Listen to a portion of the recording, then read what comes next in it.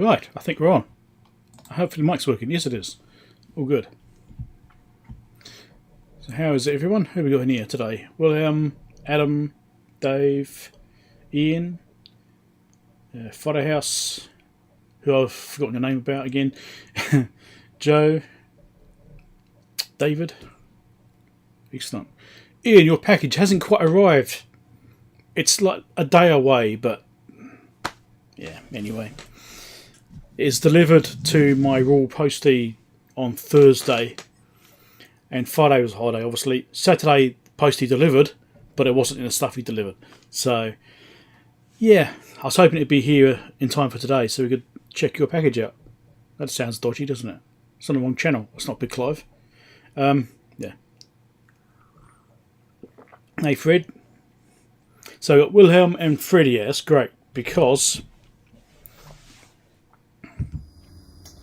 that mess over there.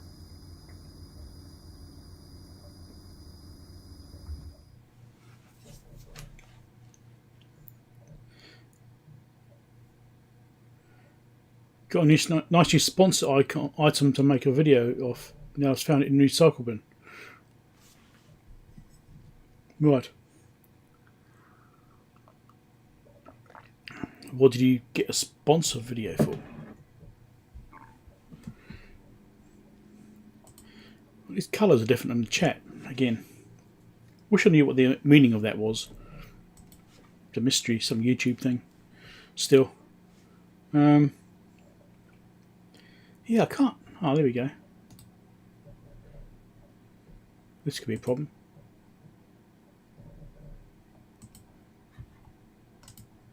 Just checking something out. No, that's not the right one. Oh, that's right. Never mind. Okay, don't mind me. I'm just getting distracted. Don't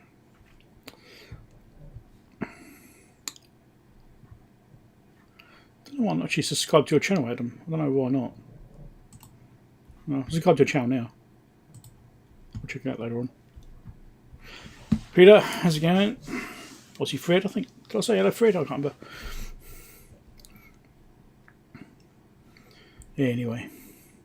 So my plan today is to do a live mailbag, which is always risky because there's a chance I could dox myself in that because there's usually invoices and stuff inside them.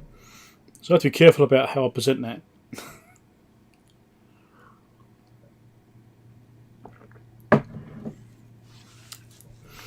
And what can we fix? Well, we've got a few things. I've got a pile of things behind me.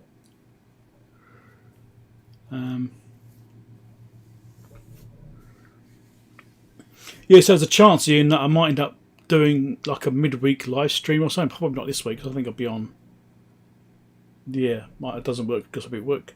But maybe next week. I've got an event this weekend. I don't know. Can I sit on a package for 2 weeks waiting to open it?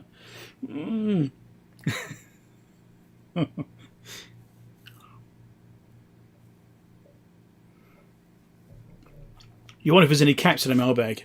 Yeah, there might be one or two.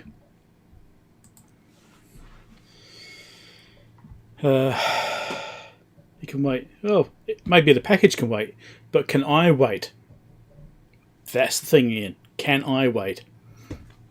I'm not known for my patience. Well, I am actually known for patience. I'm quite a patient person, but I'm not known for self-control. That's what I'm looking for. I'm not good at self-control. Hence the slightly rotund figure. Yeah. Rizzler.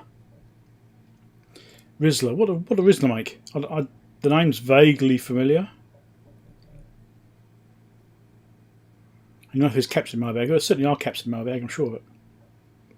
Delayed gratification, yes, well. Mind over matter, yeah. Anyway. So, what should be fixed today? That is definitely the question.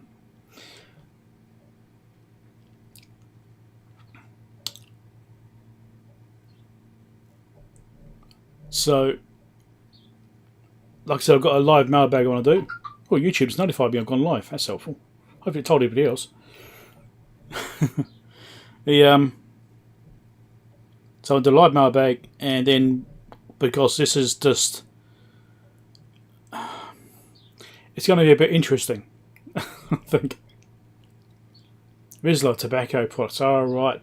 Yes, that's what I've heard the name. Right.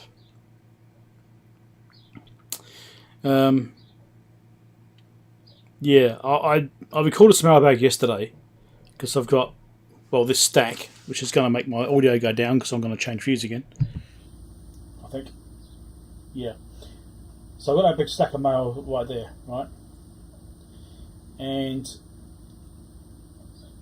I'm pretty sure it's all the same kind of thing.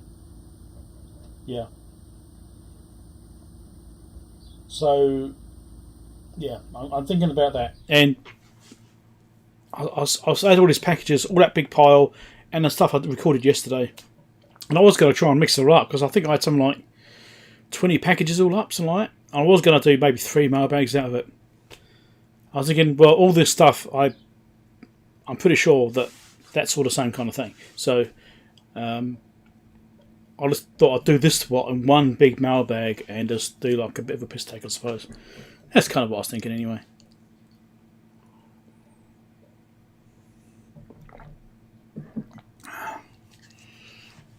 Oh, indeed, Adam. Yes, I think that'd be right. Yes. So,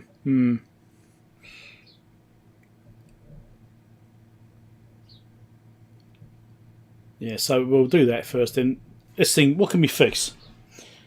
I was hoping for some more parts to turn up, but they haven't. The power supply, which we worked on last time,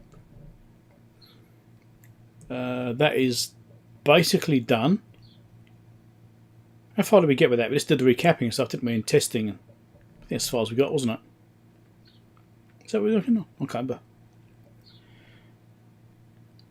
And that was just needing now the power switch, because the power switch is dodgy, remember?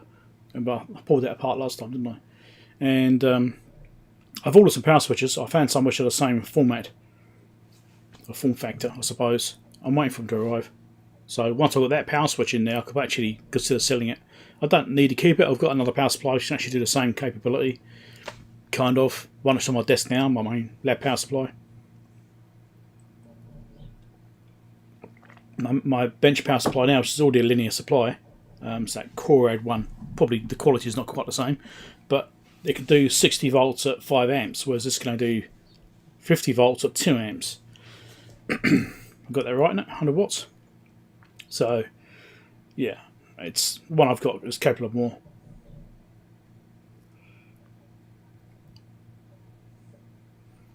So, yes, it's not of a lot of use to me because I've already got other equipment that can do the job. And it's, fairly sizable. I'm lucky to sell it. I don't think I'll be keeping it. I've got other power supplies as well. So, yeah, I don't really need it. If it is a 100 volt version, I would have kept it. But it's not. It's a 50 volt version, unfortunately. So, it's well, not unfortunately. It's still an interesting video. Made good content, and got it for a good price.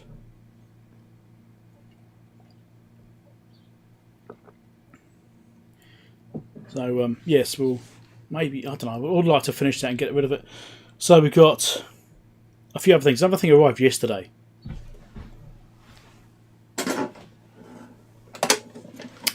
This arrived yesterday. Can you see what it is? It probably filled the frame, so it might actually focus on it. What are you doing? Maybe it will, maybe it won't. Anyway, that arrived yesterday. That requires a bit of work, quite a bit of work actually, because it's got a weird power socket on the back. I should show you. You see that socket on the back? Weird 3-pin outlet thing. It's like a normal plug, but it's of absolutely no use to me. So I need to sort that out.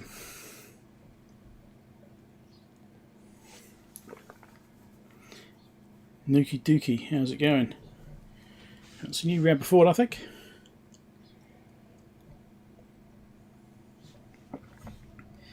Yeah, so there's that. And it's the same list we had last time as well. So we've got WaveTech signal generator.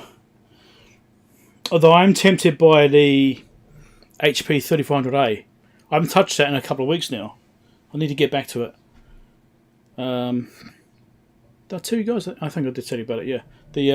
I designed a replacement PCB for the A6 chopper board based on the original HP design.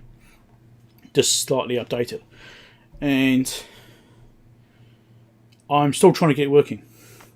But I haven't touched it for a little while. I think I spent a few hours on it when I actually built the board and tried it. Hey, IV blog. AERV blog. I can't even say it. Earth blog. Yeah, I call it Earth blog. How's that? Yeah, so I need to actually finish that, and I'd like to get that working.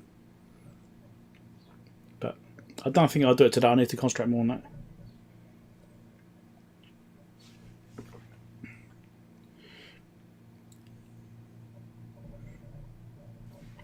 Why do you have 2 power supplies? Variable voltage power supplies.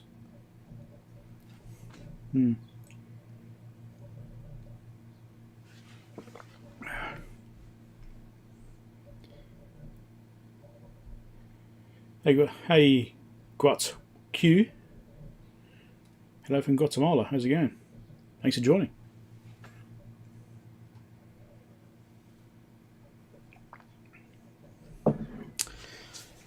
Yeah, so we've got a few things. We've got the WaveTech generator, got the HP 3400A potentially.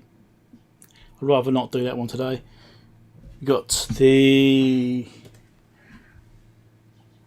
WaveTech 21. We've got a Keyfleet 150B, an HP 3406A, and this new Fluke 845AB. Is that everything? Oh no, I've got more. Also got an HP something or other. Probably you can see it in the picture. This thing here. That's a bit of a nightmare to try and get on the desk though, so I'm not quite sure I'm going to manage that one. It's pretty big. I've also got my Valhalla 2703, which has been sitting on my floor for a couple of years now. Pole, you reckon? Pole. Aerospace exploration, Russia veiled. Right. Okay. Yeah, pole. Let's do a pole. Another electronics repair video blog. Ah, that's what it stands for. Let's smoke apart. Okay. Let's do a poll then. Right.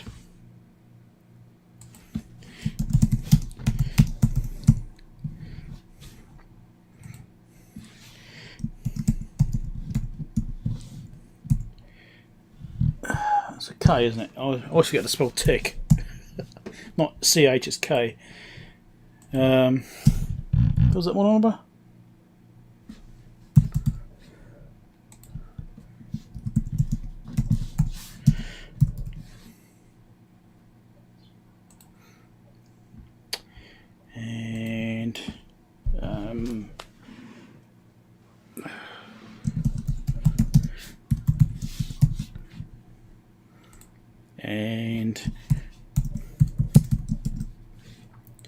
And it gives me 4 options. I'll get more gear than that.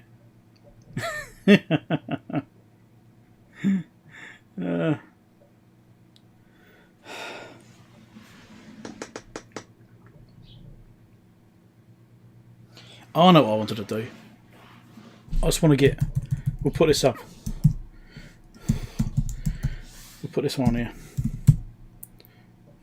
C? I think it was C. Right.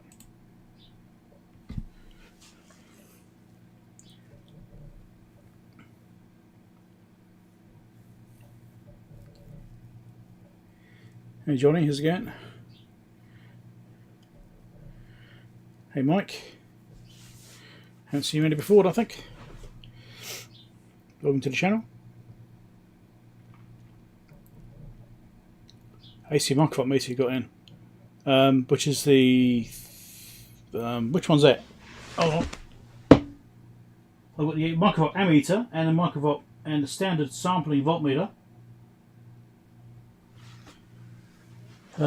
Yeah. I also got the HP 3400A, which is also, I suppose, microvolt meter because it does do microvolts. I don't know, I've got so much stuff laying around now. But I managed to get a bunch of stuff at the same time. I was really annoyed this morning, actually. Well, disappointed, more accurate. I got an eBay notification about a Fluke 7 something 721, was it? DC reference standard. Right? Transfer standard. It's like a big box like this. A bit like the one I've got set up here, which you can't currently see, which is the AC version. There's a DC version. I think it's 721 or 731A or something. A couple of those appeared on eBay for like a couple $100. $250. And well, by the time I woke up and actually saw the notification, gone there, gone. Like, nah. There are two of them apparently. Someone got a really good deal.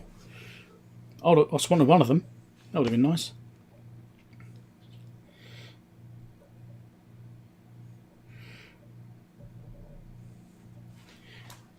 Battery box equals 9 volts. What's that? Oh, the Lavelle one. Is that the one you mean? The Lavelle TM3B. Yeah, that's the one I've done. Yeah, that's finished with, yeah. Well, almost finished with. Some stuff arrived yesterday in a mailbag, which I can actually use on that, which is why I bought those things. So you'll see that in, God, 2 months' time. I've got loads of things here. You want a shirt with it on it because it discourages you to perfection. Yeah. You don't have no idea what any of these are. Well, the WaveTechs are both signal generators. So 178 is a big signal generator, which you can kind of see maybe just on camera there. The WaveTech 21 is a small one. The Fluke 845AB is one I just showed you, which is that voltmeter, null meter thing with a weird socket on the back. And a Marconi 893C is a AC, or I suppose audio power meter is what it actually is. Which should be a really basic video, basically pulling the thing apart and having a look at it. I don't think there's really much to do inside them. It's just a case of having a look. Maybe clean the switches.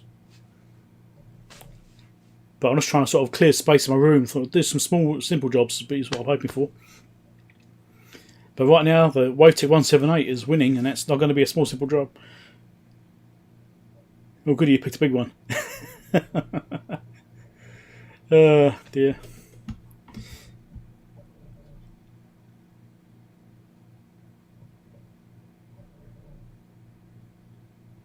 Oh, right, Adam. Okay. HP 403B. 403B, I'm not familiar with that one. I need to go and look it up. When people throw model numbers at me, I have to go and look them up. HP 403B.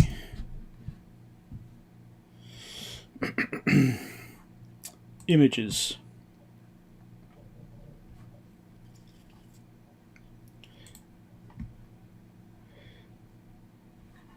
It's a really awful image. It's better image. What does that do? Okay, it's more of a high voltage one, is it?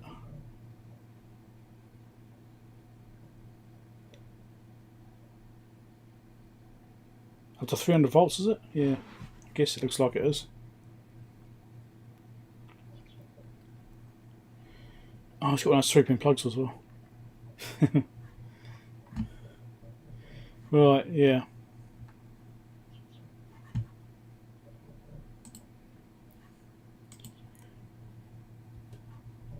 You went to Fluke 845, eh?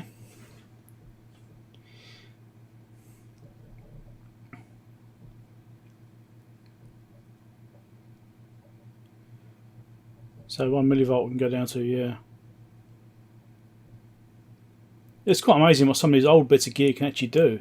You know, the old technology, and it'd be quite impressive quality for the actual, or quite impressive capabilities, I should say, for what they can actually do with that level of technology. You don't want anything else, you pick randomly. Alright. But right now the WaveTech 178 is winning, so it's looking quite likely we'll be doing that one.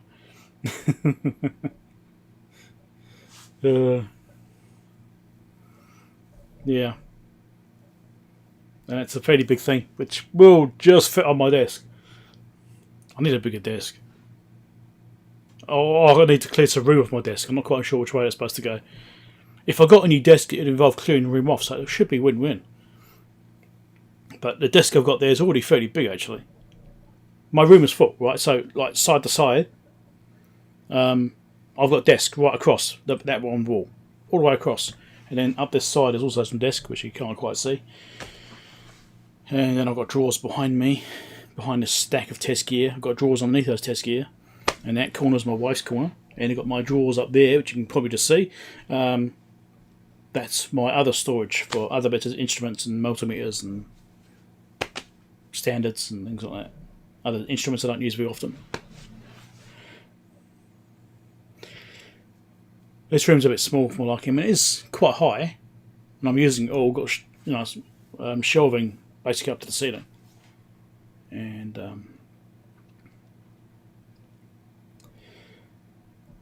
yeah, so it's not a particularly big room.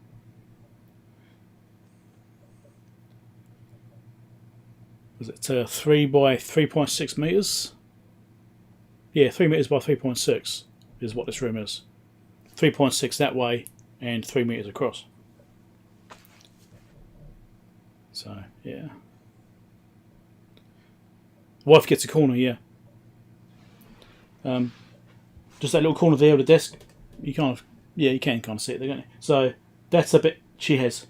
She used to have a little bit more before we got this big drawer unit here. I used to have a smaller cupboard unit here, and she used to have a slightly bigger desk in his corner, and she had to get a slightly smaller desk to still fit. Because these drawers are massive, but they're really good drawers. Yeah. Oh, she's got an entire room to herself as well. She's got an entire room, which is like one of the spare bedrooms. She's made that her little project room, I suppose. So she's using that as her space as well. So she's got an entire room.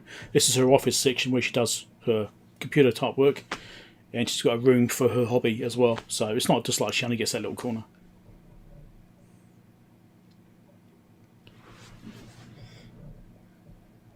Of course, I've got my second lab out in the other area, so I've actually got 2 rooms, which I've shown. I think I've shown in a couple of videos, like CB repair videos or something. I've done some video in there, but it's another room about the same size as this, and that's where the test gear goes to be stored once I've fixed it. If I'm not selling it, and if I am selling it, I'll put it in that room until I do sell it. Then I'll pull it back out again.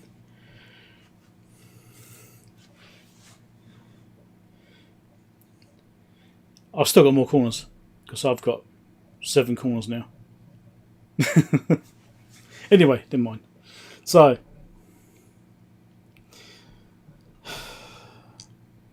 yeah, this is not a big room. I mean, as far as floor space goes, let's make you all get seasick, shall we? There's the floor space, right? Tiny little, like, all the way through there, and you can see through the door. Right, not much floor space because, that's just what I need to get in and out of the room. I'd rather have the space for the gear sitting there.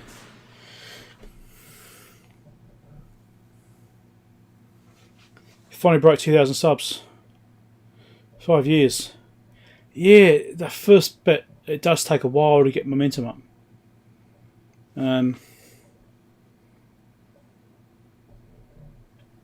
Yeah, it does take a while.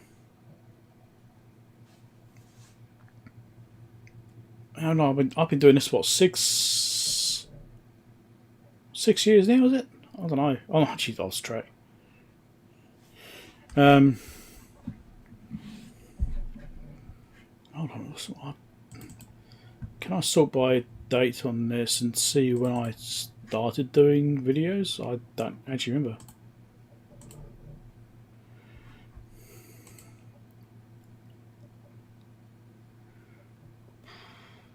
That's, yeah, 7 years ago.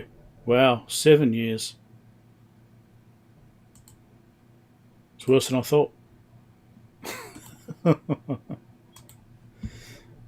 Oh, I closed the wrong window and my thing just disappeared. That's not right. I better open it back up again.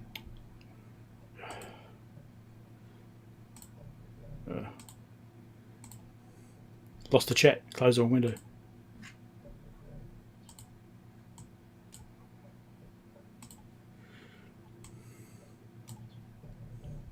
Come back.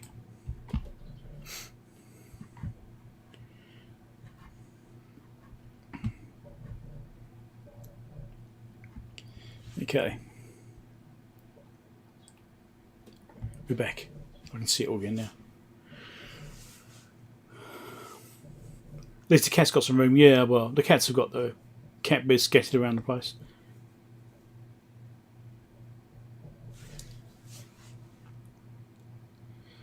Oh, it's been 7 years as well then. Right, about the same sort of time. I think part of it comes down to how much video content you produce. Right, so the more videos you produce, the more views you get.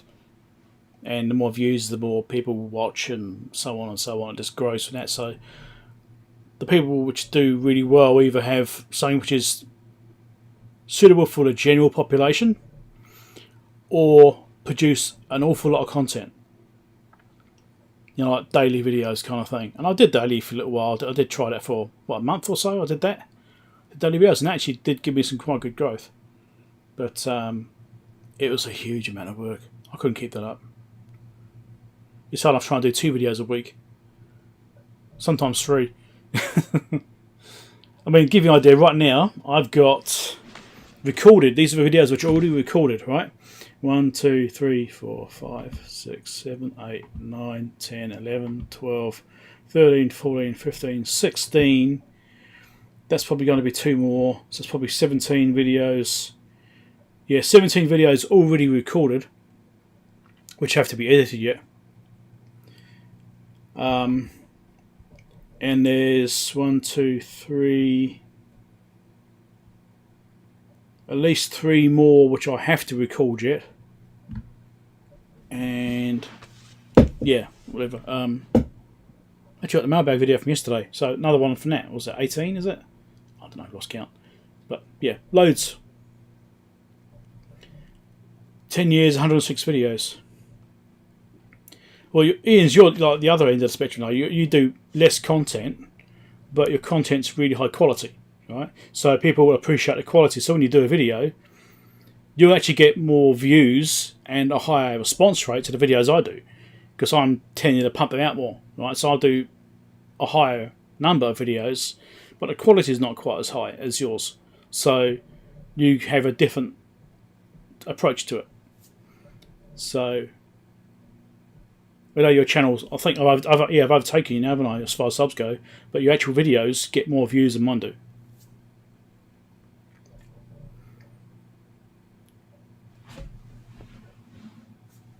$1,211 videos. That's something I've done.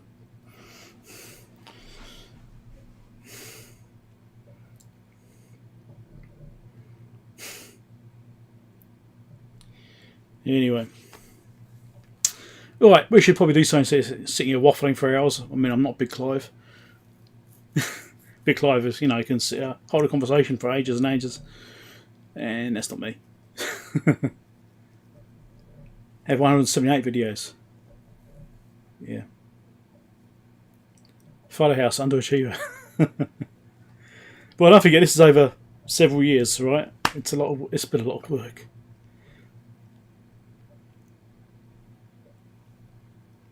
But yeah, anyway, it's just because I reload the page, it's playing back my video. I don't want to do that. Right. Okay, let's do something. Let's do a live mailbag and see if I can avoid doxing myself. And then we'll potentially fix something. Oh, it's neck and neck now between the WaveTech 178 and the Fluke 845. It's neck and neck now. I think I might leave that poll going a bit longer.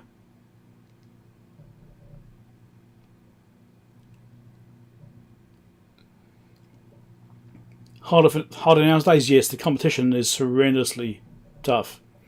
It's definitely harder for people. And I thought as well, because of the demographic changing slightly as well now, I think it's more people with short attention spans interested in like quick little things, which is why the shorts are becoming a thing. The TikTok style videos where people just want a little bit of short information over and over and over again just to keep their attention. And people that do videos like ours, which are longer, don't have such an audience compared to that, especially with the niche we're in. You know, electronics repair and electronics interest is a pretty small niche. Anyway, not many people are interested in that, which makes it a lot harder as well. I mean, I think like Dave Jones and places like that have done quite well because they're educational, right? They teach people about it a little bit. And Schwarz, yes, indeed. And obviously Mehdi, Electro Boom, he's because of his entertainment value, and Big Clive because of his educational aspect, because of teaching people about simple electronics and these little trinkets and bits and pieces, little gadgets, and he pulls them apart and explains how they work. I mean, that's why he does well from that. So I think the key there is to be educational and actually try and teach how it works, and if you want to do well, and it has to be on a level which is understandable to newbies. I think that's the way to sort of get somewhere. But yeah, this thing's flipped back to top chat again. I hate the way the chat always drops to top chat. I don't want top chat. I always want live chat. I hate that. Anyway, mine just crap. M5 stack and science fair electronics projects. I'm not familiar with M5 stack. I'll have to watch some of your stuff later on and actually have a look at it. Oh look, the Fluke 845 AB is now taken over. Hard to teach and fix at the same time, yes. Don't have enough capacitors. That's the problem, Fred. Not enough caps. You have to buy some caps. Not the same caps I'm buying. Can't both have caps. There's only limited supply, you know. Anyway.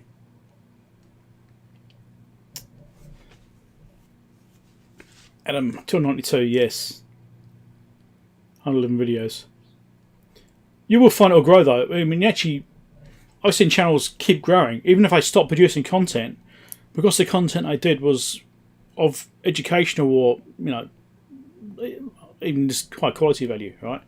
Decent quality videos or of use to people. Even though they stopped producing stuff, they're still growing because they just chose the right kind of videos. Whereas my videos, I don't know, I do teach a little bit in them, I suppose, but not in the same way. I just sort of follow along. Follow along, this is what I know, which is what I've figured out over the years. I thought you could switched over to car trim fasteners. That could be it, eh? That could be the general knowledge. Everyone knows about car trim fasteners. I should just switch over. Exactly, I should just make videos about car trim panels and clips. And today's video is about this particular clip. It's a 3mm.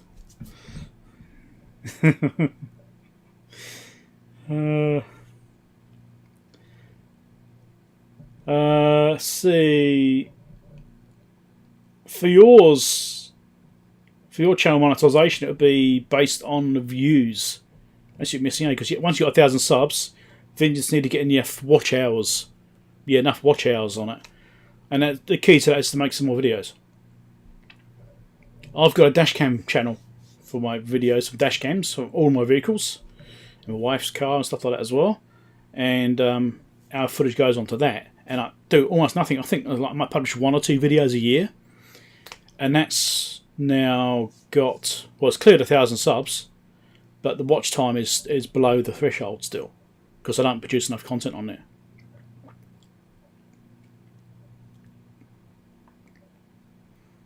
Get loads of car trims, but it's got people to it. Yeah. Just want to sponsor, yeah.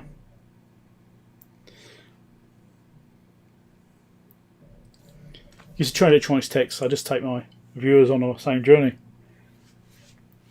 Well, yeah, I certainly. I mean, you do explain things very clearly, Ian. So that does kind of show actually that you can do that. Your knowledge of electronics is far greater than mine, and people think I'm good. I'm not that good. I just know what I know from figuring stuff out as I've gone through it. I'm self-taught, so there's lots I don't know.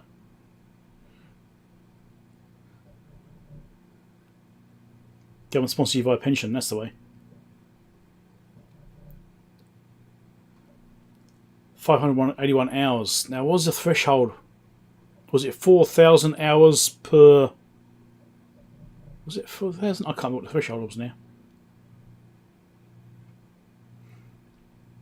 How's your plans for giving up work, Ian? I know you were saying, was it July, wasn't it? You were saying about chucking your main job in and just going full time.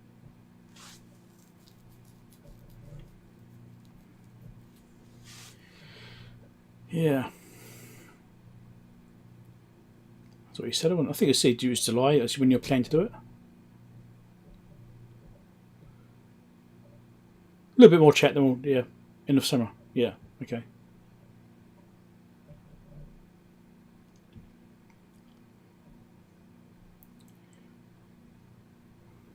Yeah. Okay, right, let's do some actual stuff, recording and making some behind the scenes footage. So, if I do suddenly shut off, it's because I'm potentially doxing myself, right? So if I do suddenly disappear, don't go away, I will be back. It might be because I have to cut a bit of footage out or something because, I have a bit of a panic because my address appeared on screen or something, right? So just don't worry about that. 5%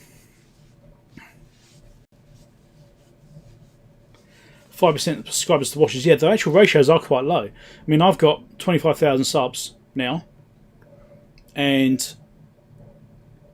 what we're getting, I'm probably on average I'm around 1,000 views on a video. All right. So what's that? 4%? Is that right? Yeah, I think it is. I don't know. Someone else did a mess on me. But yeah, it's the ratio is not that high. It's surprising, you get that many subscribers, but the views is what matters. Right, the video views is what's important, not the number of subscribers. The subscribers helps, and it gives you an indication of the quality of the channel, but the views is what matters when it comes to growing. You could have no subscribers or very few subscribers and do a video which gets loads of views and gets really popular, and that would be a huge boost. Like I've done a couple of videos on which ones did. What was the last one did really well? The mini-ware power supply that blew up, the MDP P906, which I sent into review, and that one blew up whilst I was testing it because I had a faulty capacitor in there, didn't meet spec, and so the capacitor blew up. That video went quite well because of the magic smoke, and people obviously shared it and things like that, and it just took off. And I think because it was a review, but it was also ended up being a repair at the same time, I think that was quite a good run for the channel because people then saw me that I fixed things, and that probably helped the subscriber count as well bump up a bit too. Oh, sorry to hear that, Fred. My mother died a few years ago.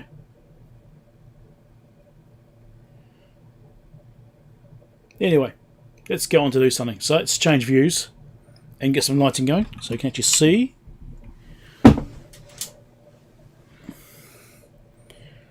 Should I do that view? That's a pretty safe view, because that way if I do cock it up and forget to change camera views, it will still work.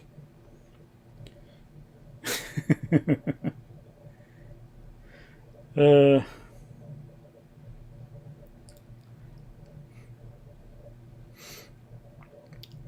that's a pretty safe view there. It also means you can't see too much if I do accidentally release my video with if I accidentally dock myself, you might not be able to see it. I think I'll do this view, it's a bit safer for the doxing side of things. And I'll change to a better view later on when we do the repair stuff. Dock myself at 2 angles, yes indeed. Right, let's come over here. Which mics are you using? Still using the Blue Yeti, right. So I'm over here. Is the audio still okay over here or not? I could swap mics in this view, potentially, but I think it's probably still good enough. It's probably a bit echoey though. I can probably turn it this way slightly more. Yeah, facing me slightly more, it's going to be slightly better, I think. Oh, is that still alright? You can let me know.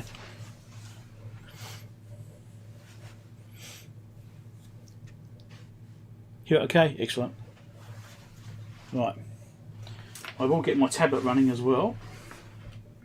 I've got it set up over here, ready to go. I just need to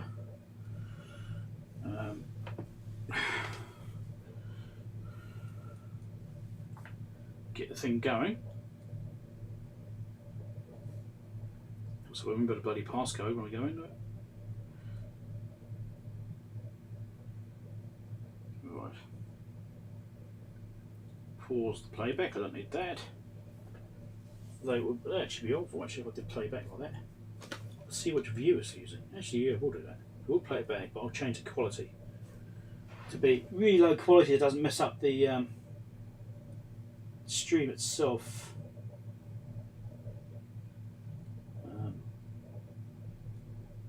Lowest quality, 144, that'll do. Right. Just so I can see what the camera's actually looking at in case I screw it up.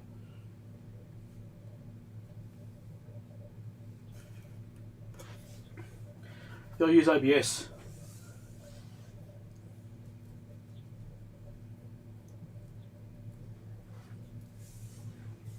Who wants to go to New Zealand? Most people want to come here. It's a really nice place to live. Don't come here.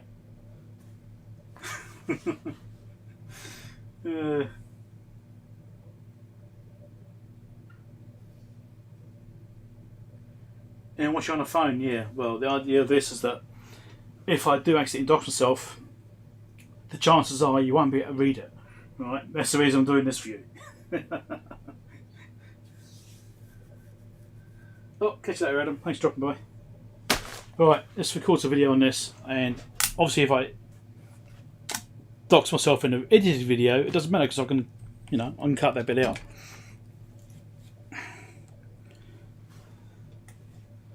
More lights needed.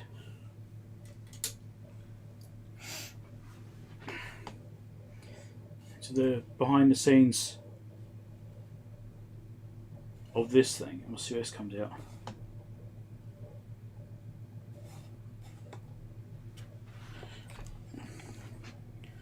Got the camera set up right so I can catch it all.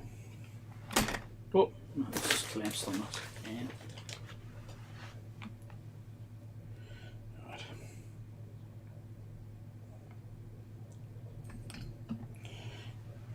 And I think I need to swap this around.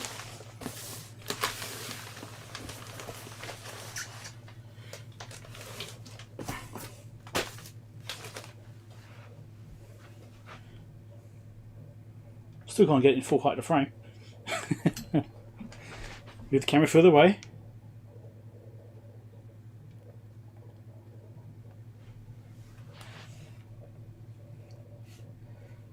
We should start very shortly. I've got to get this camera set up so I can get this bloody right. Okay. Thumbnail shot. Chit chat.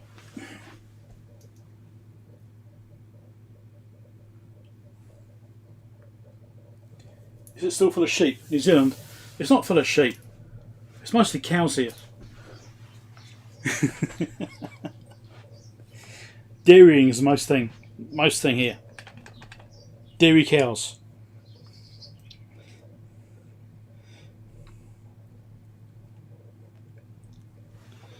Right.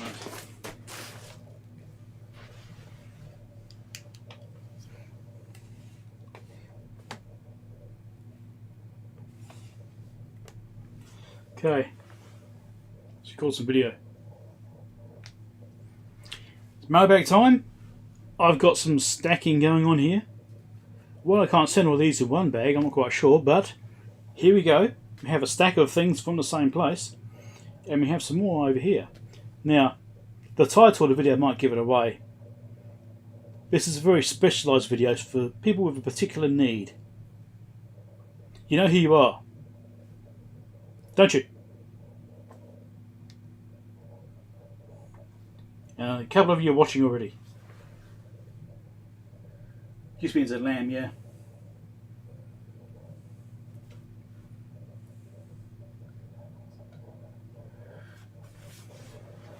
Well, I've been here for 30 years now, so like any place, it's got its good points and bad points, but generally, its good points outweigh the bad points. So you know.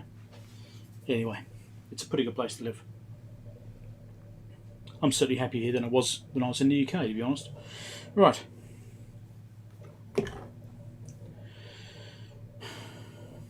Now we shall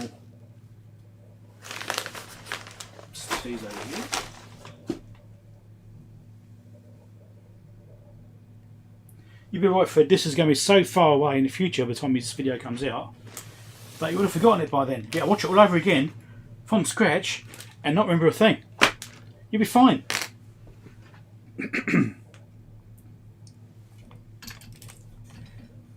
You can watch it twice to get twice the happiness.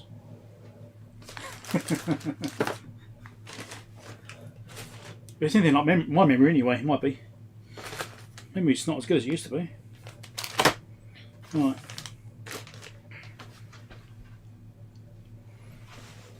If these don't appear to have any invoices in them, I might change the camera view, but I think they could be. They do tend to chuck them in.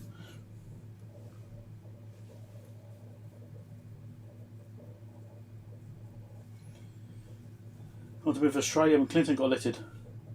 No, right, we won't go about politics. We won't talk about politics. That's always a personal thing, really, isn't it? Anyone's opinions. My opinions probably won't align with yours. Shall I say it? Trump's a moron. There we go. That's my opinion. We won't go any further than that. Other than the car trims. There could be car trims, but I doubt it. Right. Let's record some more. Right, first item. Now, I don't think there's going to be links for these. If you want any of these, you can probably go and buy them directly from the manufacturer's site or from a retailer's site, and you'll know where to get them from anyway. If this is what I think it is. Yep, there is an invoice on there, so that needs to go.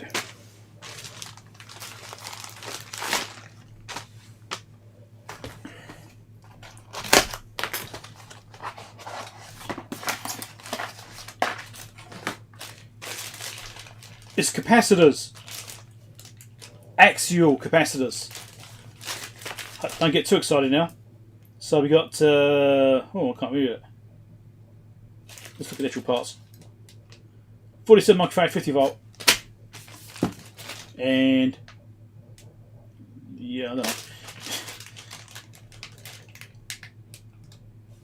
And 500 microfarad, 25 volt. And it's just the beginning. Don't get too excited now.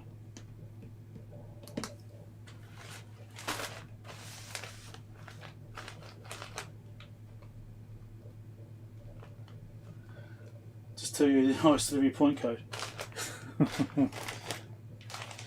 I cover up barcodes and everything normally, apart from obviously these ones.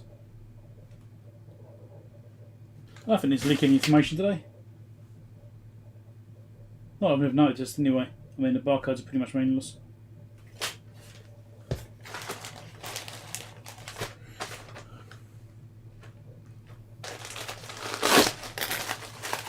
Oh, this one's different. This has got some padding around it.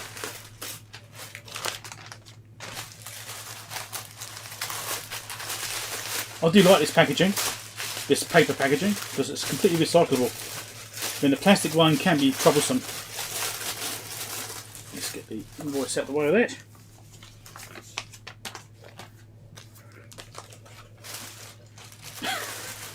Seriously?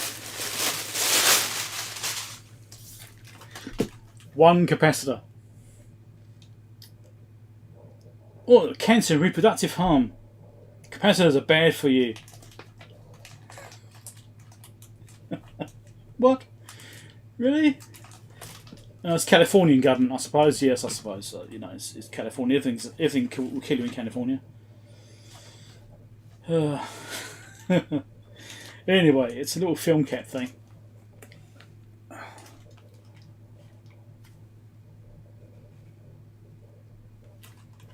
And I'm trying to read it. 400 volt.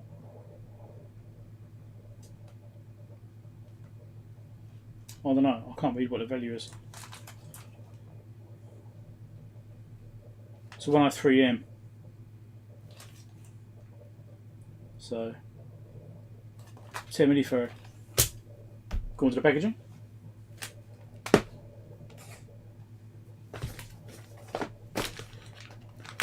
told you it's going to be one for a particular kind of person. People which appreciate a certain level of specialised technology. Discerning people.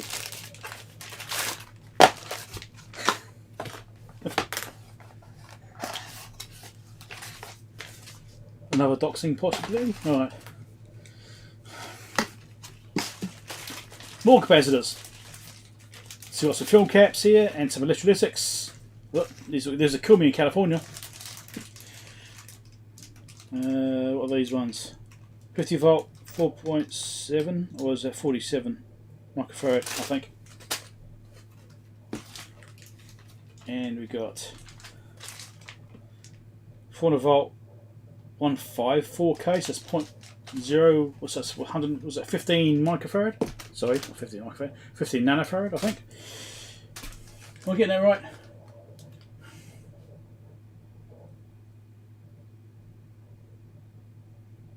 $150 nanofarad, get it right.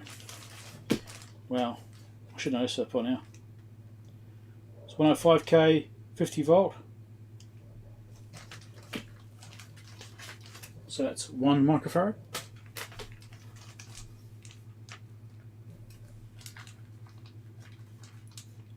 And a 474K 100 volt. So basically I'm just stocking up on caps because I've got a severe shortage of all these kinds of film caps and certain electrolytics. So I've been doing a bit of stocking up.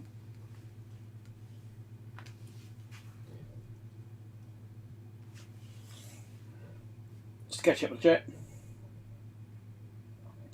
Is this a mixed class? There could be.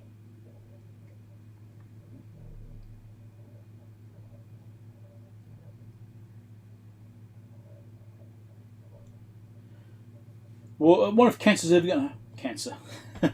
What if California's ever going to realise it's not the products which are causing cancer, it's California. No. Is it living in California which caused the cancer, or is it the products? Obviously I'm just being silly, but...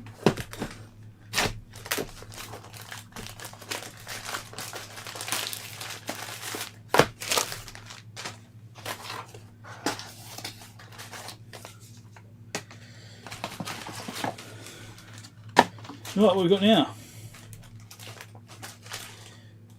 Oh, I forgot to record that one. And I just opened this package and I didn't record it. That's typical. Right, what is this one? This is 100 volt, 2.2 microfarad, actual caps. Some more film caps. These are 224s, 100 volt.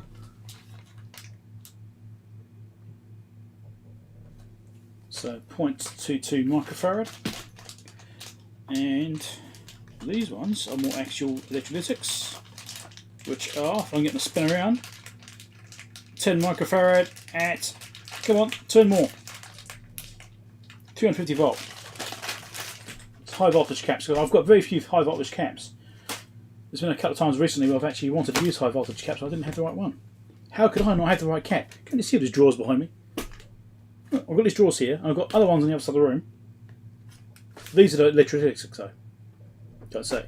These are electrolytic caps, though. So this is the important caps. These are not so important. Electrolytic straw. I can't even say it.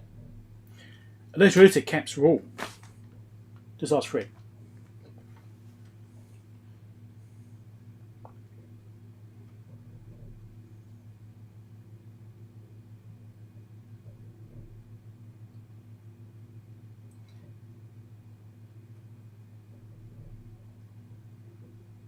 Missing Nike caps.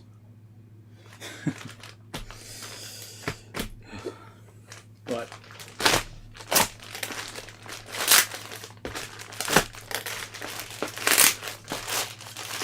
Look at that. It's a bag inside a bag.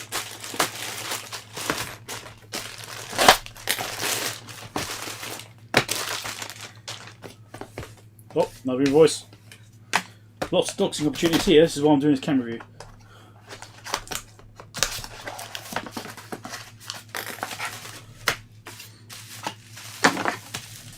Right, so we've got some more actual electrolytics, which are, don't know, 50 volts or something.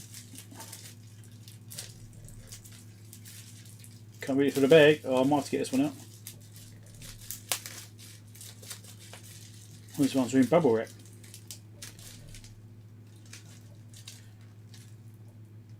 $33 microfarad, 25 volt, I think it is. Oh, this one's poking through. Let's just pull it.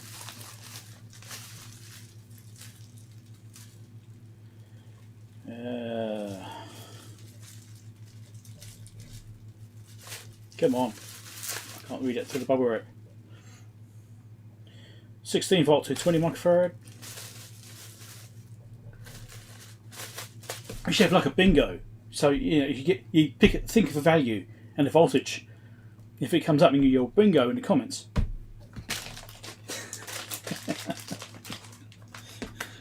I think somewhere making this interesting. Another electricity kit. This is 450 volt, 4.7 microfarad. Right, another high voltage kit. This is it's a capacitor bag. Yes, all individually packaged. I don't know why they've done it this way. They could have just sent the whole lot in one bloody go, but they didn't. God, I put it. I mean, it may come from different sources, I'm guessing, but they sent them out instantly. I mean, I've only paid. In fact, I got free shipping on this because I ordered so much. I ordered about $500 worth of capacitors, and I've still got more coming. This isn't even all of them. 0.1 microfarad, 160 volt film cap. More film caps, which are 400 volt and let's read this bit. 10 nanofarad. Right.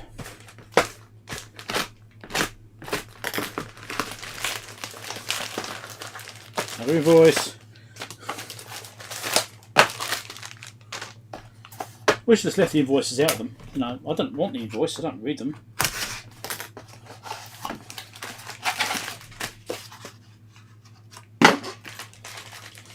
Electrolytics. 63 volt to 20 microfarad and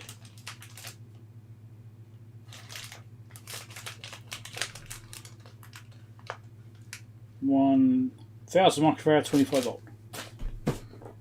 Finally, big box.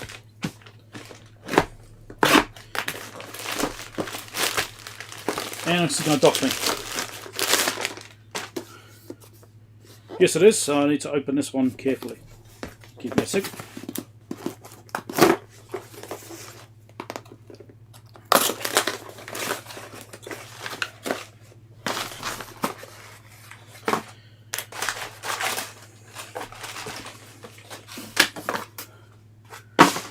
Right. Big box.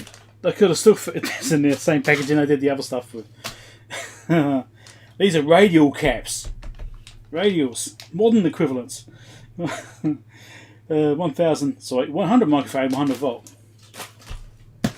Even bigger box. There's probably 3 capacitors in here. Chit chat.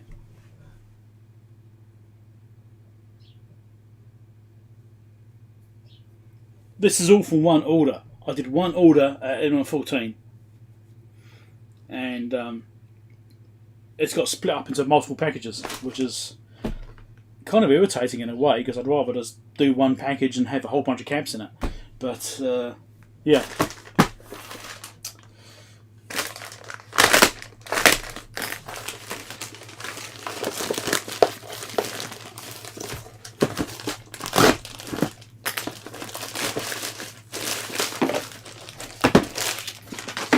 This one sounds different.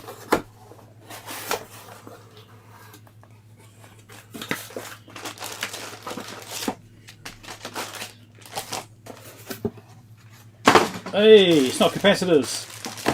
Sorry, Fred.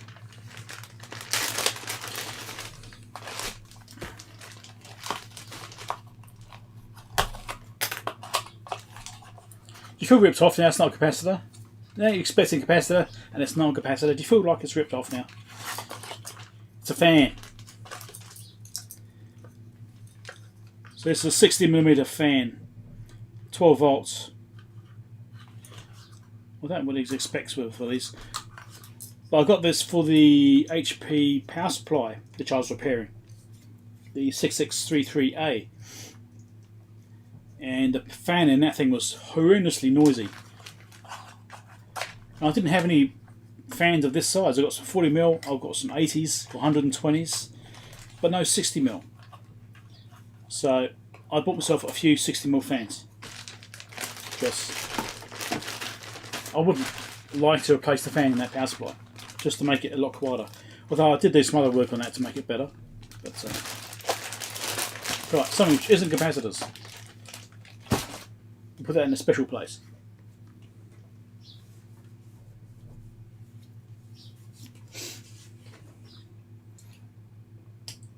Hey Rob, it also fit the mean well. Was that 60mm fan, was it?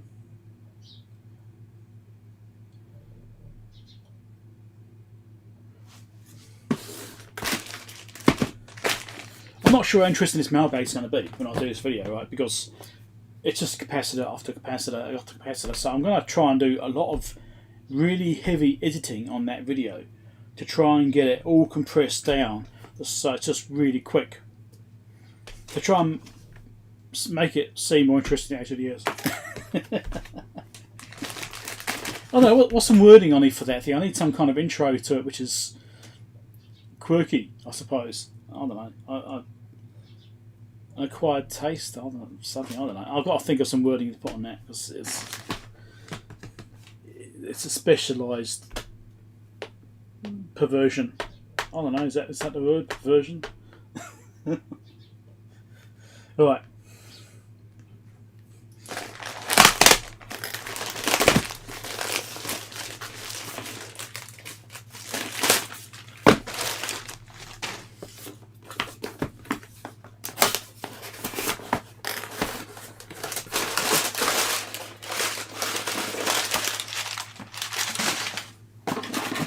Massive box.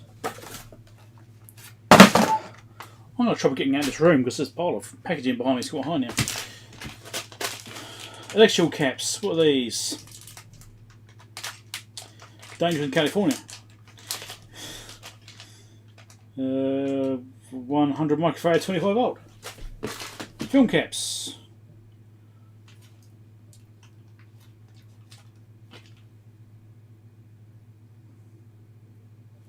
So 470 nanofarad at 100 volt, I think it was. Let's see. I'm trying to roll them around so I can see what they say.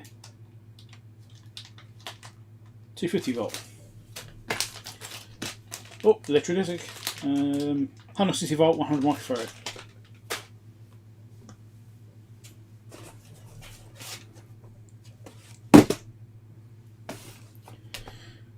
You got a box?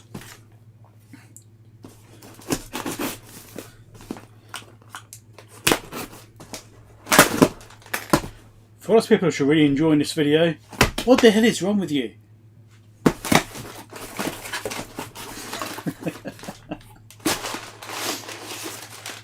Hey?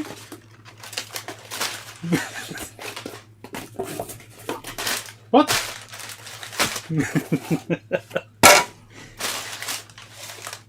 Oh, there they are.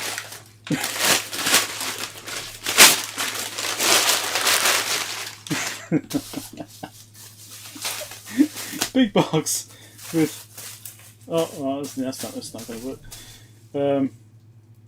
What the hell are these? Oh, let's open it up. Let you open it.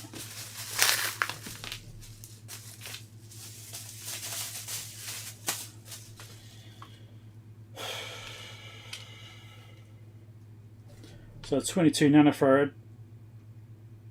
And is this X class? I'm trying to find out if it's X class or not.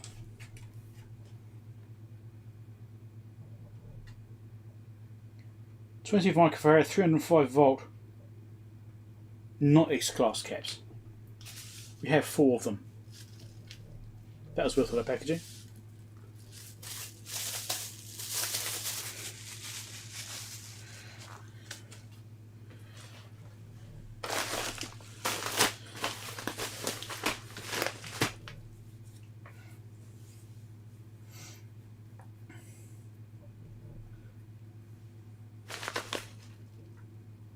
Catching up the chat. Recapping the channel, yeah. What I do with the remote is I will try and do clips, so I do it in segments. There's been a few times where I just kept it running, right? So I just kept going. Normally what I do when I'm recording mailbags, I'll stop between each one to reduce the amount of footage I have to deal with, right? Otherwise I'm dealing with footage in between each section. And then when I'm doing the editing, I know I cut a couple of seconds at the front of that one off, maybe a second or so at the end of it, to trim that down a little bit, and obviously edit in the middle to try and make it a bit more compressed. It just means much less editing if I stop and start the camera in between. But I've been forgetting to do that a couple of times, so because I'm concentrating on the live stream as well, and the fact that I enjoy myself so much. Oh dear. Oh yes, I should get the parts bins out and sit in organising them. We could organise them in the parts bins. Wouldn't that be thrilling? Oh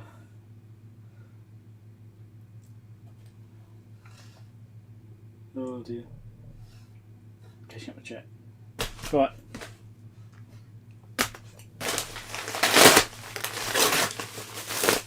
Oh, finally! A decent multi-pack. Here we go. We've hit the mother load now.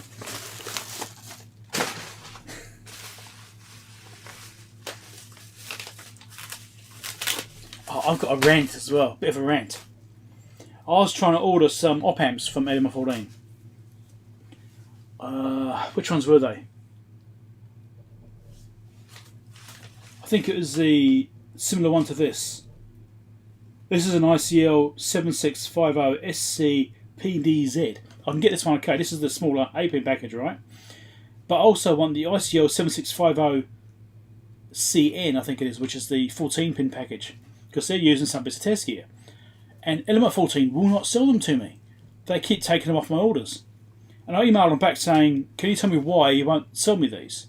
They're saying it's a restricted item. It's a freaking op amp, right? But they won't even reply to my email. I've emailed them twice, because I've done 2 different orders. And I've emailed them saying, why is this a restricted item? Why can't I buy this item? It's just an op amp. And I've had no response.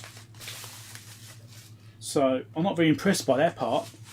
They could at least explain why they say it's a restricted item, but it's a bloody op amp. Anyway, that's frustrating hell of me, because I want to get some. The only place I found that's got them is Element 14.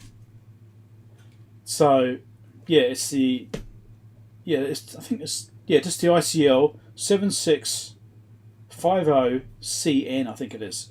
I know it ends in CN anyway. But yeah, it's just annoying the hell out of me, because I just can't get them. I mean, It doesn't make sense. It's just an op amp. Why is it restricted?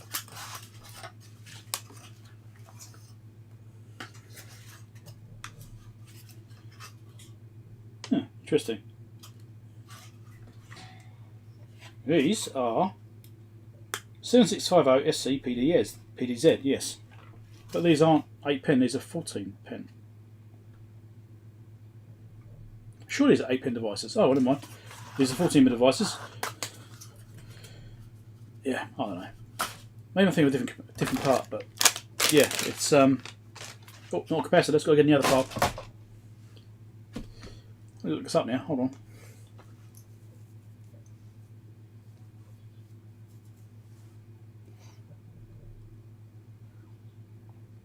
The restriction because NATO's not it's not a NATO member.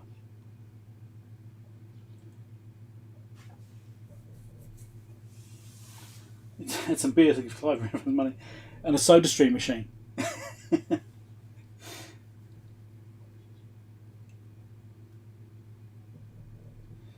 Well, that's true. I mean, I don't know about caps. I mean, this is why I have so many caps, right?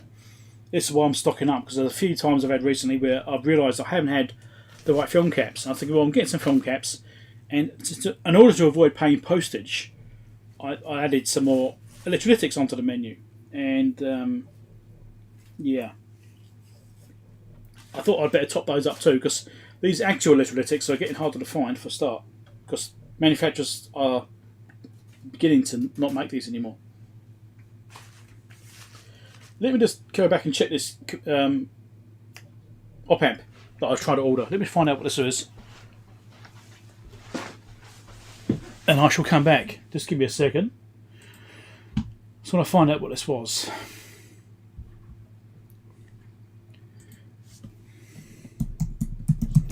So I can tell you what it is.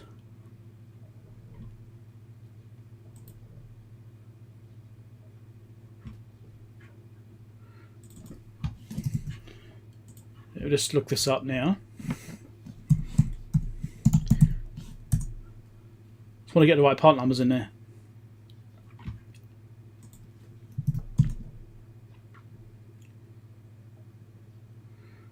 Ah, okay. Got the wrong part number. Right, it's an LTC 1052CN.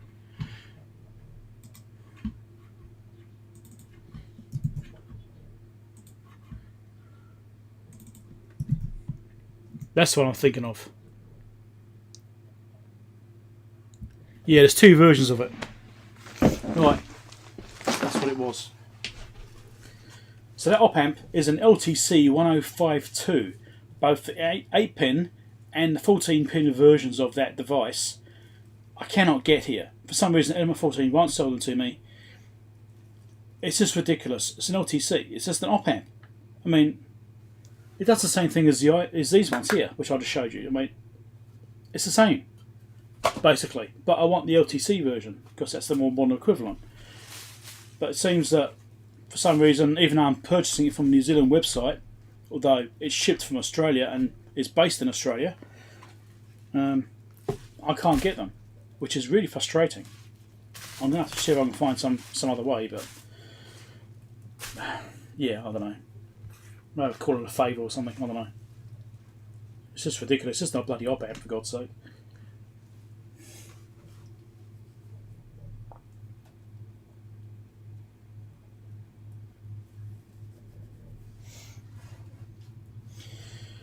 Right. So we've got here, I'm going to open this up. 250 volt, 15 nanofarad PET. So this is like a film cap. The round one go over there. So electrolytic. What's this one? 6.8 microfarad, 63 volt. Axial. More film caps. 1000 picofarad, 630 volt. So 1 nanofarad. 680 microfarad, 25 volt electrolytic axials. Some more film caps. 3,300 picofarad, so 3.3 nanofarad, 630 volt.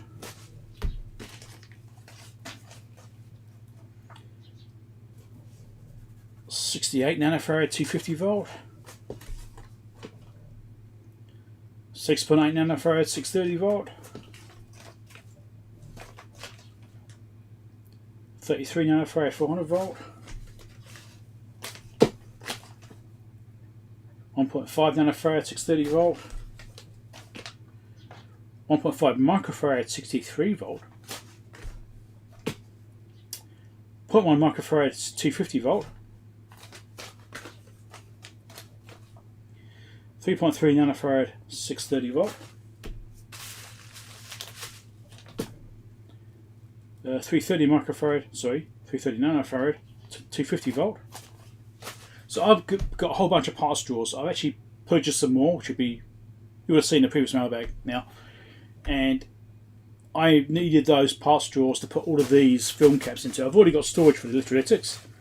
These film caps I didn't have much storage for because I didn't tend to use them that much. But recently I've been finding things and I'm thinking, well, I should probably get some. And so I'm setting up capacitor storage for the film caps.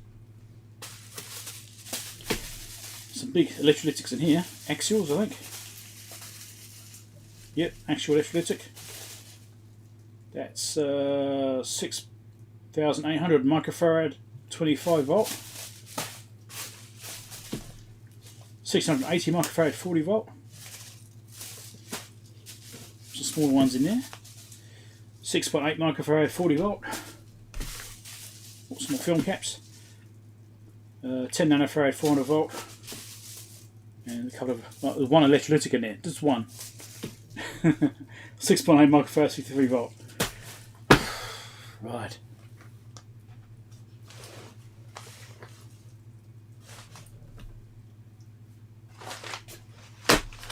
We're not done yet.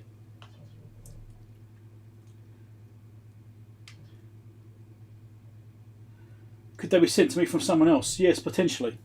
If someone were to buy them themselves and post them individually to me, that would probably work. Yeah, I might end up asking someone to do that for me. I don't know, but we'll see. The thing is, what worries me is that these particular op amps, these LTC 1052s, they are good op amps, and they're used in various bits of test gear. And it's a current device, so I would like to get stock of them. I'd like to get, I don't know, maybe 10 of them in stock, and that would probably do me for a very long time, if not ever. If not forever, I should say. So I would like to get some. They're, I think, $15 each or something like that in New Zealand. I think about $15 each. But yeah, I would definitely like to get some. But it seems I can't buy them. Element 14 won't let me. I mean, I tried twice. Both times I took them off the order. So yeah. Anyway.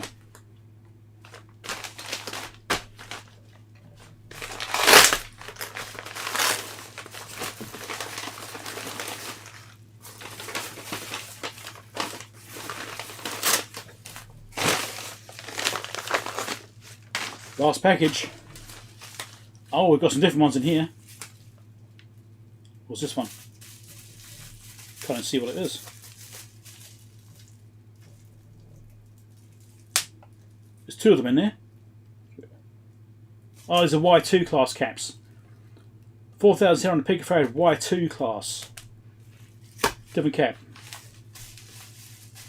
Oh, there's an X class cap, X2. 229. Yeah, 229 farad, 0.22 microfarad. X2's in there.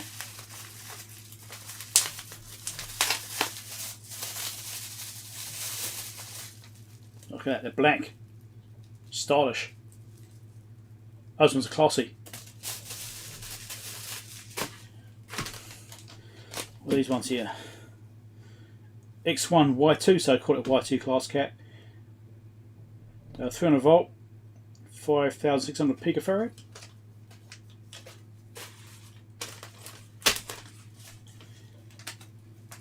This is a film cap, I think.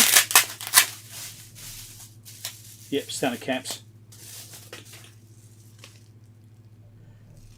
Getting the old anyway. Oh no, these are X2 caps. These are X2 caps. 275 volt, 473s. So 47 nanofarad, is it? I think it works out as. Yeah. So those are X class. Go over there. 68 nanofarad. No voltage rating. These are standard ones, I think. I don't think these are X class. It's a bit hard to see these through the packaging. I might have to get them out. It's all reflective. I think it's a standard cap. Right.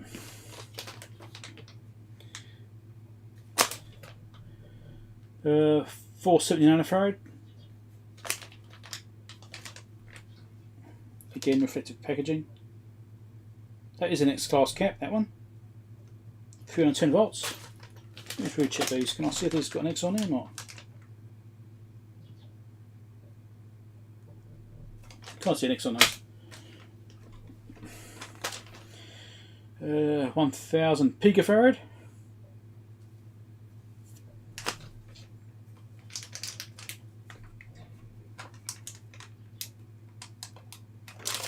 Wish the text was easier to see on these things. Actually, this one is not bad. That's a Y class, Y2.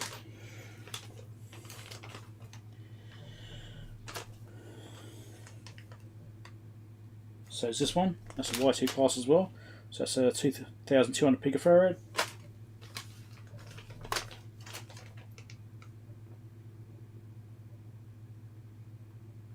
That's another Y class. 6.8 nanofarad. I'll swap between the picofarad and nanofarad, just keep it interesting, what's that? 0.022. Sorry, 0022. So 2.2 nanofarad. Y2 class. I can actually set it on it, that's nice. This is a 470 nanofarad, 310 volts, it's probably an X.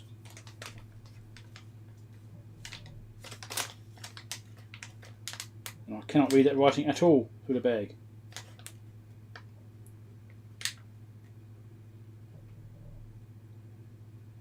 No, it is an X2, I'm just it, X2 class. So we've got electrolytics, we've got X and Y class, and we've got film caps. Have I missed any? Oh, tantalum, I should have got some tantalum caps as well.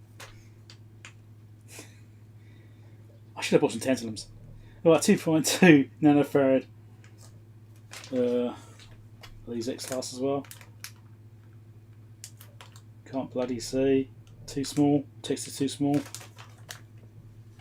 It probably is. I'll stick it in that pile for now. 1.5 nanofarad. There's a Y2 class.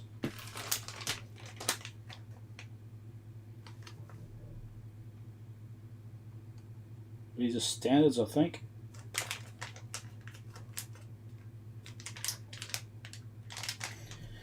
Yeah, these are standard caps. 8.2 nanofarad, 310 volt standard caps. These are 470 nanofarad, 310 volt standard caps.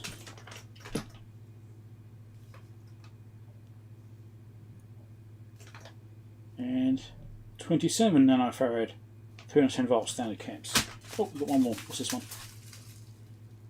5.6. Probably a standard cap as well then.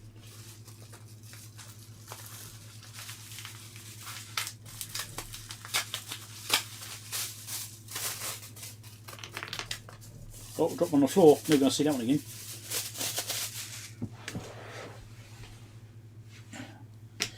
Here it is. So, 562K, 310 volt, standard caps. Not X-rated. Right, we got a selection. Hope you enjoyed that. Those special people which like capacitors so much. Check out our videos down below. Subscribe over there if you like capacitor videos. Patreon support link if you want to help me to buy more capacitors. Bye. Here we go. Capacitor video done. Well, that was a tedious thing. Oh, oh my god. Oh, Dave's gone. DigiKey have them. Ah, okay. I should try DigiKey. Thanks, Kim.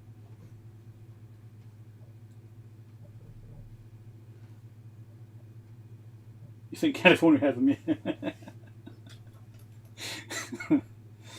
$11.80 each at DigiKey. Alright, I'll have to check that out. Don't have a big enough package to ship them in there. Could be that.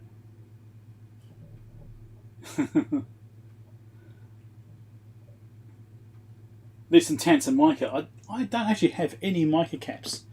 I've got some ceramics. Various styles of ceramics. The old style and obviously service mount and the dipped type. I've got those. But yeah, I've got tents in the back here in there. Now we registered them, yeah. Let's sit there and put them in the parts drawers and organise them all. No, I'm not going to do that on the live stream.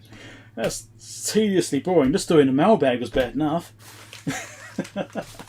Subjecting you to that, I thought it'd be a bit of fun. But since I get sick of it and having capacitors, I thought I'd mention. I've got some capacitors, people. Oh, happy now? Is this what you wanted? Right. I think I do need to kind of organise them into some boxes of type so I can sort them out better later on, but I'll do that much. I might have some packaging I can put them in.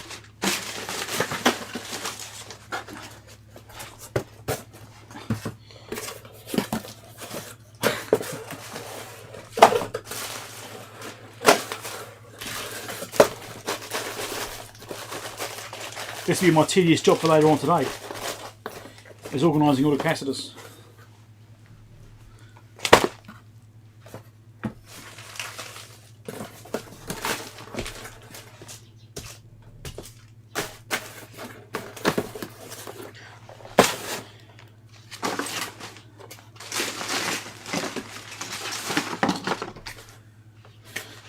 Need to do some editing on this. Hold on.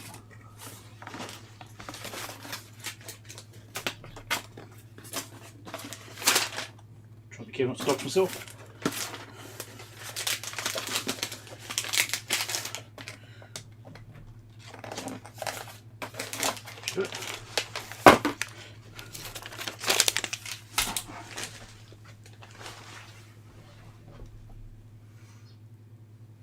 Put it back in the original packaging. Oh, yeah. Yeah,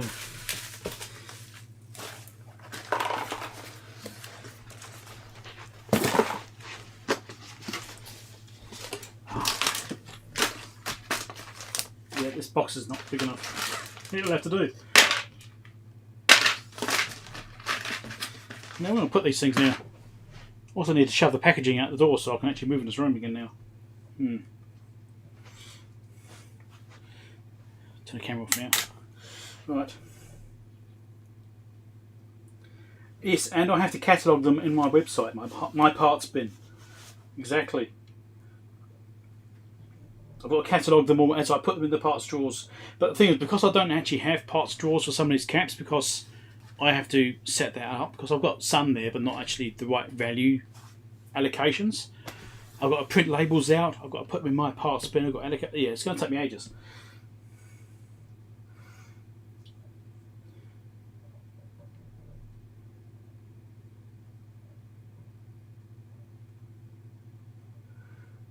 I don't know. You got hundreds of parts in there, cool. I don't actually keep track of how many people even use it. I don't know. I mean, some people are using it. I think the last time I looked at it a while ago, it did have hundreds of people on there.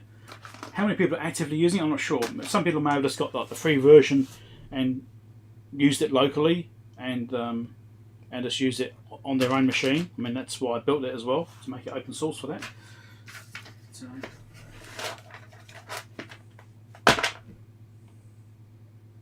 right, let's put these somewhere else where I'm not going to trip over them or knock them all over and mix them all up again or lose them in the packaging.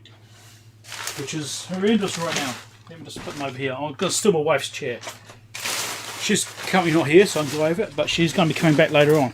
She's out for the day. So for the time being, I'm going to do this. And hopefully she doesn't notice. Right. She won't mind. Am I temporarily using it? Okay. Yeah. Now I need to get rid of the packaging. Because right now I can't bloody move.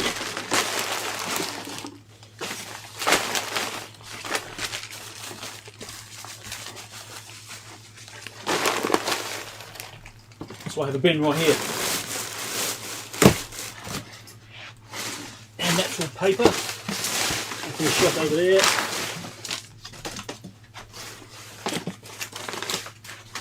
Right. Okay. So we look at the pole. What are we going to fix? Let me just do this so I don't forget. So look up DigiKey now. Ooh, change screens. And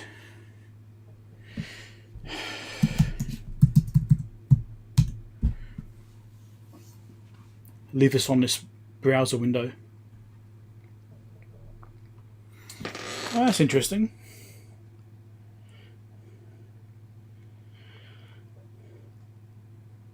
DigiKey says they don't have them. And you reckon that DigiKey's got them? This didn't come up in the search.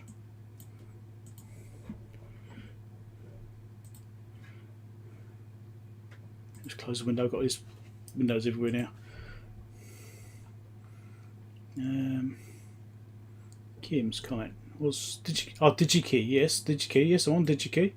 So DigiKey doesn't even bring up on search. I guess it's already filtered out, so I can't even see the parts that I can't buy.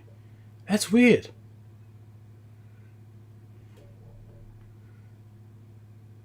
Mouse also has them. Okay, let's try mouse it in.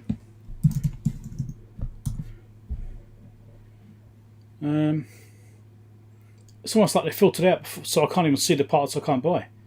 How many times have I actually had parts available which I haven't been able to buy?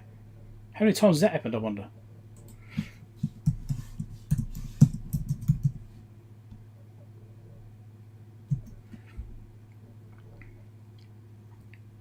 Well, mouse has popped them up at least. Still Mouser. Yep, I can see those. Price is a bit higher than I want, but that's okay. $21 each.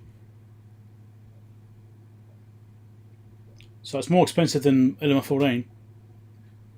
But Element 14 won't sell them to me, so. Yeah. Right, and we've got newer package styles as well. We've got different flat pack styles. Interesting. Right, I'll leave that sitting now. I shall look at that later on.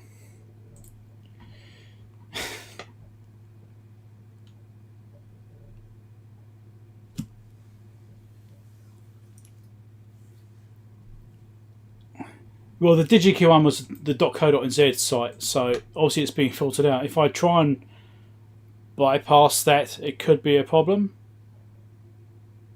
But Mouser's showing up, so I might just buy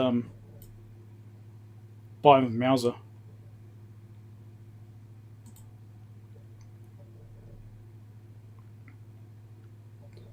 Yeah. I did digikey.co.nz.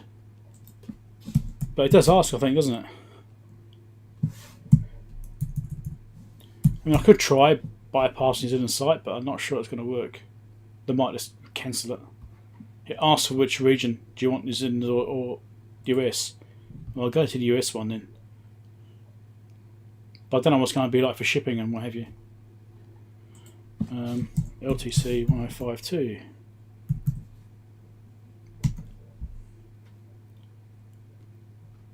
That's weird. Why? It's so op amps here. It's just ridiculous. It's an op amp. There's nothing particularly cutting edge about them. And so DigiKey's got them for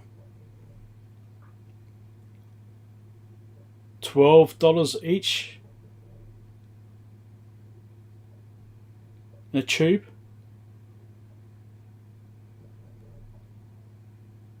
Or $15 each individually. Why would you choose that one if you've got a tube option? $11 even? Yeah, okay.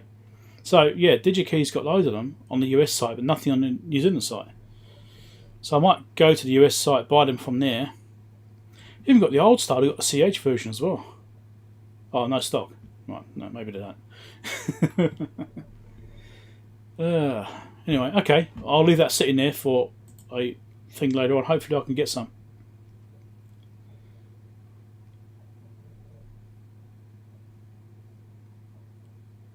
Yeah, I think it's based on a website, on the US site versus the New Zealand site. Let's go to the New Zealand site now.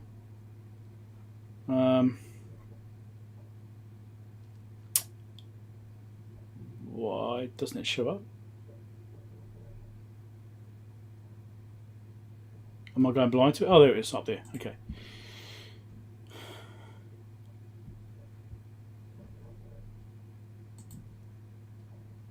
No, it's changed sites completely. Alright. Yeah, interesting. Oh, I'll just leave it sitting now. I'll look at that later on. Hopefully I can get some. I always might be trying to ask for a favour from someone. Okay, right, let's do something else. So what did the poll say? The poll ended up being neck and neck between the Wavetech 178 and the Fluke 845. Who hasn't voted yet?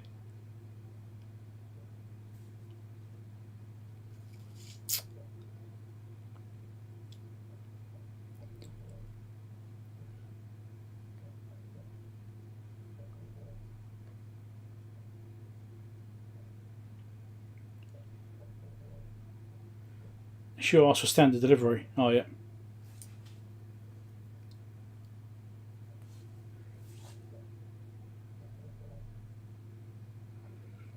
Yeah, okay. I'll keep that in mind, Rob. I'll keep that in mind.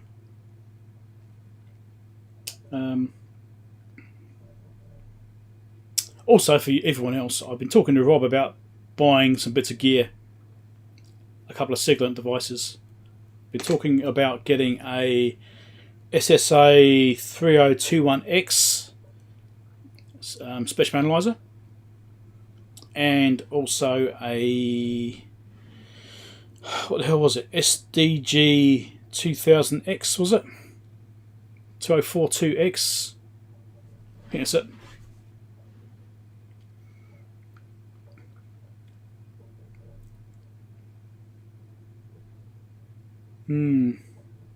Looks like a Fluke. Looks like a Fluke. Oh, you mean which one are we going to be doing? Right, sorry, yes, gotcha. Fluke 845 now edging ahead. Yep, those two. Yeah. So I'm looking at buying those from Siglent, from Rob, who's a New Zealand agent. And yeah, I've got a bit of spare money, and I want to buy some brand new test gear for a couple of things, a couple of bits which I don't have, or a bit hard to get with older equipment which can do the same functionality. You know, I don't mind getting the old equipment and fixing it up and using that. I'm quite happy to do that. I really quite enjoy doing that, which is what the channel's based on. But sometimes the gear you want to use just isn't available in older versions, and like the spectrum analyzer, right? I've got a old HP spectrum analyzer. It's huge, right? And it's out in my other office, my other lab there. It's out there, and it's set up out there. You know, it works, but it's got a lot of drift on it. It takes ages to settle. It takes hours to settle properly and stay stable. So a new modern spectrum analyzer would be far better. Now I've got my CMU 200 sits up here on the shelf, the Rohde Schwarz. That's good, but it's a bit slow, right? In some ways, and there's things it can't do. I mean, it's a communications analyzer, right? So it can do transmitting and receiving and all sorts of stuff like that. It's quite a serious piece of kit, really, in itself. And obviously the spectrum analyzer can't do that transmit side of things, which the CMU can do. So that CMU is always going to stay there. But it would be nice to have the SSA on my desk here, on my shelf. I've got the room for it, just so I shuffle things around again.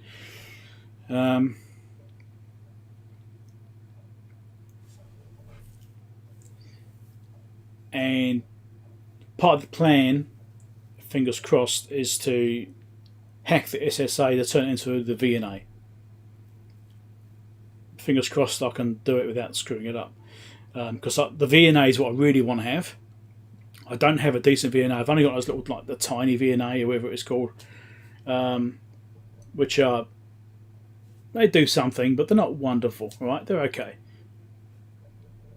So part of the plan is to hack the SSA to be an SVA, and also the generator is to hack that as well and go from the lower model to the upper model of that range as well. So I'll have them hacked and maxed out, basically.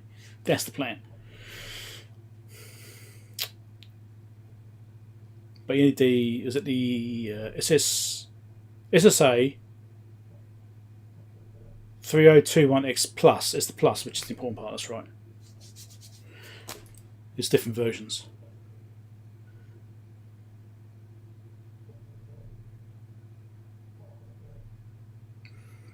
ESA L1500A.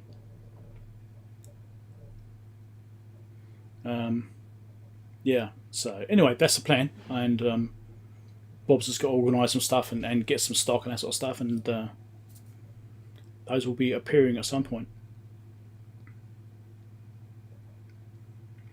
It's going to my quieter time as well, so it's going to the time of year where I have less to do on weekends. The events I do on weekends are easing off now, so I've got one event next weekend. I think I've got a few weeks after that with nothing as again. So yeah, the plan is to do those things and think around a bit more. Maybe do some more live streams during the weekends.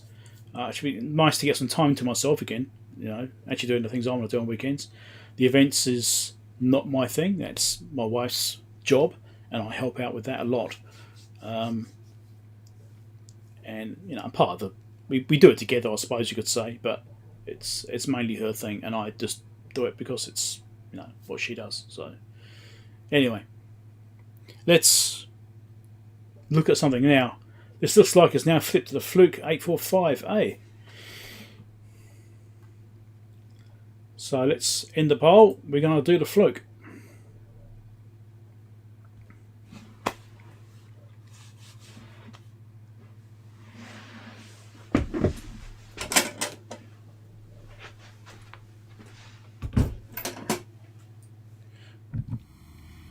So which view do we want? Go with that one, shall we?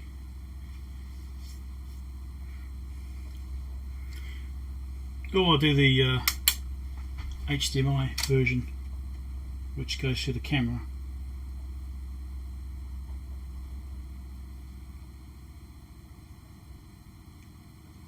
Which will get you to see what the final video will also be showing. Maybe that's the way to go. Which mic's that using?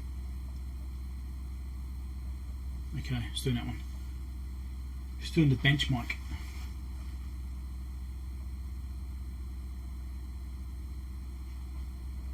Yeah, I've got the tiny SA Ultra. Got that as well. I haven't used it much, just tinker around with it very slightly. I should really play with it some more. Just tip this around a bit like this. Right.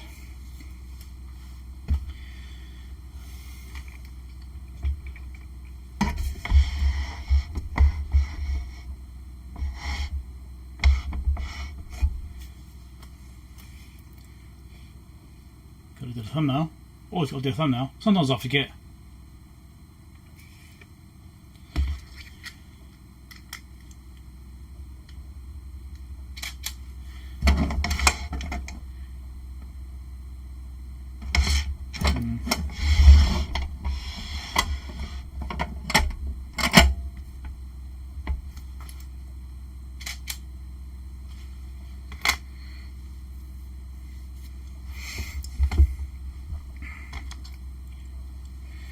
Right.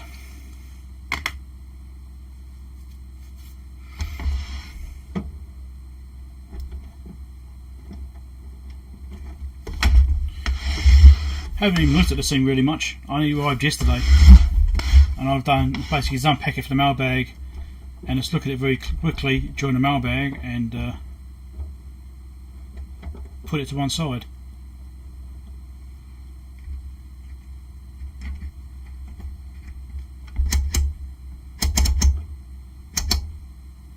I don't know what's inside it. I've got no idea.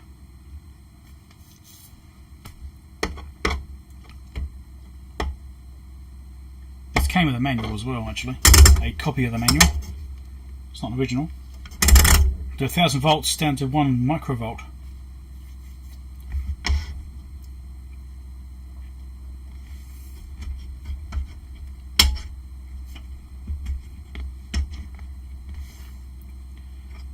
It's interesting the way this one's a different connection. Different knob. Well, that's been swapped at some point, whether it's original or not. Strange, it's also red. Is that right? I'm going to look that up.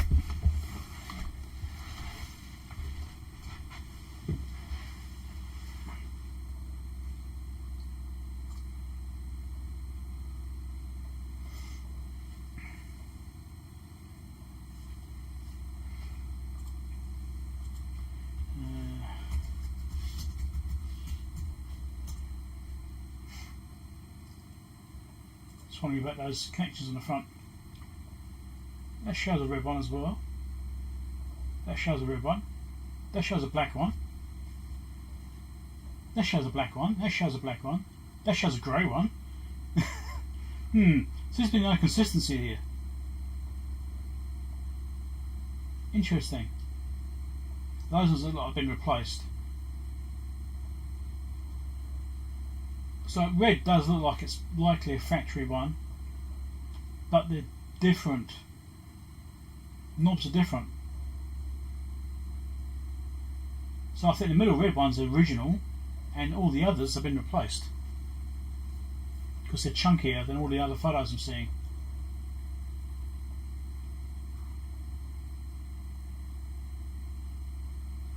I'm pretty sure they're not original.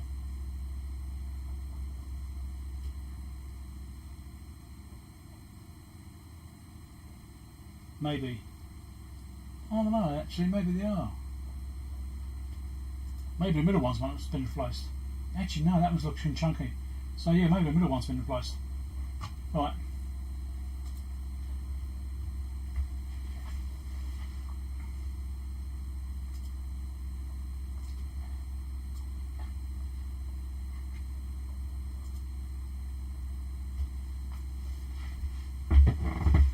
Okay. I'm guessing the audio's okay over here. I'm using the microphone so the bench right there. Hopefully it sounds alright. But then if I bang the desk, it might be a bit noisy. Alright. So it looks like this middle one may have been replaced, because I'm looking at different pictures, and some pictures look like this style of binding post, and others look like this style of binding post. I'm not quite sure which one's been different. You know, I think this one might have been replaced at some point. It's a bit hard to sell, but it probably doesn't matter much.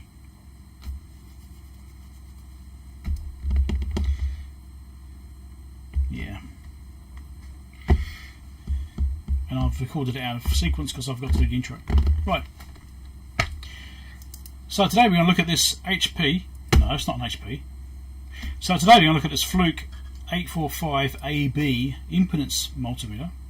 I can't even get this right. Wow. So today we're going to look at this Fluke 845AB high impedance voltmeter / null detector, because obviously it's plus or minus. I've got no idea if this works. I've got no situation.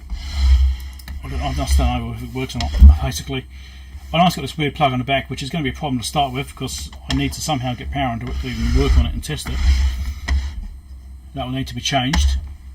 But it seems to be in reasonably good condition. It did have some sticker residue on it already, which I've already cleaned off a little bit. There will have some like cal stickers around the place, you know, residue from leftover ones. Cleaned that off already. But the last calibration here is from Tektronix in 2011. So 12 years ago is the last time this is calibrated. So it's still in use 12 years ago, which is quite good, I suppose. I'm not sure what year this is. I think it's in the 60s. I'm not actually sure. Maybe there'll be a date inside somewhere. But the serial number here is 2785009. So maybe someone knows from the serial number what year that is. I don't know. Maybe if you know how to work out age from Fluke gear based on serial number, let me know. I know on the HP stuff, the very first digit denotes, well, the first two digits, depending on how many numbers there are,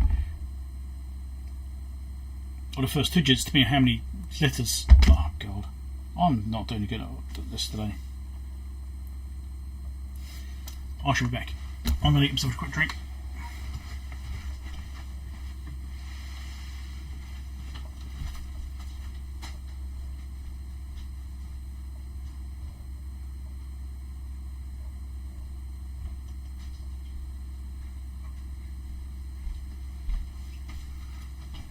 Mouth's a bit dry, so we're helping.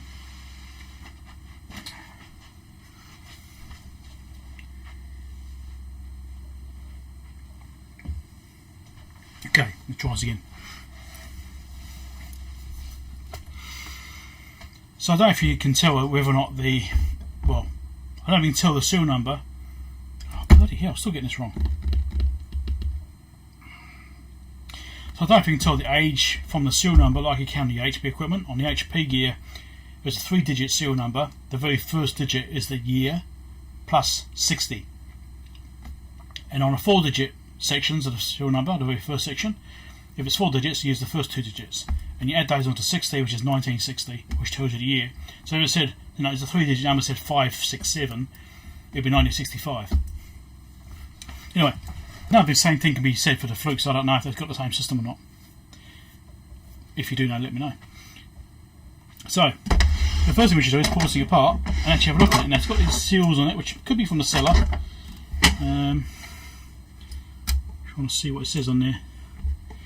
Being reflective makes it hard to actually read it. Tektronix Seal Solutions. So this is a Tektronix seal. That's been put on by Tektronix on these two here. There's nothing on the top piece, and on the bottom has got another one over here, different type. So if I can leave those intact, I will.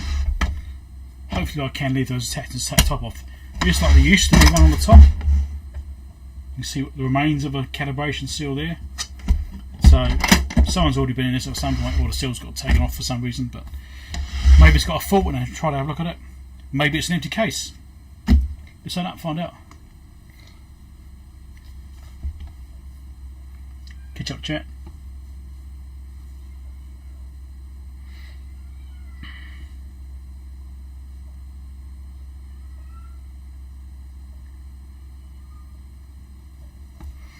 Right. Is that the right screwdriver? Yep. So let's open this thing up and see what we're actually dealing with before we try and do anything else. Because, well, I've got to change that socket on the back anyway, because as it is right now, I just cannot use that. I need to do something about adapting it to make it usable for me, so I can, you know, put a IEC socket on the back or something. I'm not quite sure what we'll do with that yet. So I do like about these Flukes, they all seem to have it. This era, they got these quite cool screws, like self-tapping screws, and they use little metal inserts on the inside, which are easy to deal with. Little clips like this.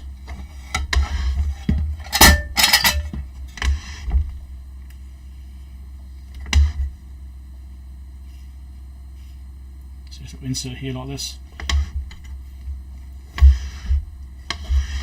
Quite like those. So what we're dealing with here, we've got some Phillips caps that are always suspect. We've got some things here which are some kind of transformers. There's a film cap there, which is probably going to be fine. We've got some socketed transistors. We've got some old carbon composite resistors, which could be problematic. There's another one, well, a few more over here. They could be bad. there's a 115 volt marking here for that link and 250 volt. Here we go. So this is where we change the voltages, just over here. So we've got two links here saying 115, and then there's a 230 volt link is supposed to be in there. So that needs to be changed around. So unside on one side, swing around, put it back into the board over here, and the same for that one, swing that one down. That'll make it 230 volt. That changes the windings on this transformer here, most likely. Appears to be, it looks like that's where they go, is this one here. And I'll go from series, well, I'll go from parallel windings to series windings that go between the two. And the rest of it is inside a shielded box. Wow. Let's take this cover off. And there's heaps of room in the back cover here, actually. There's loads of room there. So that looks like it'll actually pop out. That's inside a... Yeah, that's good, actually. That looks like it's going to be easily changeable. Yeah, let's take this cover off and have a look inside here. If I can. I'm not sure I can. There's screws in the rear of it. I'm not sure I can get to those, actually. Oh no, I can't, because it's got the panel here. No, I can't get the cover off very easily, so hopefully there's nothing too serious in there. That's going to be a bit of a tricky one to get out. So I'll put the screw back in again for the time being. I'll explain why this is going to be hard to get to.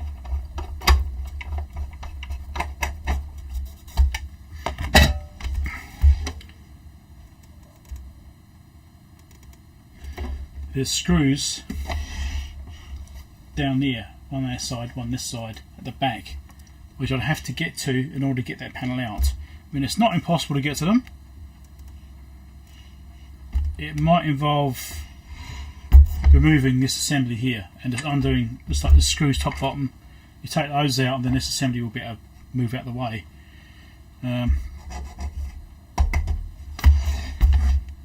Somehow, maybe tipping it down or something, I'm not quite sure.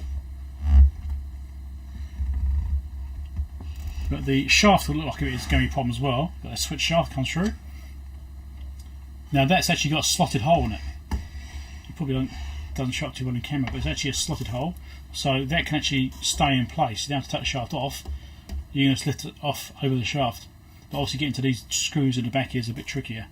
Not impossible. I mean, I do have an angled fitting. I could probably get in there at the right angle and get them out that way. But I think we can look at this first and do that power supply switch over. Look at changing the socket. Looks like I can just unplug that one and just take it out. It's push into the panel. So if I can push that out, we should be good. This actually looks like I unscrew this panel from the back. Let's do that. I do love the modularity of Fluke stuff. This era, it's all modular. You know, I do love that. It does such a good job on it. Oh, I'll take the bottom panel off to get it out, which means breaking the calibration seal. Never mind. So be it.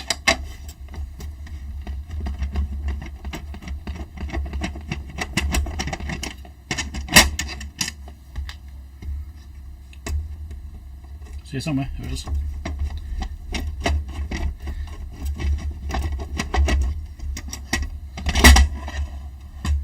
There we go.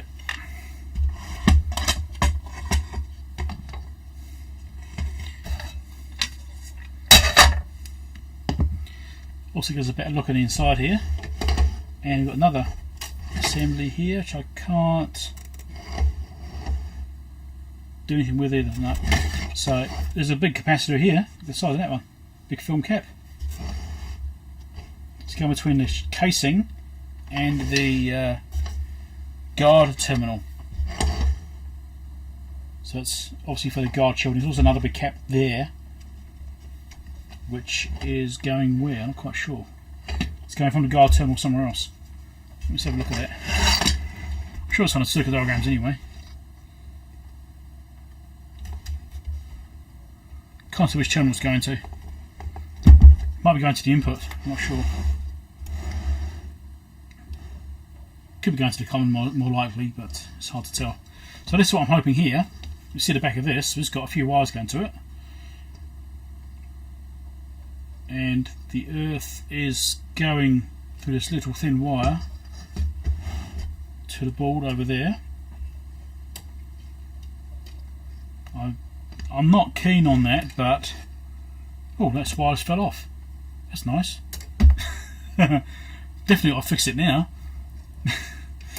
But yeah, what I'm looking at here is that this looks like this could be squeezed out with some poly grips or something like that, maybe, and get that out, and that might be the same cutout size for an IEC connector, if we're lucky. Check the chat.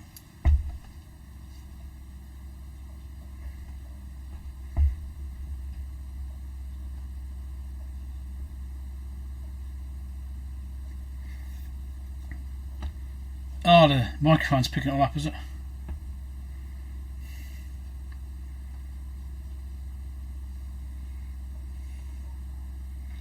You're all right, there are some screws missing from the bottom of that rear circuit board.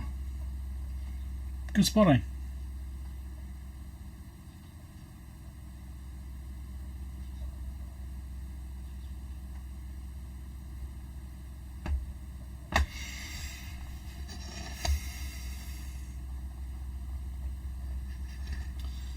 Right, so black wire goes to the fuse. So I wonder which connection is actually which on this kind of plug. Anyone know? Which one's live, which one's neutral? Or hot, as Americans call it. I guess it's an American plug, isn't it? Because I would have thought the fuse side would be the hot side, but it's black. I mean, is black used for hot? I think it is, isn't it? In America?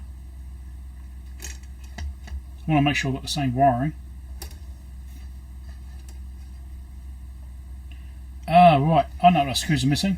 Okay. Those screws are missing because of battery tunnels. Let's just look at this. So, over here, it's been pointing out to me by someone in the chat that there's screws missing from here. And that is indeed the case. You can see where there used to be the washers in there. And just here, there's two wires been clipped off. The battery plus and minus have been clipped off. Because this used to have a battery pack in it at some point. Okay? And that's obviously been removed. And it must have been inside that passage in there. So these screws must have been holding in the battery pack. It'll be in the service manual, I'm sure. I'm sure I'll mention it in there. So yeah, that's what I think's happened. The battery pack used to be stored in the bottom part behind this panel, and that's been removed. And they probably had the wires passing through here, through the hole there, to the battery pack. So anyway, in a way it's a relief the battery pack's not inside it, because at this age the battery pack would likely be leaking and absolutely useless anyway. But you may be surprised, but it's very unlikely to still be functional. On the bad point is that now I don't know what a battery pack actually is. I'm sure it mentions it in the manual somewhere on the circuit diagram, something like that. It must be mentioned about what the voltages are and what have you. I'm going to have to look at making something to go with that. But for the time being I need to disconnect all this, get this socket out here and see if I can put an IC in the same place. I'm not sure about the width. We'll see how we go. Let me get one.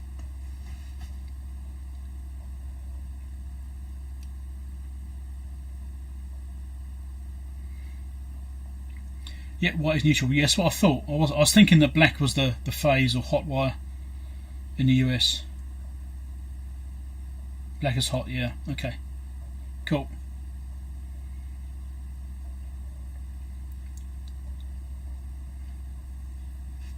Hey RT, how's it going? So I need to get one of these connectors. Now I do have a nibbling tool. It might be able to deal with this thickness of metal. Because you've got this individual fuse holder here right next to it, it depends on how the IC connector fits. I may end up nibbling out bigger to use a different kind of IC connector, one with a built-in fuse holder, and take that one away. That's possible. I need to go and find my connectors. This is always the fun bit.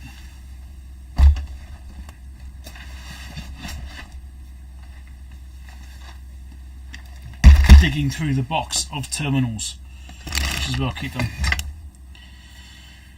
I've been here somewhere.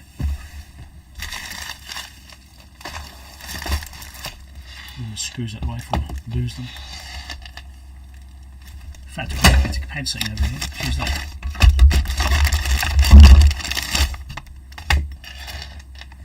That may help, will it? No? No, that's stainless. Right. I think they're in here.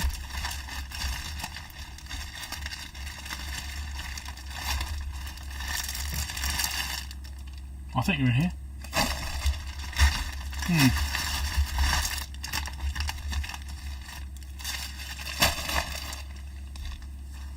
I'm pretty sure there are in this one. Somewhere.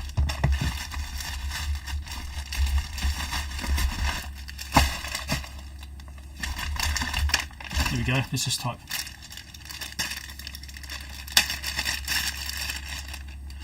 So I do have some other ones with built-in fuse holders. Oh, there they are there. That's got a switch. This one's got a switch built into them.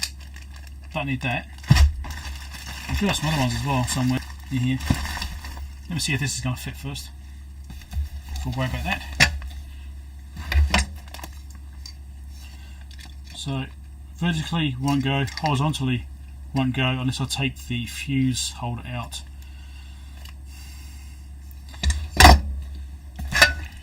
What other ones we've got? A filter that might fit. So those are switched.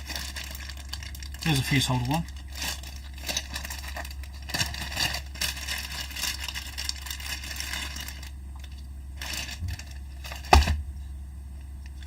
It's narrower.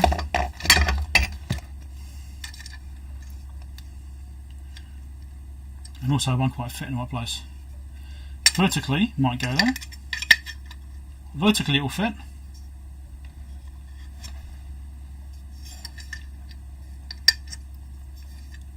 So I'm inclined to actually go to this one because vertically it will fit. Will need a bit of trimming to get it in there, but I think that's alright. I might go with that one. It's a shame this one will fit vertically. Right, we'll go with that.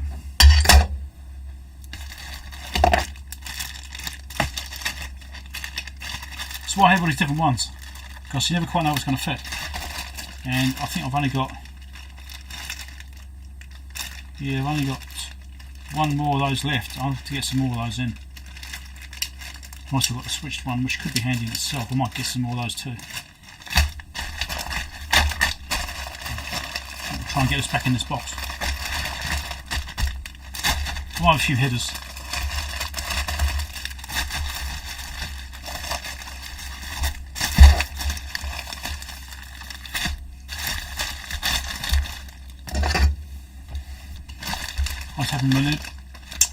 I'm just hoping my nibbler tool can actually work on that.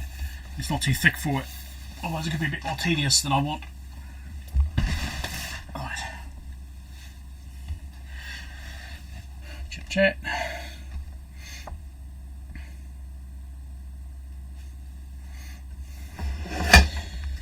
Okay.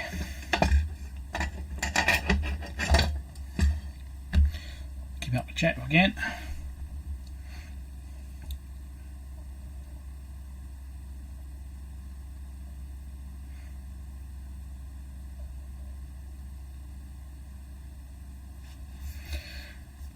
So, explaining what this is. So it's basically a voltmeter, right? So you can measure voltages in positive and negative terms. And you can go down to 1 microvolt up to 1000 volts.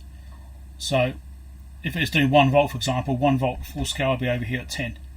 And so 0.1 volts will be over here at 1 marking on the scale.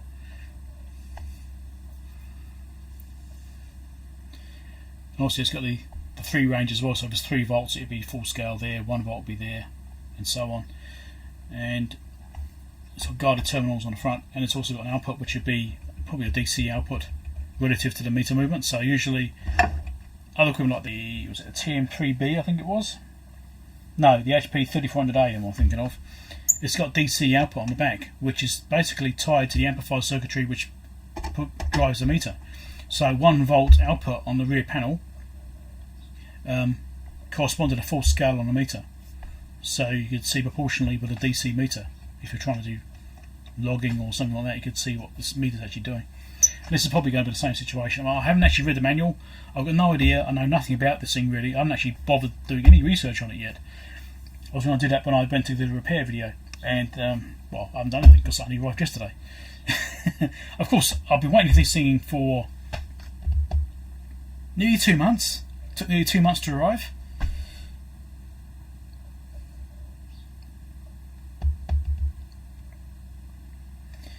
Anyway, so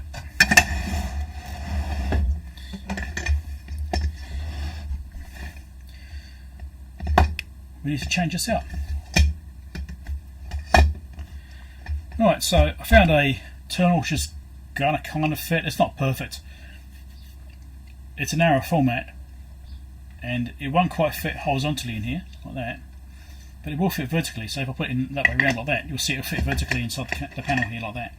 So it will go in there, but obviously in that orientation instead, which isn't really that big a deal. I do normally like to have them that way up though. But what this means is that this has got a built-in fuse holder. And what I'm hoping to do is basically replace this bit only and drop that in. But because it's got a built-in fuse holder, it's going to be using that fuse rather than this fuse. So I could probably remove that and plug that up with a grommet or something and not have that bit used and just have this one in there. So all this is going to strip off. Now it's got these filter capacitors in here. It doesn't say anything about being wire class, although there would be wire class caps because they go in between each connection and earth. So there would be wire class effectively, but these are probably micros or something, aren't they? But, yeah, anyway, strip this off.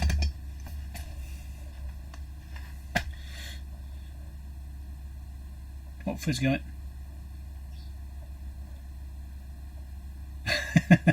Thanks for it, catch you later.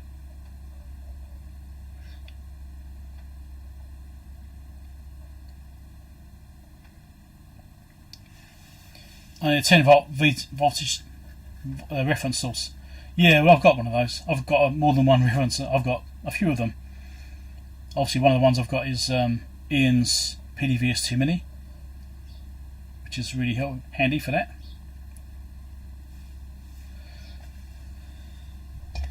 Alright, let's take these off. I could cut the wires. I'm going to try and desolder them.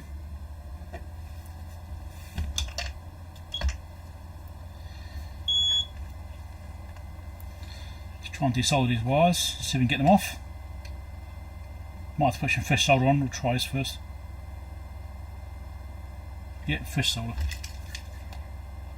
And it's got a fan going, it's going to keep smoothing.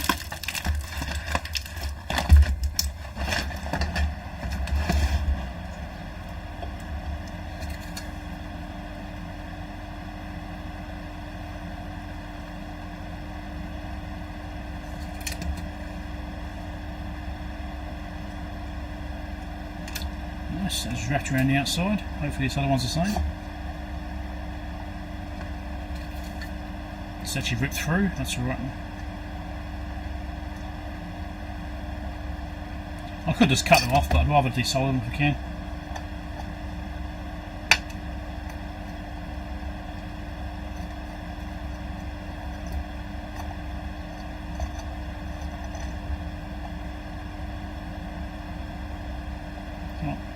Come off. I was doing so well.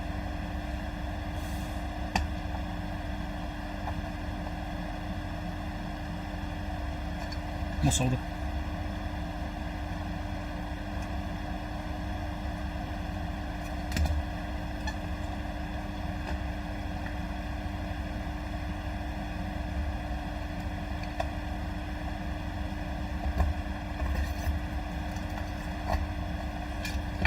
Those out. Of course, the black one broke off anyway. So I'll strip all this out. I'm going to take this one off as well.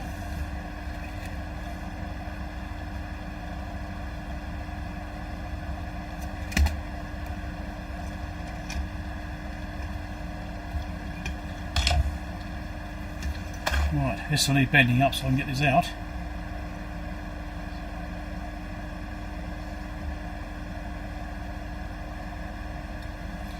Before I think I'll do that, actually, I'll try getting this out. And probably just fold these up. Should be enough to get that away.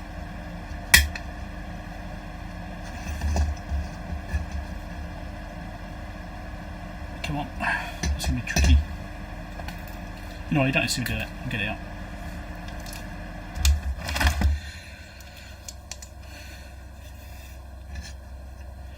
Do I plan on recapping it? Well, Fred's gone now, so I don't need to.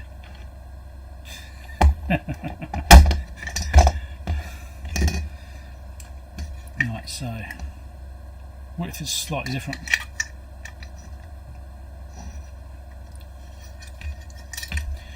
I have to go and get my drill and everything as well. It's all out in the garage. I have to go and get it all. It's not too much to cut out. Like I said, I'll put a grommet in this thing and get that off. Let's see what I can do it with this. Being lazy. Yeah, easy.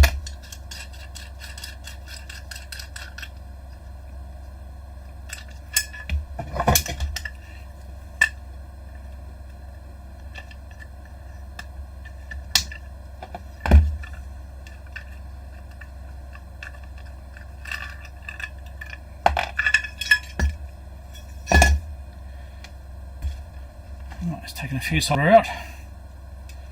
I shall keep this because it's a perfectly good fuse holder. Probably old. You never know, I might get a piece of gear one day which doesn't actually have the inner piece of the holder. This piece. These do go missing sometimes. So I shall keep it because it would be good, even just as a spare part for that. You never know what you're going to need. So this leaves me with two holes. So what I'm looking at is orientations for this. Now, if I went that way with it to keep it horizontal, I'll end up maybe with a bit of a gap on one side. I've got to cut a lot more off. It looks will overlap this big hole, which is going to be no good. Right, so see what I mean there. So that's not really going to work too well that way. Right, so this is one thing about putting it this way up, because I've only got to cut out a small piece each side to make it fit. I'm not too worried about the cutting really, but you know, I'll just cut those out to suit. Once you put it this way around, like that, so the fuse holder is more accessible. Do it that way around, right? Then all I've got to do is put a grommet in here to plug that up, and that'll be good. I'm sure I've got something which will fit in there. Worst case, you can put a small bolt in there, really short little bolt, little stubby bolt, doesn't bolt that shut, so it's completely covered because you don't want to be poking things through there. Like mains nearby. So yeah, I've got to trim this out, get my nibbler. Hopefully my nibbler can do the job.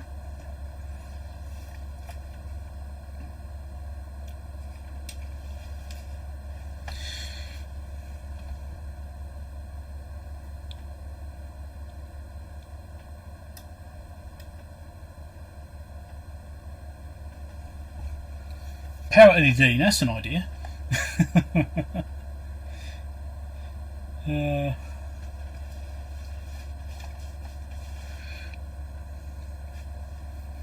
Plug it with a trim fastener.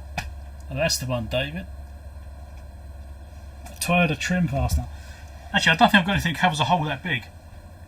Not as trim fasteners, I only do things like, I think maybe 6mm, maybe 8mm is the biggest hole I did, something like that.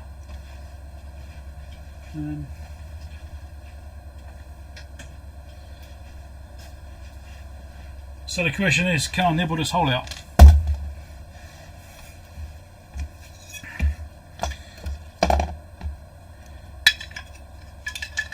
So I'm going to put it that way, so I use the back edge, so we'll make it slightly higher and slightly more this way. So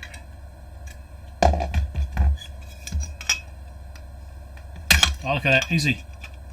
No worries at all. Sweet. This is going to be a piece of piss. Bit of slang going in there. Right, so that's fine. I'll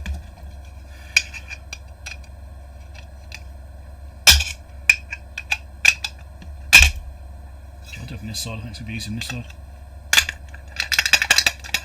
Now I've got stuck. Oh, look, now look, it's ruined. There we go. That's right, it's fine.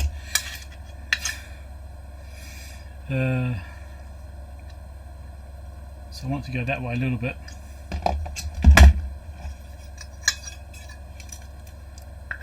Strange, last week's live stream was about me modifying, well not last week, it was the last live stream was about me modifying and getting your power system running, and you've got another one the same. I see a trend here.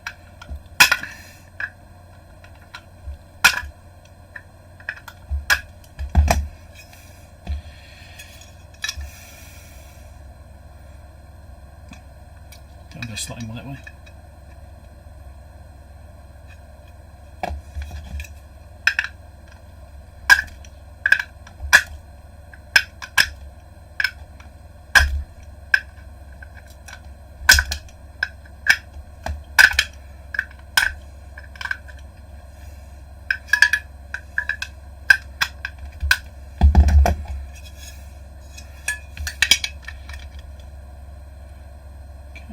Getting it.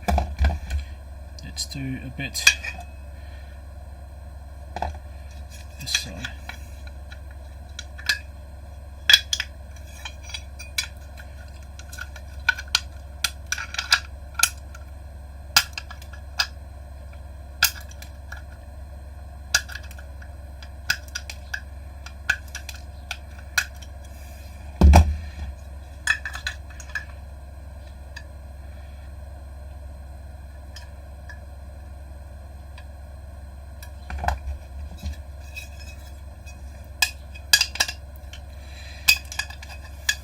Yeah, so I've got so much gear to fix right now. It's really good. I'm really happy I managed to pick up some gear recently, because I was getting quite worried about it because of eBay prices just getting ridiculous and just really unaffordable. Just getting absolutely stupid on eBay.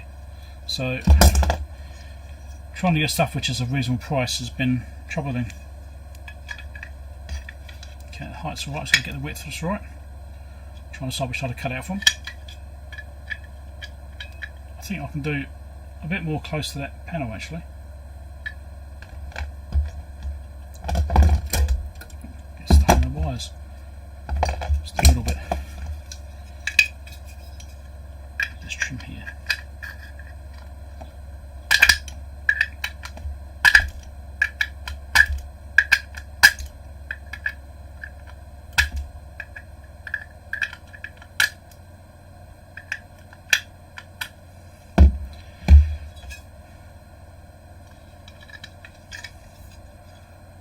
Almost there.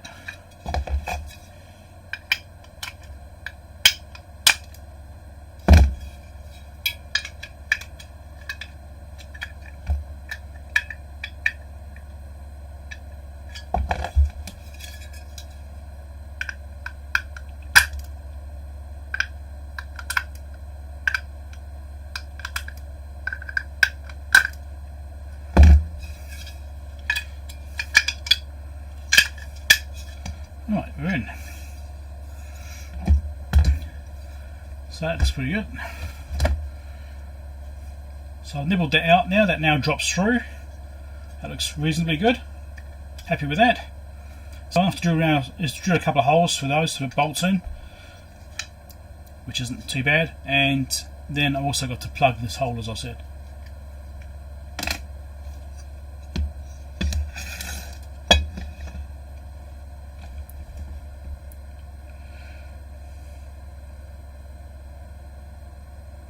But now look like the door's jammed closed. Alright.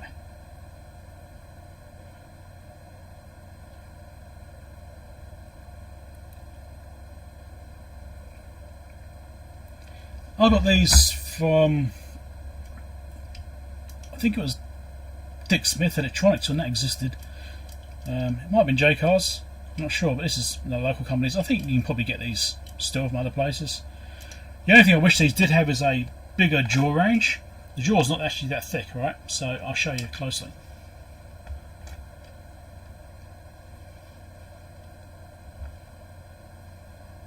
Right, so there's actual jaw there. That's the thickest you can do, is that distance. And you see it's got a, try and get the shot. See, it's got an angle piece in there, so it's sort of, it's like a shear. So it starts that side and cuts across. This makes it's quite easy to use. So they are quite good. I do like them. Focus again over here.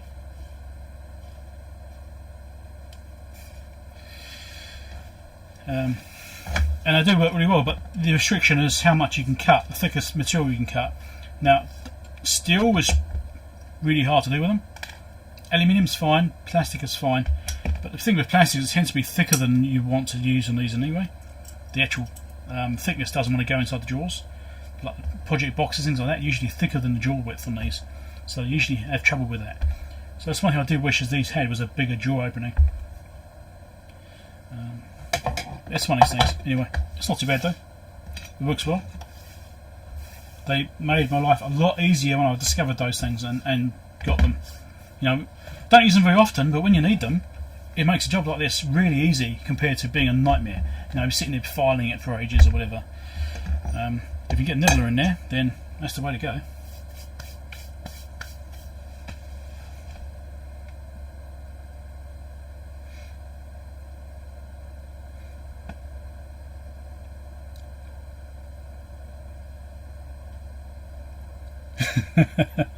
Slaughterhouse, yes. Anyway, so yes, I need to get my drill and drill this. Also try and make sure it sits vertical, which is going to be easy, I think, actually. And just push it against that side, it'll hold it vertical. That's nice. So yeah, I can put those in there, drill that, plug that up. So for that at the end of the box. Oh, it's all falling out. Oh, no, it's all disaster. It's fine.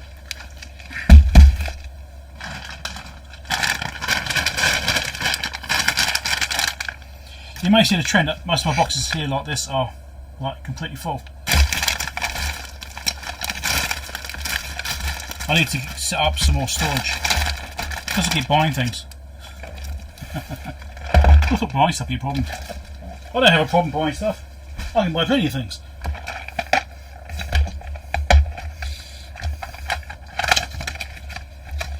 Right, plug a grommet which will fit in there. That's close to the right size. This one too small. It's too small. Okay. So that'll hopefully fit. There you go. See, fine. That was easy. That's why I buy all these things.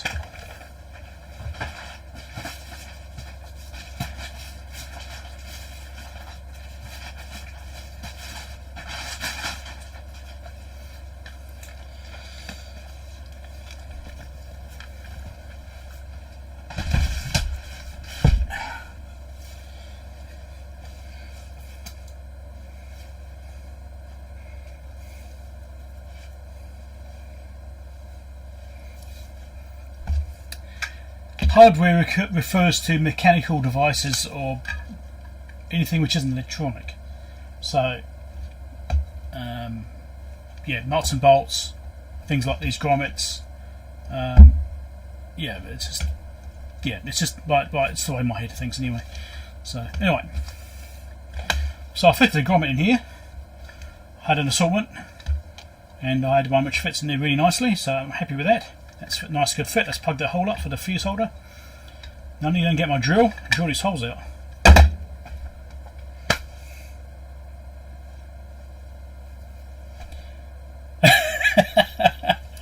Now that's a good point actually. I want to leave out the plug on it. So, actually the trick there is to wire them together so you can use either one. Of course when you use an IC cable the plug comes live, but don't worry about that bit. I'm going to go and get my drill.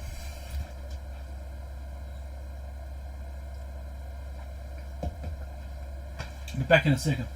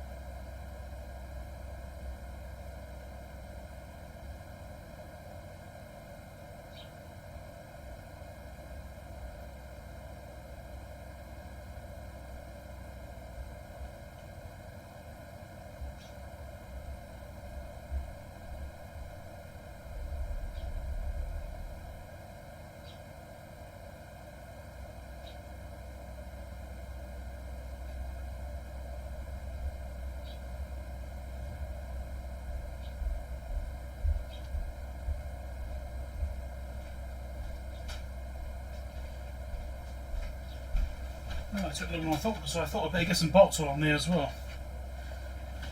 See what I can find. So I had all that fun last time trying to find some bolts which could be used.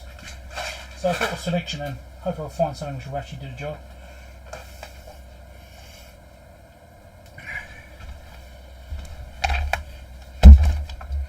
Chat.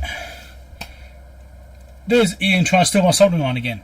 Every time. Every time I leave the room, Ian tries to steal my soldering iron.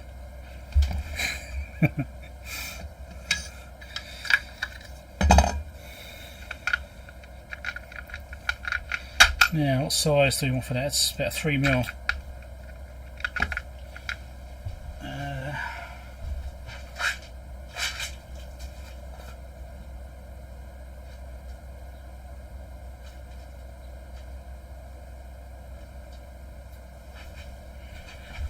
We've got these things, which will be okay if I've got nuts for them. Let me see if I've got nuts for these. Before I drill holes in and find what size bolts I can use.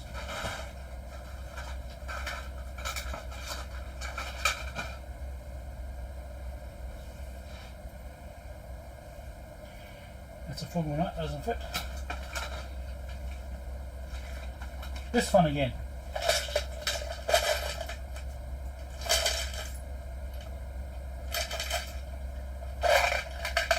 Well, I like this game. I need to buy some more hardware. Hold on.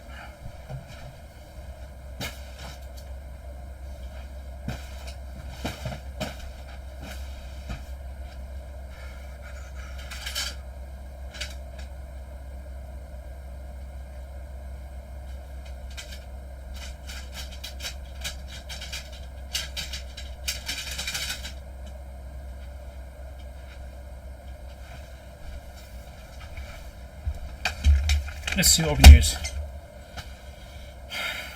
So I bought the other ones in thinking I might use those, but maybe I won't. I've got to find nuts that will fit on bolts, and here's my selection of junk ones. This is always the fun bit, isn't it? You could waste hours doing this. Really should organise these. I've been collecting these things for years. If I can find some 3mm nuts, or I've got some 4mm. I think that's a 4mm there, was it? That's a 4mm. I do have other hardware. I'm just not sure about using a 3mm bolt on one of these.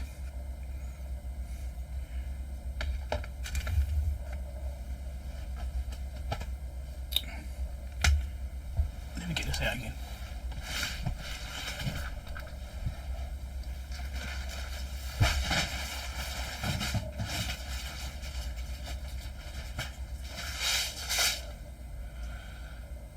Countersunk suck up to 2.5mm.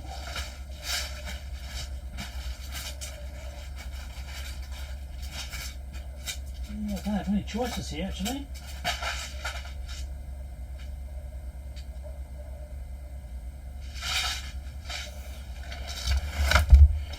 I think I need to sort out my hardware selection.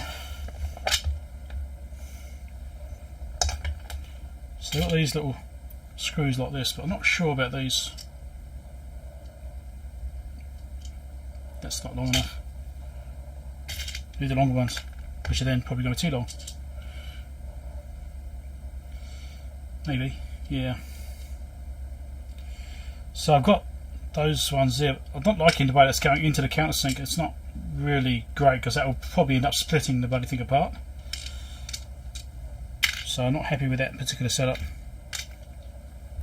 So I think I'm going to go to 4mm, drill it out more, put a 4mm in. I've got 4mm nuts, and I've got to find some 4mm bolts the other one. I've probably got some in here.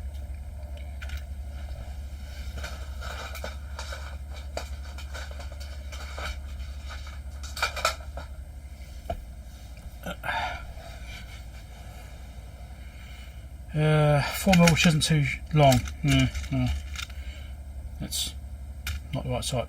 Oh, come on.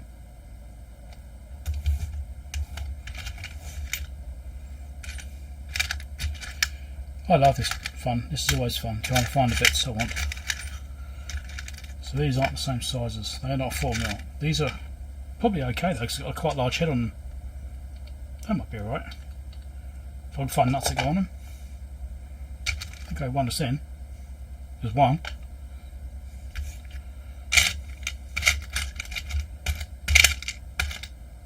There's an actual bolt. Yeah, I love this game. This is always fun, trying to find bloody parts.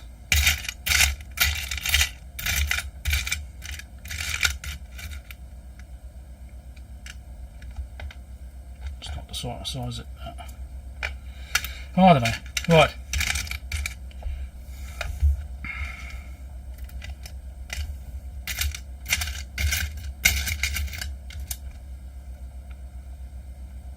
It's longer, isn't it? It is longer. But it might be the right one. I really need to buy some more bits. There it goes on. Right, we've got a pair. Good enough. Let's move on. I've really got to organise this better.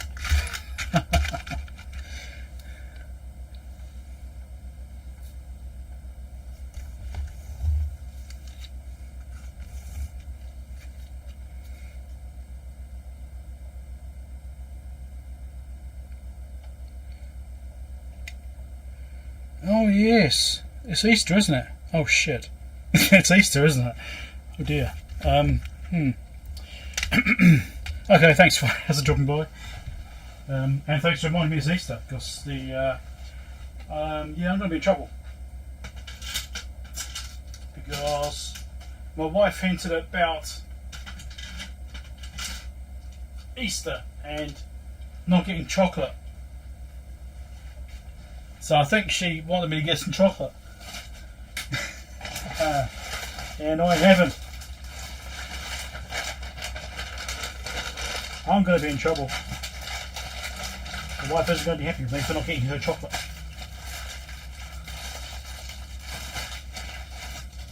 She hinted at it.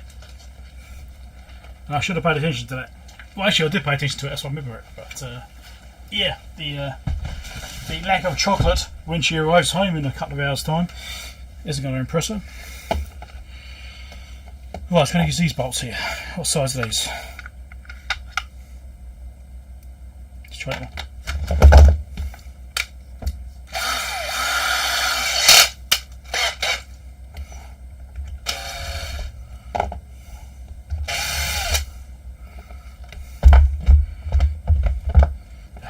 Make some space.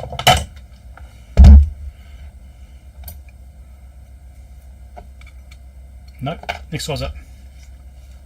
Although I will start on the panel with this one.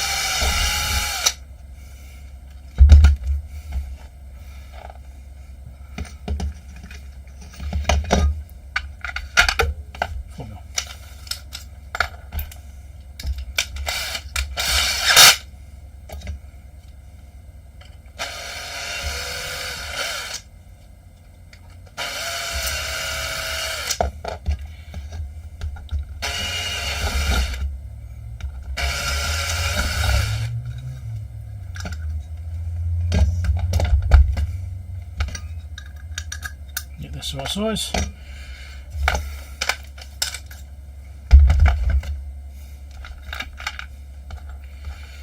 I don't know.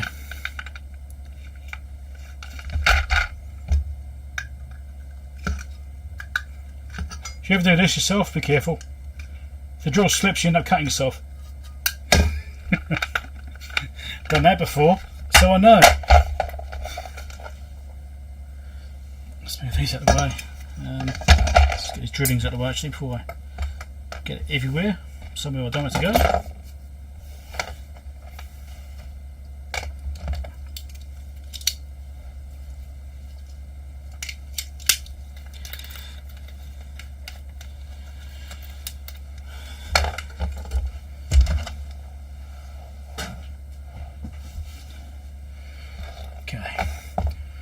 Unfortunately, these aren't like Heathkit or something, so they're not ideal, but that's what I've got.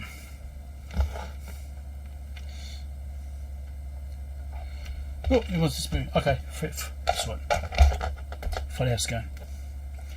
Catch you later.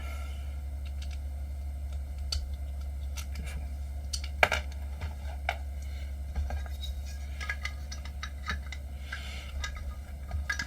Right, so I drilled these out, enlarged these holes very slightly. I've got some bolts here, which are, well, these are kind of bolts, aren't they? There's a bolt pattern, but it's got a screwdriver slot on it. I would have put an Allen key slot, but I didn't have anything. I need to get some more hardware. So I drilled those out, so those should pop through. And of course, I've got quite a large head on them. I'm not worried about them being not in the countersink holes, because these are countersinks. But I'm not worried about that, because this will be over the top of them and sitting there like that. So that's nice and strong still over the top of the plastic. So we can shove those in there.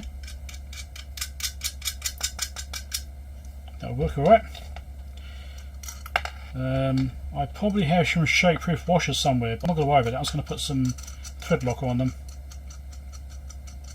I'm not putting them right down yet, because I put some thread lock in there, then tighten them up.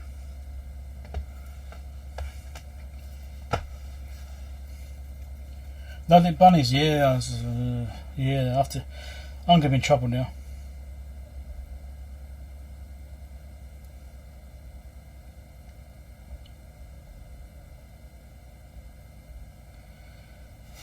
Yeah, right.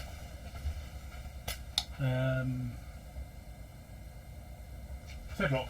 That's what I'm looking for. Thread lock. The one thing I'm not sure about is this earth lead. I mean, it's kind of okay, but I'd much rather have that upgraded. I mean, I could link it from that side to one of those bolts, bolt that down, could do that.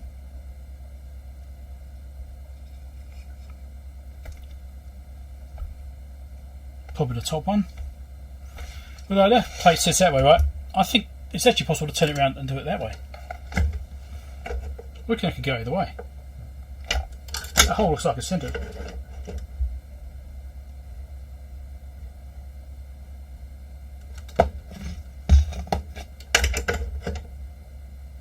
Looks about the same. So if I wanted to take it around the other way, I could. Instead of having the wires going right across, I could have them all on one side like this, so nice and tidy. Maybe that's how it's supposed to be.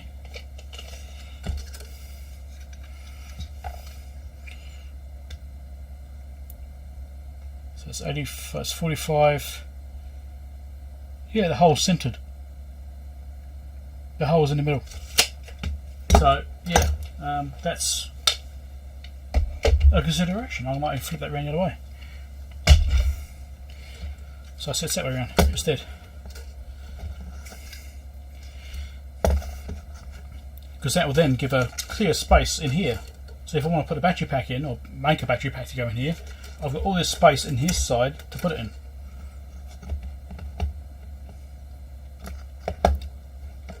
Yeah, rather than having the wires trailing across, you know. Keeps it all out one side. That's an idea. Right. Earthing's what I was thinking about. Just what got my train of thought. Do I stick with the original earth wire? It's going to a PCB, which let's have a look. Goes to capacitor, runs across to that side, disappears off to another capacitor, I think. I don't know, is this trimmer? I see it did go to the battery negative. Earth went to battery negative. Interesting. It's just a floating chassis. I need to check the diagrams on this thing. I'll put it here somewhere.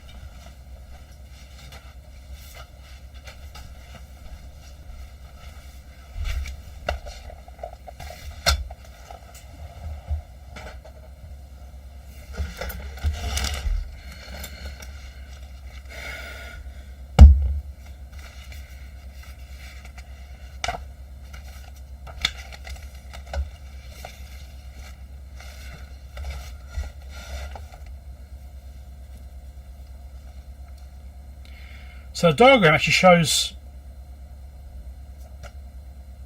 ground connection on the socket. Let's do a picture of this. So I was looking at the earthing of this thing, so that the actual diagram shows the ground connection going to the ground, right? Which is fine, it's what you expect, and it's got other references and things like that. Battery here going to ground. But interesting, the ground doesn't actually go to the chassis, it goes straight to the PCB. So I'm actually thinking I should add a second ground point to go to the chassis to make sure it does have a good earth, because the earth wire is going to a PCB and then travelling across, and then somehow obviously gets to the chassis at some point, which isn't ideal, because if you've got an earth fault it could essentially burn the track out and that's your earth protection gone. So I think I should actually stick a earth link directly from the socket to the chassis on one of these bolts.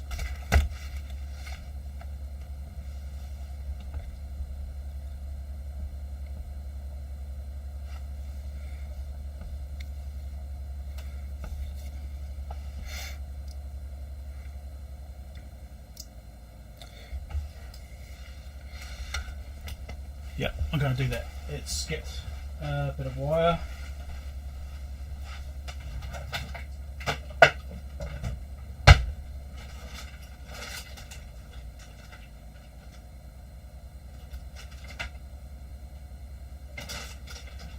So I find she's got the right colouring on it, which is not a problem.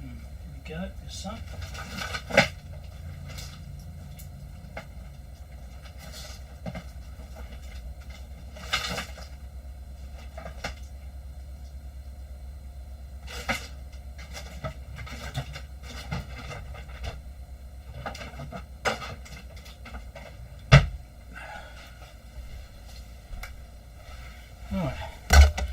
Bit of earth wire, we'll put a bit of a loop on it so it's got some play so I can move it around if I need to.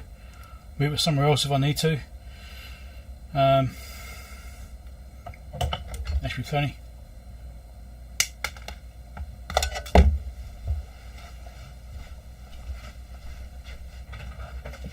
So I should also retain the original one as well. I'll keep that in place. I'll keep both, obviously because the chassis one needs to be correct as well. Organise my stuff, I've got stuff everywhere. Oops. I think I need to turn my air conditioning on, it's getting a bit warm in here.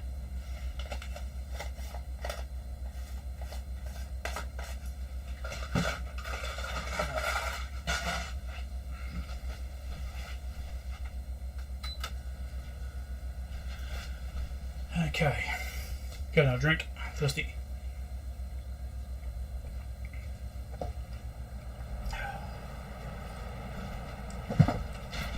Crimp set. Now these do have these spade terminals on them, but as I want to solder on the original wire as well, I'm not going to use that. I was going to solder onto that earth rather than using the spade terminal.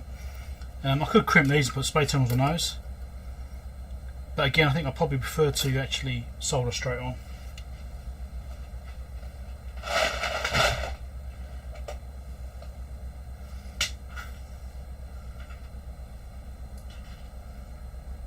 I need to find a wire I can use, a terminal I can use.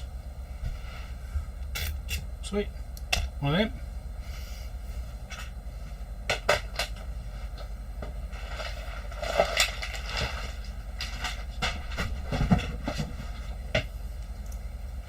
Crimp set. This is one thing I always struggle with, is crimping stuff. I always have trouble getting stuff crimping nicely. Always have trouble with it.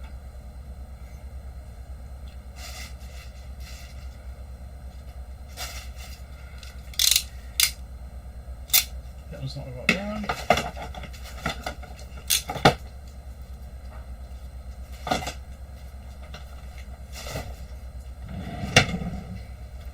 Gonna go with this one.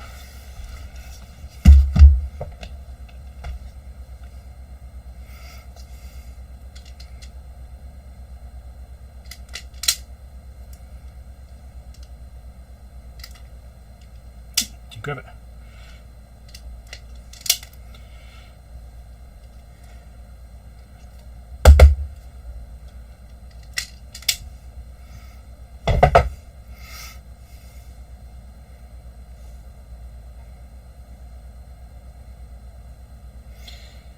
Fingernail polish, eh? Yeah, that certainly would work, wouldn't it?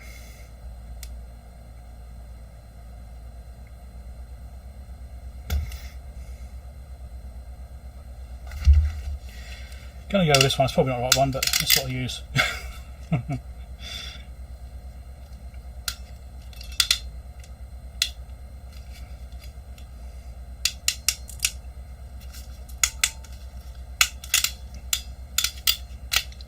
Right, so when it's really crimped and coming out. So what I should probably do, that really does need a shake-proof washer, doesn't it? I prefer to. Do I have one?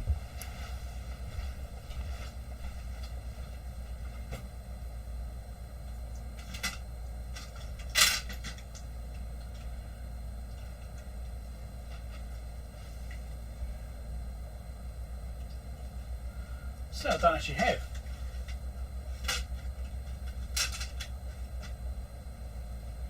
I have a few laying around, but no, I don't really have any. More hardware deficiency. It's not good enough. No, you have to just rely on doing it down nice and tight then. Should be fine. What could possibly go wrong? So I'll put this on the bottom side so it's kind of out of the way, I think.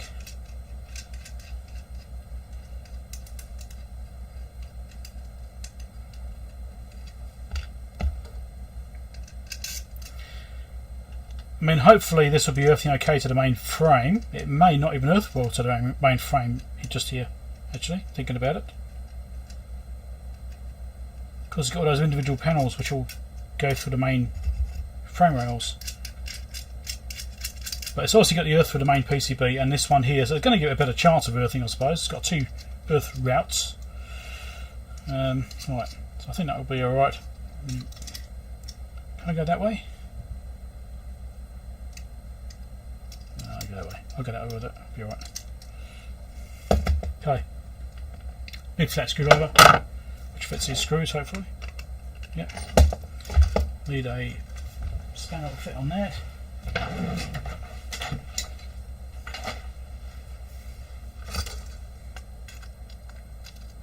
Yeah, can't get on there because the socket's in the way. Right.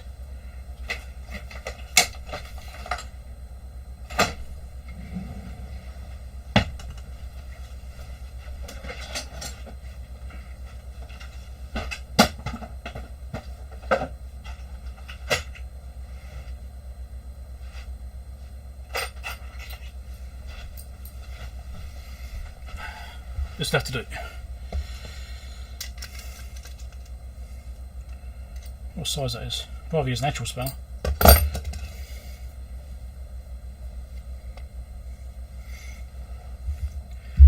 This is all still working, isn't it? Hopefully. That's right. Good. Okay. I'll be that far away from actually being able to power this thing up and test it.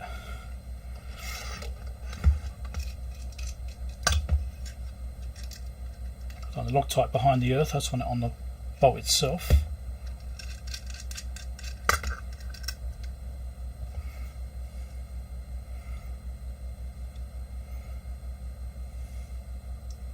I should be recording this. So I made a little earth link up here because I'm going to solder that directly onto the terminal. I'm just going to put some Loctite on here. I don't actually have any shake-proof washers, which would be ideal, like little star washer things. I haven't got any. I need to get some. So I'm just going to rely on bolting it down nice and tight. And I was putting some of this behind there onto the actual shaft, so the bolt itself has got it.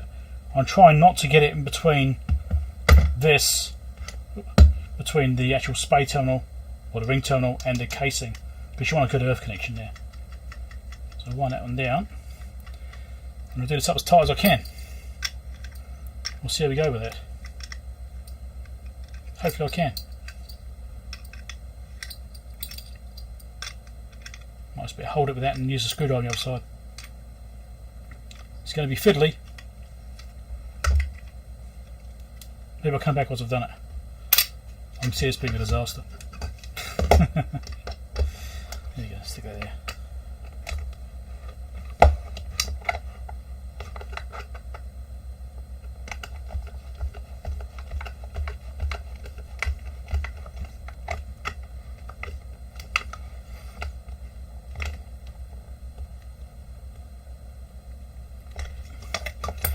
Okay, it's nice and tight. It's not pulling off. Let's tighten this one down.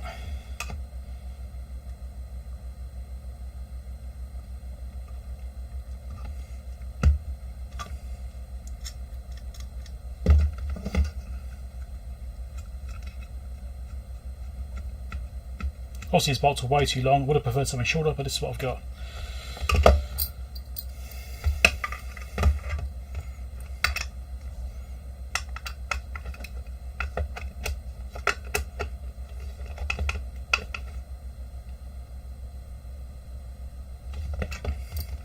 Okay, click. I should say click, shouldn't I?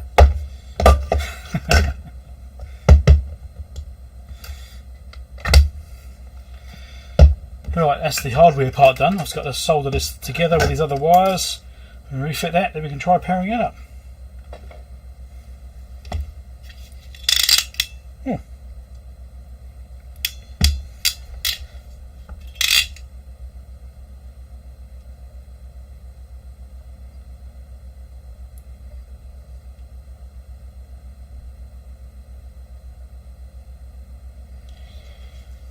Yeah, it should go to chassis. I mean, it did come off the earth pin originally. We can check that.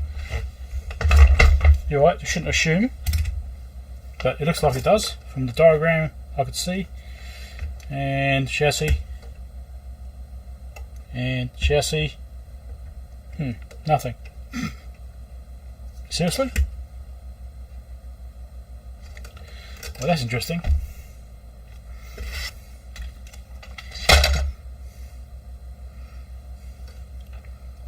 White wire. White wire's got meg ohms. Green wire's got nothing. Interesting. So they say it's a grounding. They actually say it's a ground, but it's not a ground. The chassis is not actually earthed. Wow. Or there's a fault. It's going to be earthed now. And they called it a ground on the actual diagrams. Goes around to the black wire. Is it grounded somewhere else? Let's just have a look. Is it because of the anodizing over here? No, nothing there. Front panel ground? Okay, it goes to the front panel grounding. Okay. So, it's going to this terminal here. Is there anything between these? No. Common? No. Right, so this is the floating chassis and this should ground it.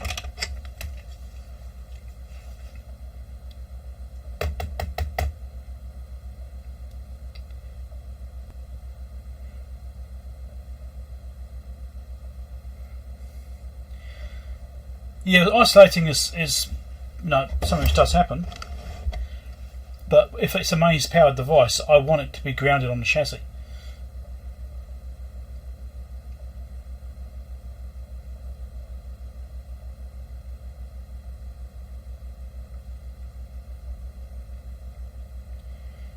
So obviously this relies on grounding it externally onto this port here, so you can have the whole thing floating. Well, I don't want that. So I'm happy with what I've done as far as grounding natural connection. If this is running off battery, then it will be floating, and then you would have to ground it externally. So yeah, I think that's okay, really. I mean, that ground point is definitely going to that green wire. You've got nothing there. Nothing there. Nothing there. Nothing there. Right. So, okay, so an important note to cover, I think. I should probably show that. Let's tidy up a little bit, it's getting a bit messy around here.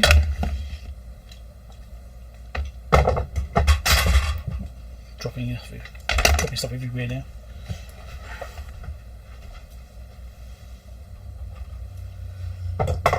Finish with the crimp, that can go away.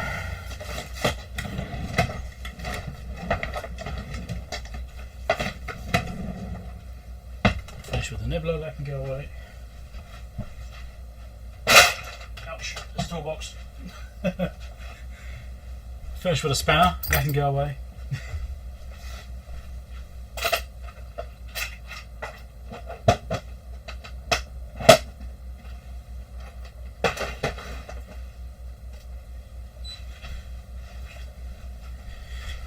Okay, yeah, I'll definitely cover that because that's an important aspect. Because floating chassis is a thing.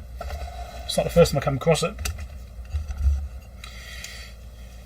I should actually mention it.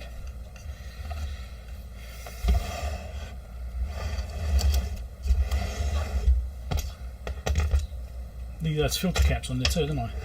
Forgot about that. I need to put filter caps. I won't reuse those, I'll put my own ones on there. 1000 picofarad, I guess that means. I'll have to look. Right.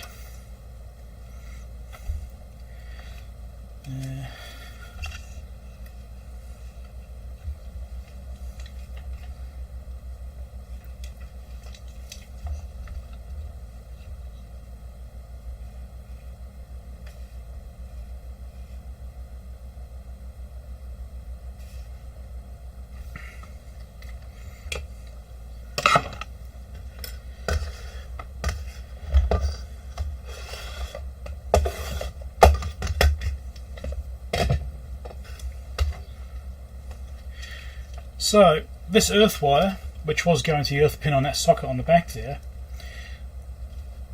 this is an important aspect to think about. Now, on the circuit diagrams it shows it going to chassis, right, as earth, as an earth reference. Well, if I'm touching the chassis here, I've got nothing there. Go to the external chassis here, I've got nothing there. So that is actually not earth to the chassis, which means it doesn't actually have a safety earth as such. But if you look at the front panel, we've got the earth terminal here. Right, that's actually marked as an earth terminal. That is going to that green wire, so if I touch the green wire onto the terminal again, touch onto here, now we have an earth. Right, so that's actually where it goes to. But obviously it travels through the PCB on that rear section there, through the traces, which I don't like, because if there was an earth fault, like I said, one of the traces could burn out, and then you've got no earth protection whatsoever. This is obviously reliant on having an external earth plugged into it in the front panel. Now I'm not happy with that for a mains power cord, so I'm certainly happy to do it this way with a mains input. Obviously when you have the mains disconnected and you run it for battery, then you are reliant on using that front input terminal for the chassis. Right? So that ground, or the earth there, doesn't go to anything else. It doesn't go to the guard on this one, or the common on this side, or the input that side. Right? It doesn't go to any of those. It doesn't go to the chassis up here either. That's floating. Right, so that green wire isn't connected to anything on the actual casing, which is a electrical hazard in a way. I'm sure they've done it for a reason, but because you want that flexibility of having the earth connected or not. But for safety, I need to go through that plug on the back, and then if it's running off batteries, you plug an earth connection in here. But then the hazard's not really there apart from the equipment you connect to it, so less of a problem then. But running off mains, it should have an earth casing because it's not double insulated like it should be for a non-earth device. It's just a safe thing. You don't want to electrocute yourself from the casing if something goes wrong.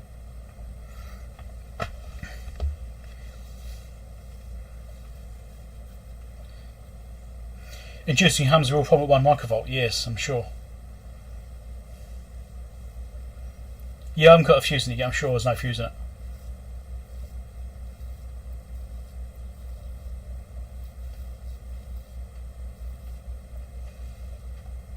You just check yours and it should be grounded, yeah. That's the way of doing it, putting some mono plugs in the back so you can link the earth. Yeah,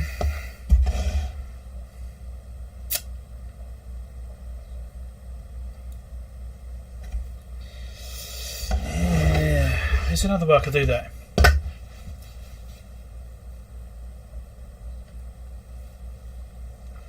It's a safety earth. I'm not gonna make it switchable. If you need a quiet signal, you run off battery pack. I'm just gonna say that if it's got mains power input, it needs. Oh dear, hiccuping a little bit now. If you've got a mains power input, then it needs to be earthed, regardless. If you want it to be noise free, you have to run it for battery pack. I think I bent that tab when I was drilling it because I was leaning on it. Right. Yeah. I'm going to go with that. I think I'm going to stick with that for safety reasons. And so if you need quieter, you need to run off batteries. And that's something I'm going to do on this as well, is build a battery pack for it. I could probably run off maybe 218, 650 or something like that, maybe. Can I do something with those? I'm quite sure what it actually requires. I haven't looked at that yet. Alright, so white class caps.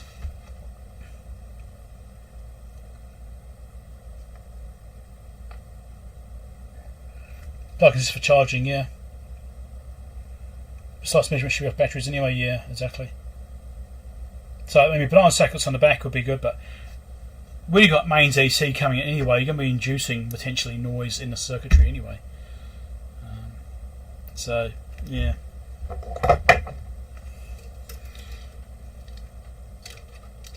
Well, this is not stripping very well at the moment.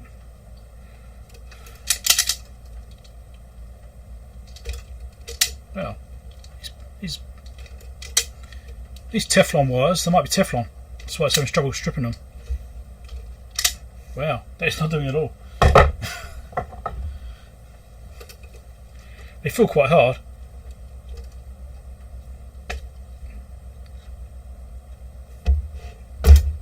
Wow.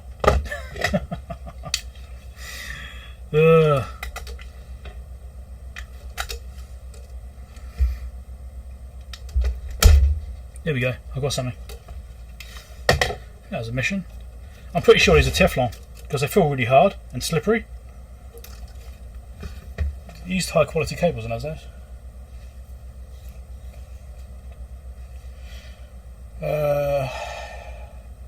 9.6 volt, 1.8 amp hour, 40 hours use.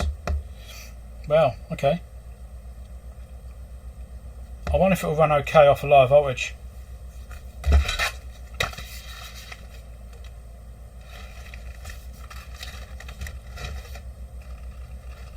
Battery pack shows up over here.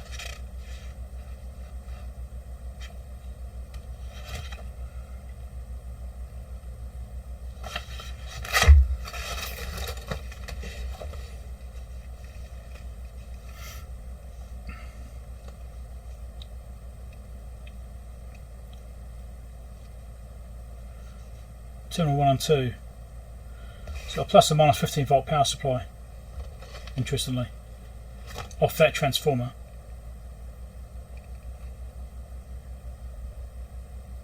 It's got switching.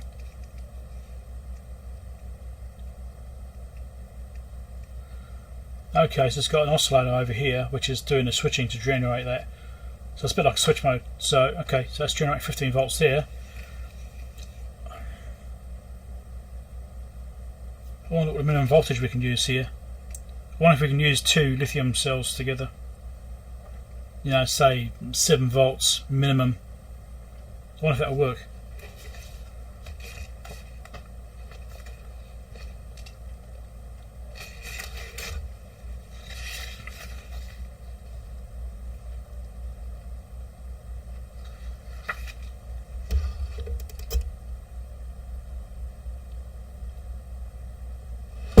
And there's capacitors on this diagram which aren't on this back board, so they must be inside this casing.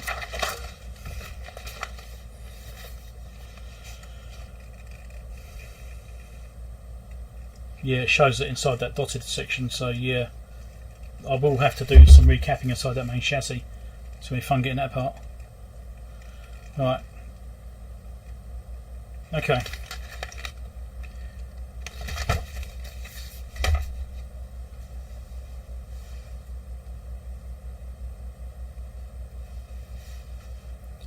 You put 8 NIMH in there. Yeah, maybe. I have to buy some first though.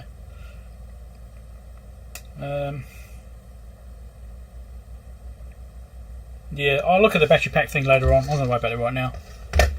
We just need to see if it even works first. So let's link these together. Can I get both through that hole, I wonder? Probably not.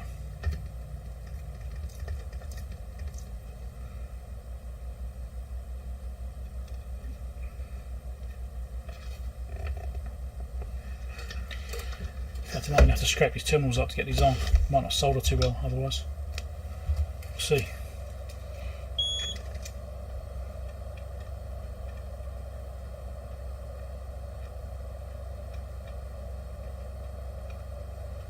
Is the solder going to stick? Sticking to the wire.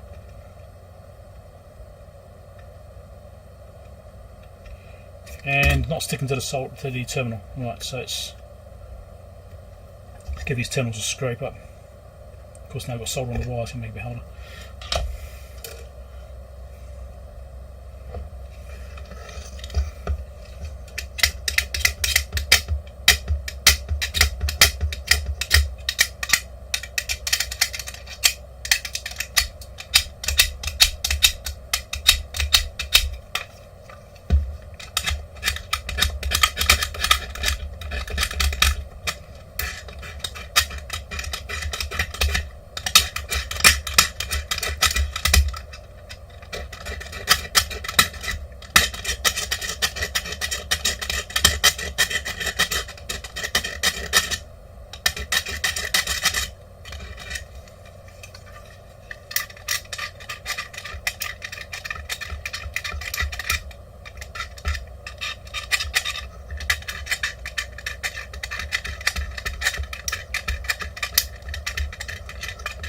Put a nickel or something on it, which is rejecting the solder. That's my guess.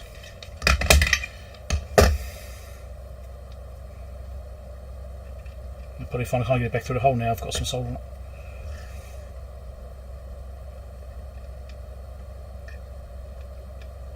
There we go.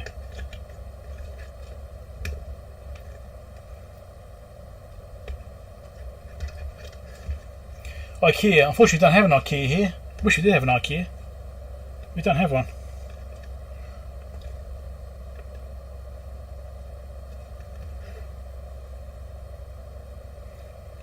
Oh, ask you how you know. Yeah, that doesn't sound like fun. Shorting out batteries when soldering them or putting them on. Yeah.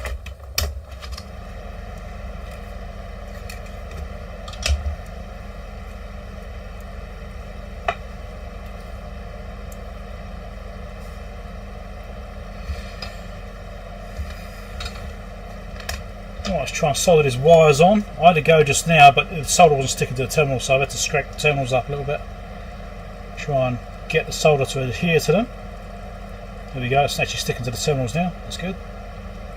So I'm going to flood this with solder. I've got to stick the other earth wire on there yet as well. Had some solder going to it anyway. There we go. Worst case, I'll put some more flux on. Let's go. Plenty of solder there now. Loads of solder. Yeah, it's flowed through the other side. That's working. That's all right. That's all good. So the other ones I'm going to solder on as well. Let's adjust this a bit. I did a green wire after. So which is which? That's the phase, that side. So phase is that one there, and black is the phase on these things. So I'll shove that through there. I'm pretty sure these are Teflon wires.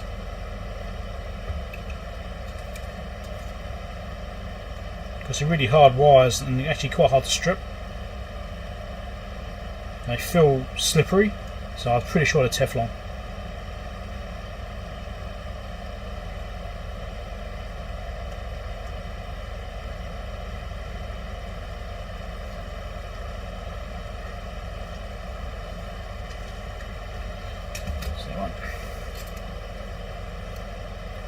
There's already a hook on it, so maybe that'll be useful. Maybe we'll get in the way. Could be in the way.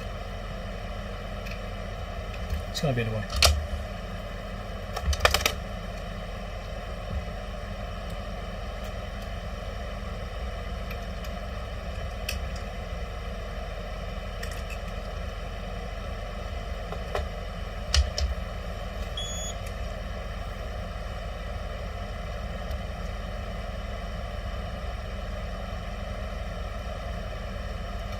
That's a little trick. If you ever get these terminals or anything like this, you're trying to solder it and the solder doesn't stick to it, give them a scrape, because it's usually got like a nickel coating or something on it, and getting it scraped off gets you down to copper or some other substrate which the solder will stick to.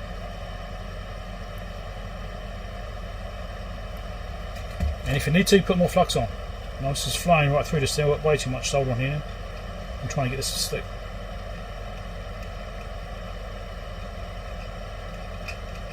Yeah, it's going outside now.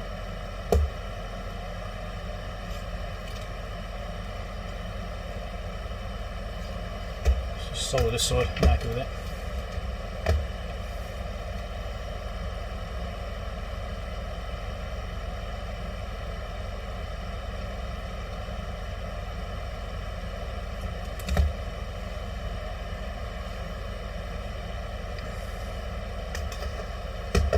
Sometimes you put too much solder on in order to get the flux to do its job, and then take it back off again after. Which is what I've got right now. I've got too much solder on. Don't think I'll scrape this side of the canister enough. The other side looks alright.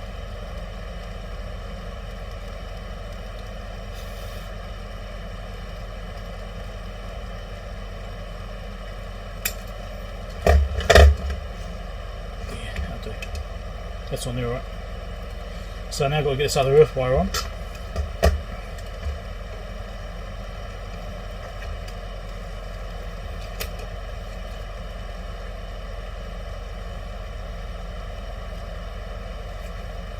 Push solder on that, help that go. Also lay it across this one.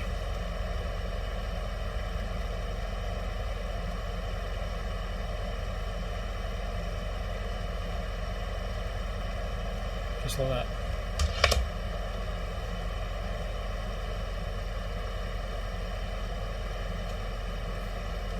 Okay, wiring done. Now what fuse does this thing need? Didn't actually sign the back panel, did it?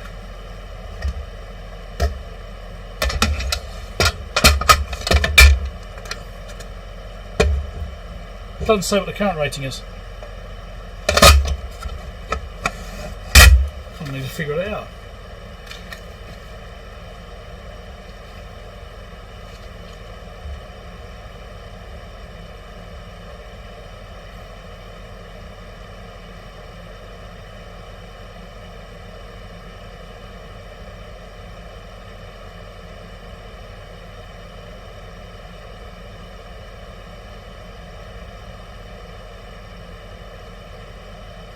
Ruby flux, alright. Yeah, space tunnels might have been easier, but I like to solder. So, what's the fuse rating on this thing?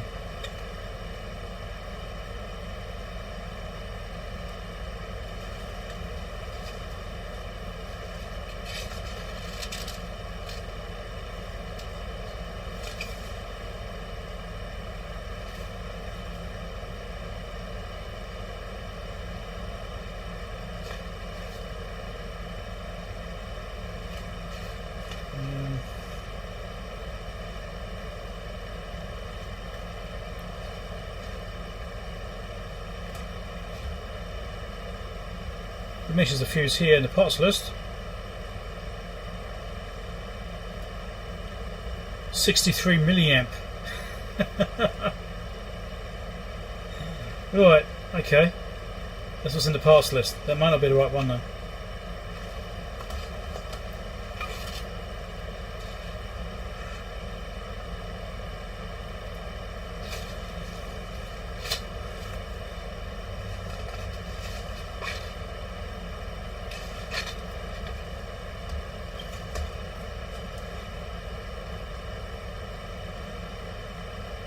Approximately 3 watts it uses apparently. 3 watts. 6 watts during recharge.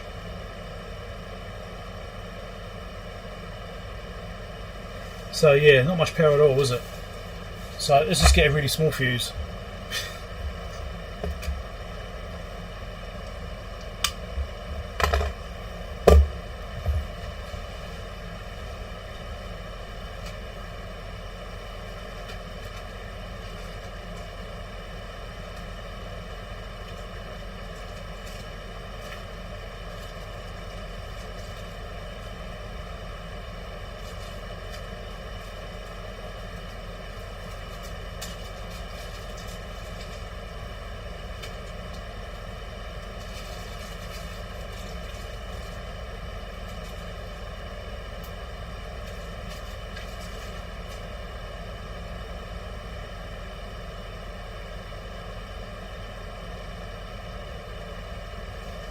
Right, so I've got some 0.3, sorry, 0.3, I've got some 0.1 amp fuses. So 100 milliamp fuse, so I've shoved in it. Should probably cover that in video too, shouldn't I? Right, so apparently this thing only uses 3 watts normally and 6 watts when recharging a battery, depending on the battery usage I suppose, but I don't actually have a battery pack, so most of I'm using is 3 watts apparently. So I've put in some 100 milliamp fuses. Those are the smallest ones I've got, so I'll put those in there and hopefully that'll be suitable. Fuse is done. Let's remount this panel. No, I should have done is put a heat shrink on those. Too late now, it's done. Forgot about that. So we'll mount the panel back on there. And oh, hold on. I need some white class capacitors on here. I forgot those too.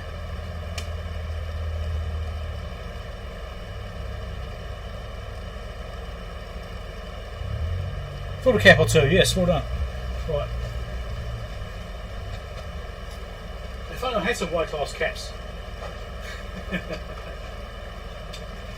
I've got loads of these ones, I'll use some of these.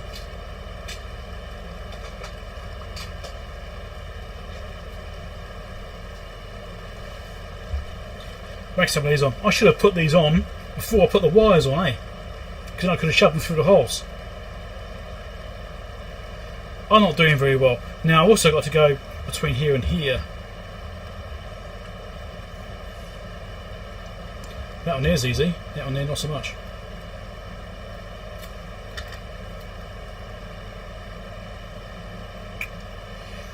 I didn't plan this out very well, did I?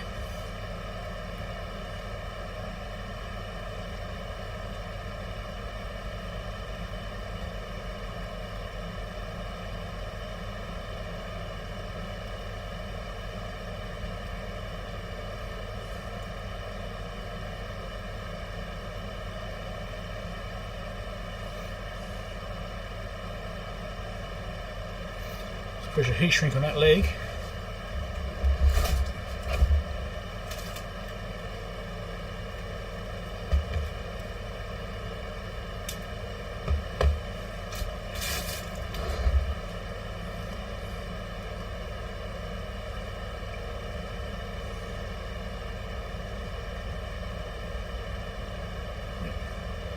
Can't stick that too much either because of the bad panel too, so I need to think of how I'm going to lay this down.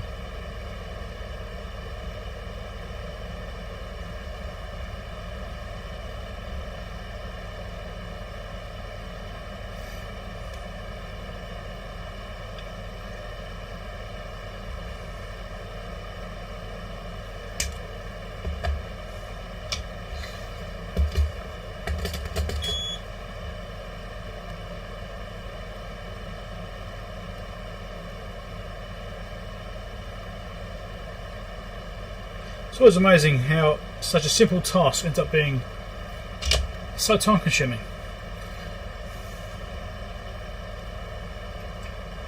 So what I might do is put that one down like that. Then lay this one that way like that.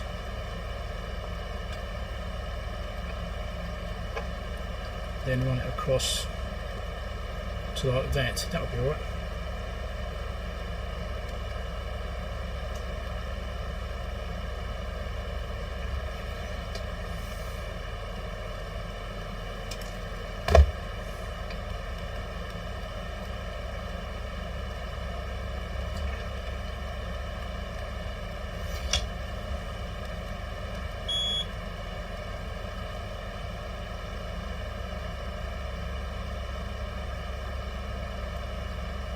And there's a hole there somewhere. Sure I've heard that before.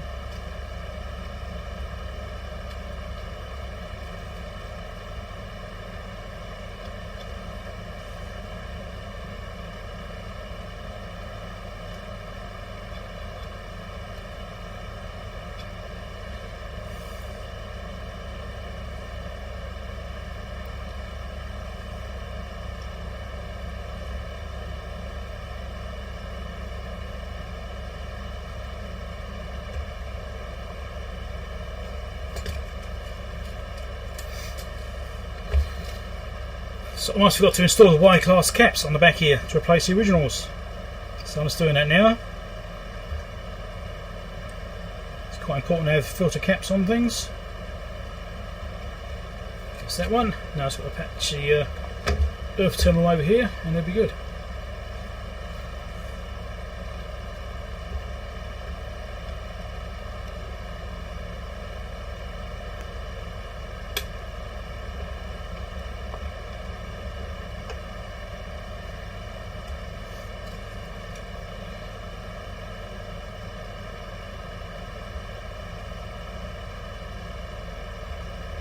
We'll chat again in a second.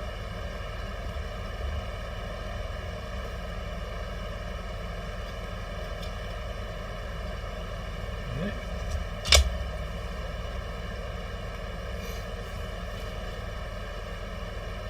Slowly getting bigger.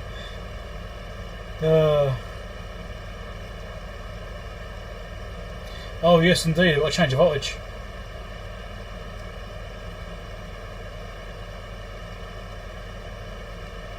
Good indeed. Well, good reminder.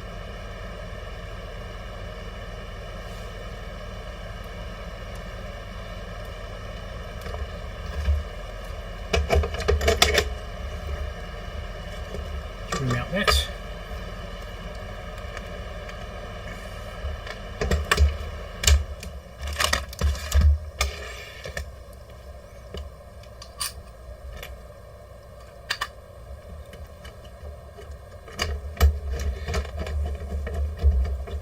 Could be an interesting video though, if I forgot to change the voltage. Let's see how the magic smoke come out. I haven't done that yet. I'm sure it can happen one day though.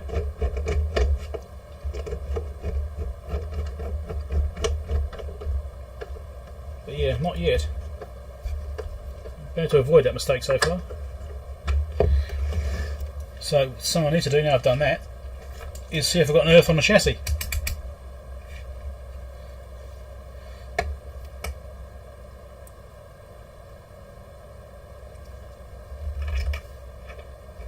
In there. Is that casing? No. To this panel, yes, we've got an earth on here. So let me just zoom out a bit. So we've still got some earthing issues. So let's check the earthing. Now I've got that panel back installed. It's not an ideal situation with the actual mountings I've got on this thing. So from the earth pen to the panel here, and yes, we have an earth there. To this panel here, we don't. So to that screw we do. To this screw we do. So the actual chassis is earthed, but this panel here has not got a good connection to it. Check this panel. Yeah, that's good there too. 0.1 ohms, which is probably basically lead resistance. Yeah, 0.1 ohms, so it's like no resistance at all to the chassis on those parts. Let's check somewhere else. So front panel, should it be an earth because it's the original wiring? Yep, that's there. Nothing else on those. Yep, those are all isolated switches and stuff anyway. Let's try this screw down here. Yep, getting 0.2 ohms there. 0.1 ohms there. So yeah, it's got an earth, that's fine. The chassis now has an earth, so I'm happy with that. Now, I've got to change voltages before I forget. Don't have magic smoke coming out. Or do we? No, we don't. We don't want magic smoke.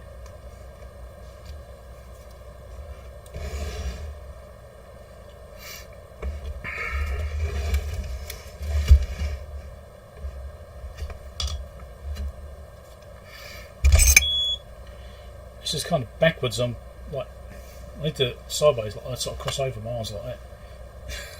I'm gonna have to do this left-handed. That's always fun. Right. Where's that wire? This one here. Trying to find them. There. It's going to push a fresh solder on.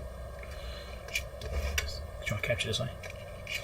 So now I've got to change these jumpers around. It's going to push a fresh solder on. I'll make it easier to desolder. One there. And quite a reach. I'm going to do this left-handed. It's a bit awkward.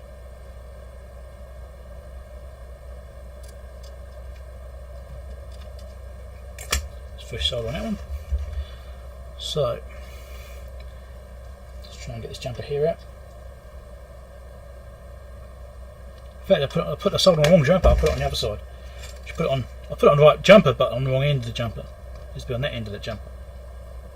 Do that again. Right. I've got too much solder on there, it's blobbing up.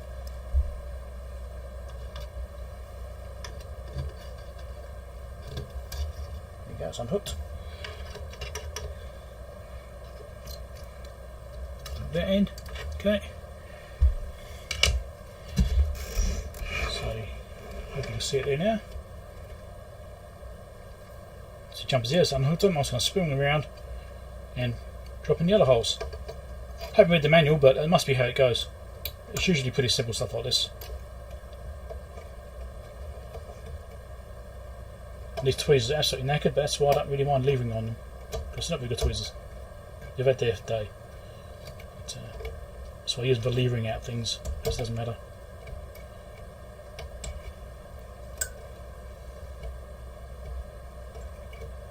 You know, I'll get that in and I'll come back.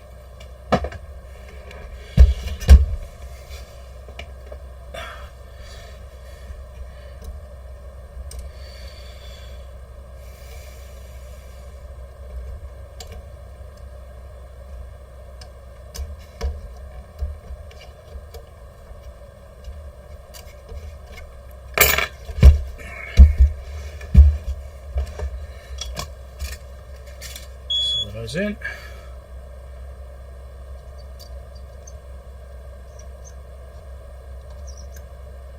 Done. Bit of smoke around here. We'll turn that on.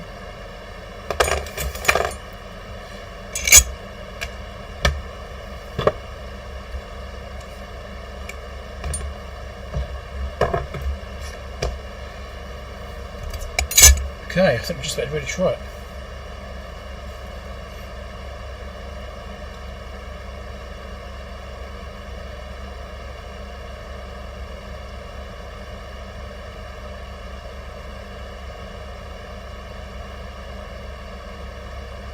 I'll take a couple of mud balls here. Well, this is hopefully not the same setup as the HP 3400A, which has the photo choppers, which is this board here. That's the HP 3400A photo chopper board, and here is my remade version, which I'm still tweaking.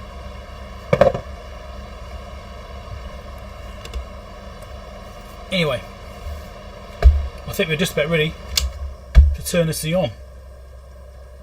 See if it goes bang or not. I think the panel's off for the time being.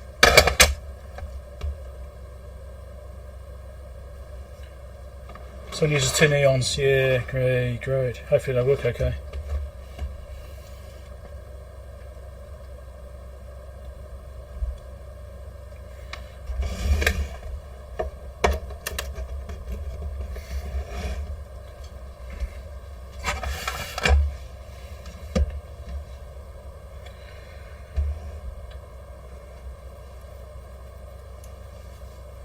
Mechanical chopper. Alright, that's one of the relays, isn't it? Chop back and forwards and relays. That's right, mate. I think I've got it right. Okay.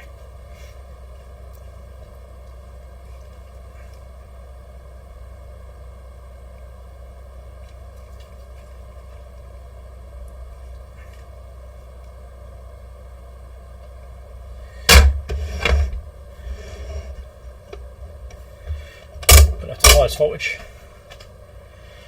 Power's off. Line operation. I don't care about the battery stuff. No idea how to use it yet. I should probably put a jumper across there to jump that out. Or, actually even better,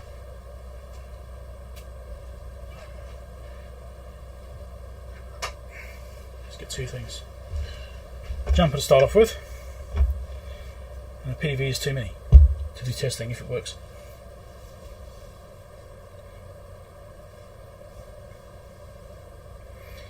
Bottom cover, well, there's nothing on the bottom, so probably not been modified. I don't know much about that yet. I haven't researched it. There is nothing on the bottom.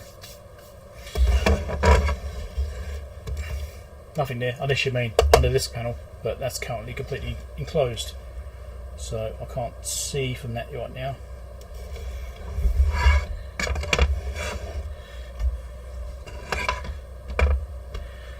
Right, can I try and get the other stuff in a bit closer?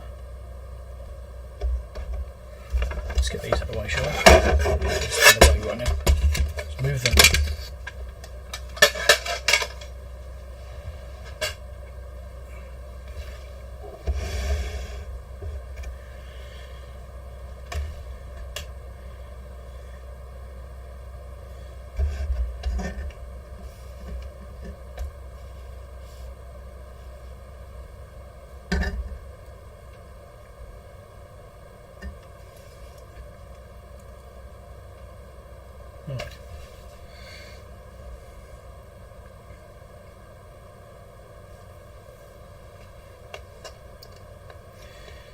Right, let's power this out for the first time and see what happens. I've got a shunt in here, just a 0 ohm, like a jumper, just to link the input so there is no floating voltages which could, peg it or whatever it's going to do. I've got no idea how this works.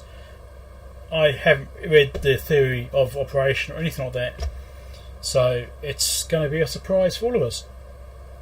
So I've done the jumper links, that's now on 230 volts, I think. Make sure I'm lifting any solder bridges. I should check that, shouldn't I? Looks alright. Okay. Power on. Switch is currently in off position. No power being consumed, as expected. That's a good start. Let's turn it on. It's now drawing half a watt, or 0.4 watts, which seems okay, I guess.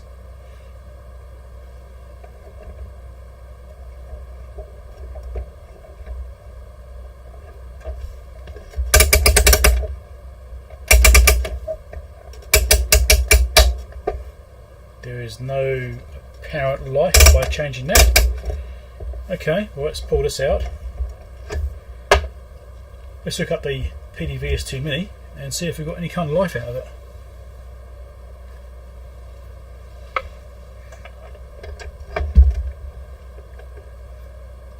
In fact, it's only drawing 0.4 watts when it said it draws 3 watts. That's a little bit interesting. The power supply could have problems. We'll see if there's any life in it first, and then we'll go from there. So I'm on the 1 volt range. So that's 1 millivolt range. 1 volt range is over there. That's the 1 volt range. 1 volt is coming in, and there's no activity.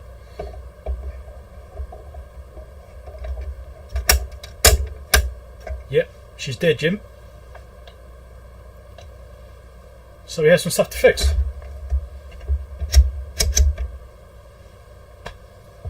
Probably a power supply problem.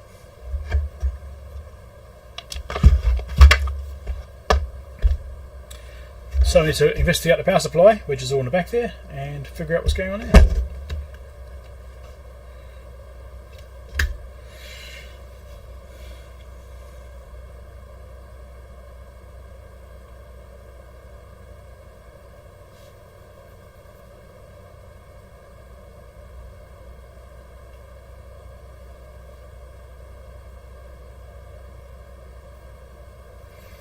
Yeah, I did try doing that before, didn't I? But it didn't do anything with the operate switch. But needle does move, so it's not like the needle's stuck or anything, so it's not that. But it's otherwise completely dead. And the power consumption seemed wrong, so we need to do some checks of things in the back here.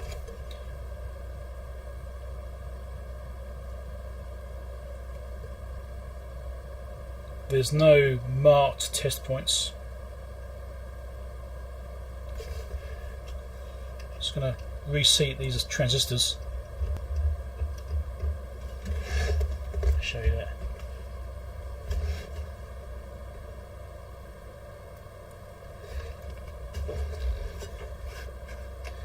So these transistors are on little sockets, so I'm just going to reseat all these, just to make sure that it's not something like a bad transistor connection or something like that causing problems, because that does happen.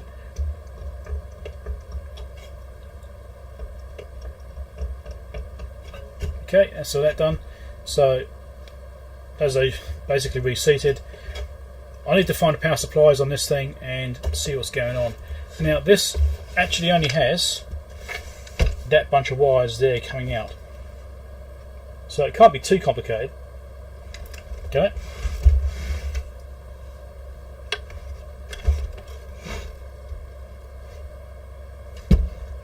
Hopefully not.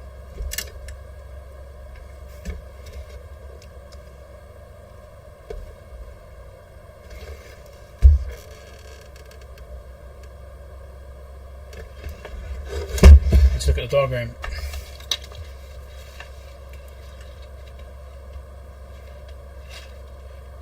Well, the battery terminals unfortunately have been cut off.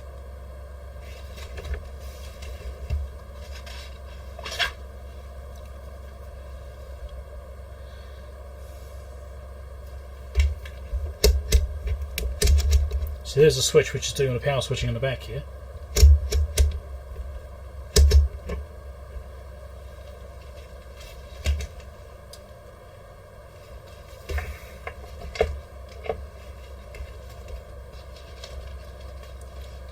So you've got a bridge rectifier.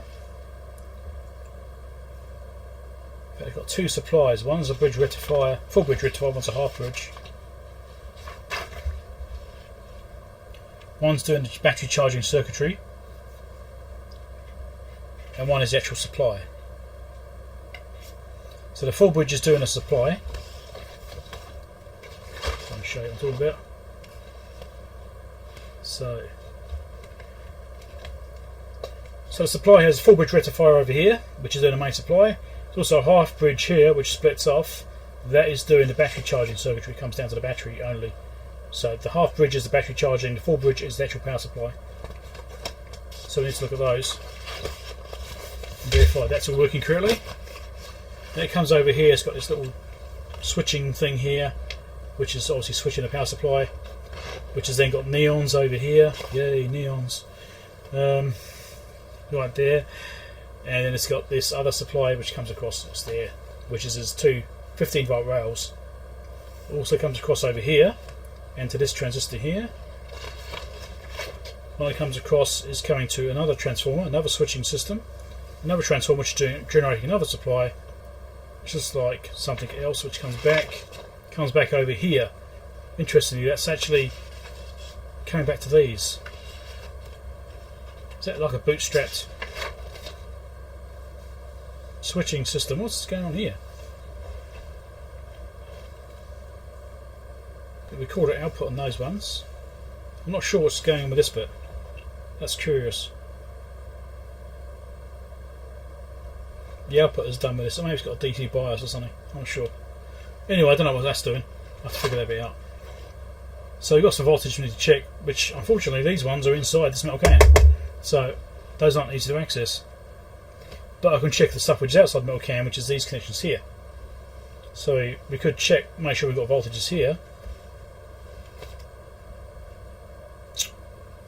I think I need to take the metal can off.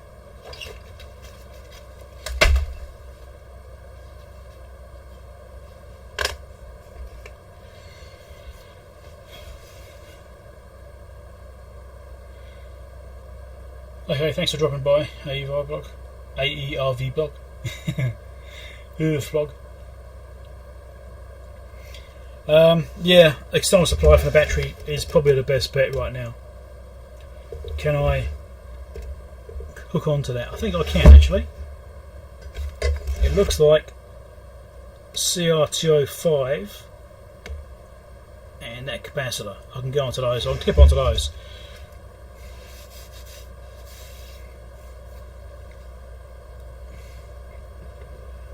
Yeah, it's just getting those two back screws there, which is the awkward bit, getting to those screws. I mean, I'll be able to do it, but it's going to be a little bit awkward. Okay, let's slip on the power lead. Let's find some clip leads. Unplug this.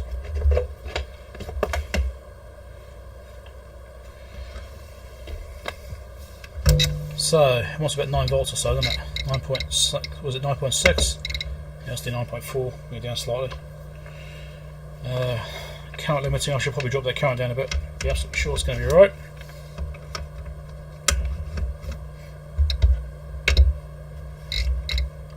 Let's do half an amp, should be plenty for this.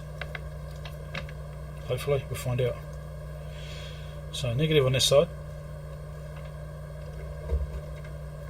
Positive is on that diode there, I think. Double check. Really looks like it, so yeah, I think so.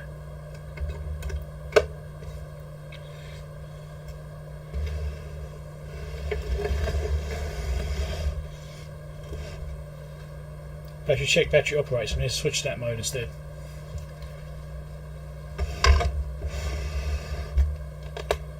Put the jumper back in the front.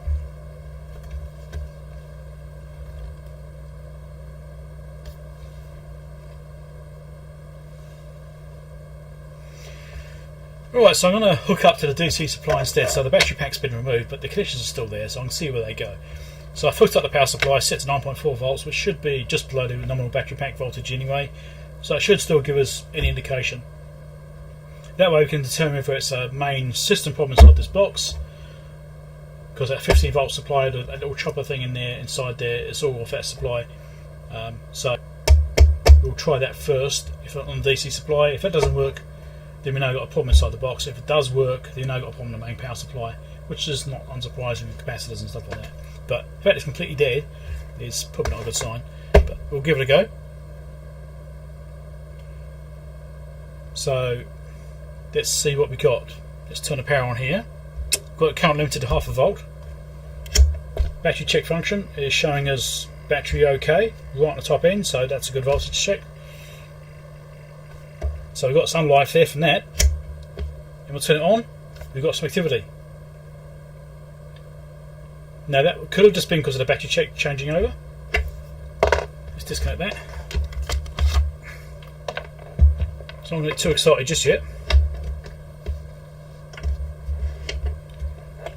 Put the PDVS2 mini in. This is on the 1 volt range. So 1 volt on the PDVS2 mini. Hey, look at that, it's working. Excellent. Right, so the power supply is obviously the problem. 1 volt on the PDVS2 mini. And we're getting exactly 1 volt on there. That's brilliant. So let's do 100 millivolts. It's looking about right. I'll try and get it more straight to you. So 300 millivolt range. So that's on the 3 scale now, so it should be on that line. It is. 100 millivolts should be full scale. It is. Right, let's do 10 millivolts. So on the first line. 30 should get on the 1. It is. Oh, too far. 10. Should be full scale, and it is. 1 millivolt. So on the 1, on the 3, yep, it's on the 1 there. 1 millivolt, full scale, it is. 100 microvolts. It's on the 1, just about. Don't forget angles slightly off still.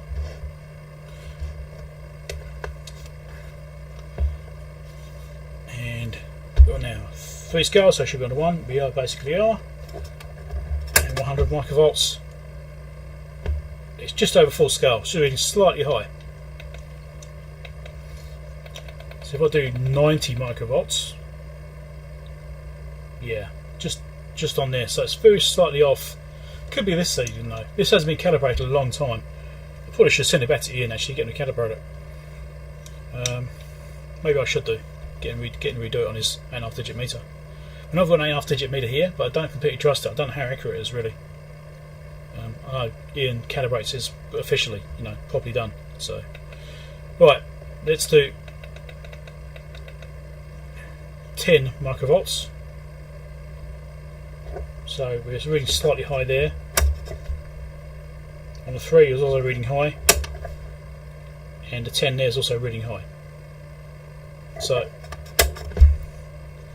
but it could also be because I don't have the covers on. It could be inducing noise from the lighting, because these lights are all LED based and they've got switching supplies stuff on them, and there is a lot of electrical noise here, so it could be that. But it is actually functional. So let's do that. Let's go to a higher voltage now. So that's 1 volt and 3 volt range. Yep, 3 volts. That's good. 10 volt range should be about 3. Yep. And 10 volts as high as I can go on this thing. And that's bang on. And on the 30 volt range, it's right there. So it's actually looking like it functions. That's good. But obviously we've got a power supply problem. So more things to fix, which is brilliant. I like things to fix.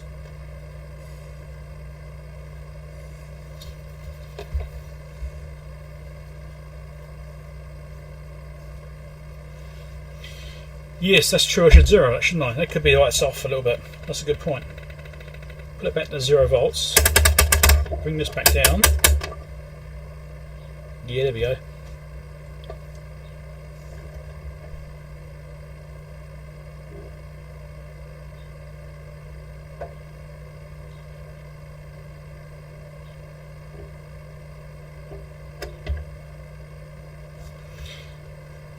Yep, I forgot about the zeroing thing, so I've just done a zeroing on this.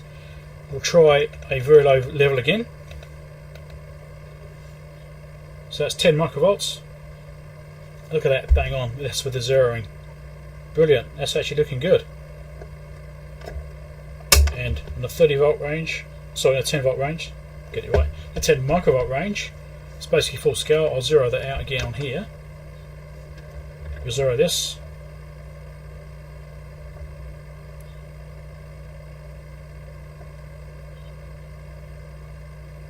You see it jumping around very slightly, a little bit of flicker. But operate mode, just drop down a little bit. We'll try that. 10 microvolts on here. 10 microvolts on there, look at that. Perfect, and it's got a little bit of wobbling in there. It's always picking up some ambient noise. But that's as low as I can go on this thing. That's working well, excellent.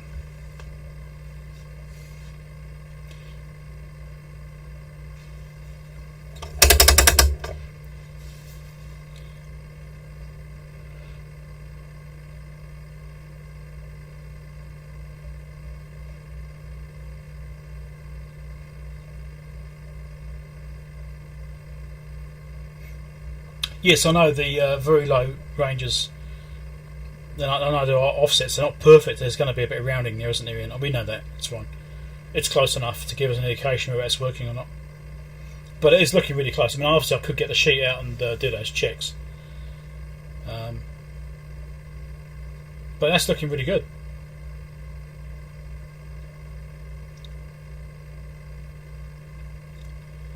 Put in 0 and in the 1 microvolt range, you'll see a slow drift. You reckon?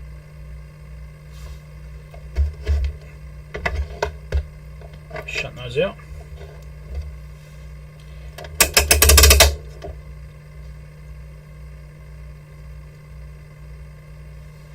Even just in operate mode, it's jumping around slightly.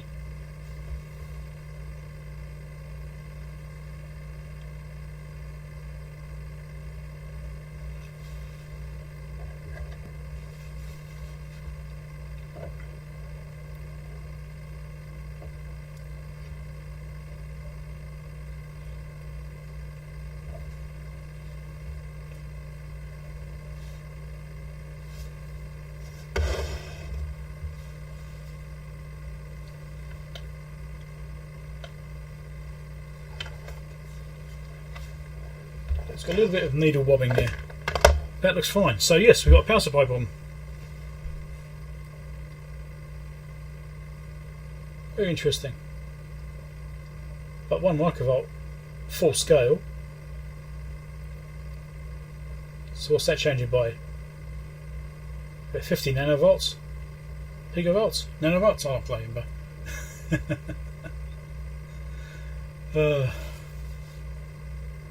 Anyway, let me try it, which way it goes. Nanovolts, isn't it? Nano. So yeah, it'd be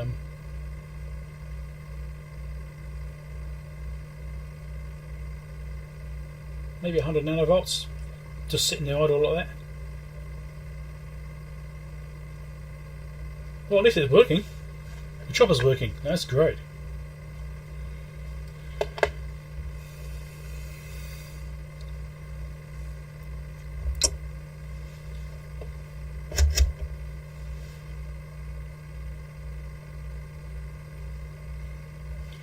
Thermally, yes, quite possibly actually. You could be right, because my air conditioning is on and it does blow a breeze over this side of the room.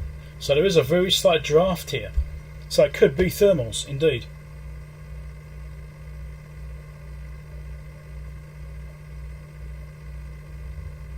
Oh yeah, 0 switches, choices, inputs, yeah, okay.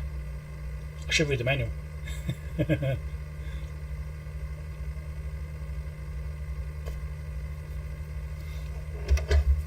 Okay, cool. Alright, so we've got a power supply problem.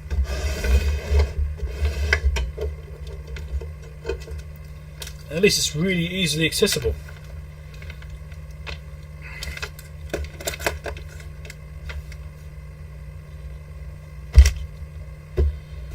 Let's check some caps.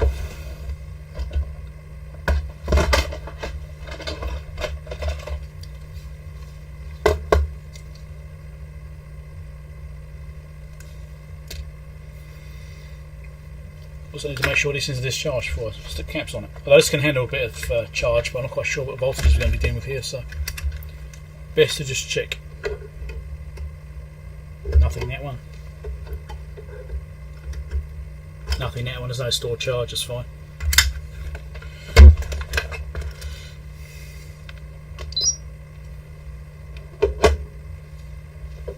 I need to build one of those stands. I was going to make a stand. I've downloaded the STL for it to make a stand for this thing so you can see it a bit easier. Anyway, spin it around a bit nice.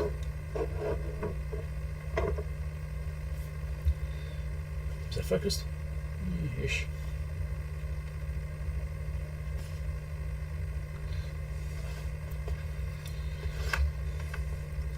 Right, so the power supply in the back here has definitely got a problem because DC input is working fine, AC input is not working fine. So we can check for capacitors for a start. I've already checked the discharged. So 4.9 ohms, 507 microfarad. This is a 470. Looks like 25 volt from what I can see. So 4.9, let's check it again. 1.29, that way it sounded slightly better. Let's do it again. 0.93, let's check it again. 3.3, it's probably just bad connections. Let's probe into here like this. Get it into the actual lead hole and push it on hard. And the same on that one. There you go, 0.9, 510. That one actually looks alright. So I'll do the same on this one. We'll probe onto the actual lead holes so we get a nice good connection. Get into it.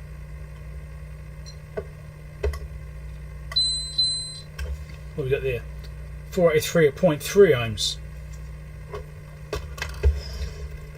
And that's a 6.3 volt cap. And I can't, it's like 470 yet. So those two caps I just tested are okay. So why is this not working the way you'd expect it to?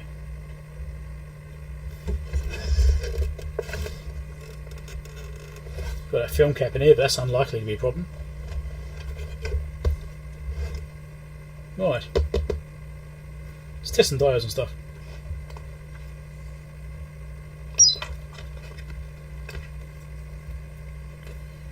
Hey Peter, how's it going?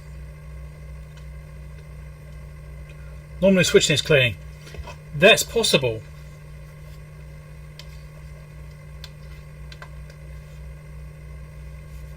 Also I can look at the actual diagrams and analyse it and figure out what thing to check. I may even do that yet. But let's have a bit of a poke around. Makes a good video, doesn't it? We'll check diodes and stuff out. Show the process.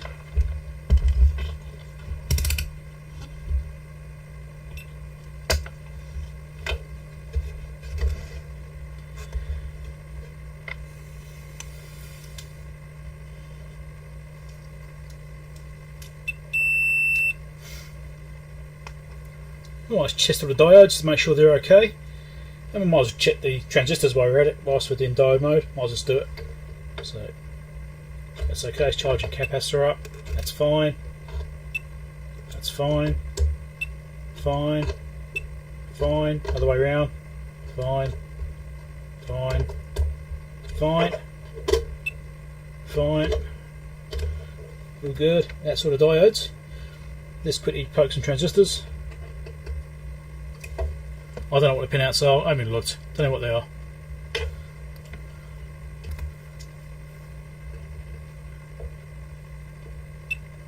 There you go. Got a junction that way.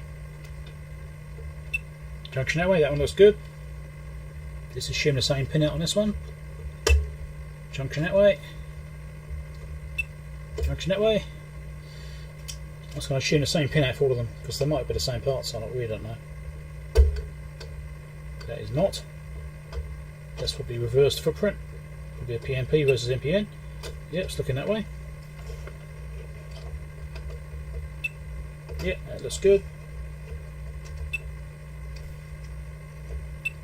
Looks good. So on service, the transistors look good as well. No obvious faults there. Okay, let's check some resistors. Just make sure there's no open resistors.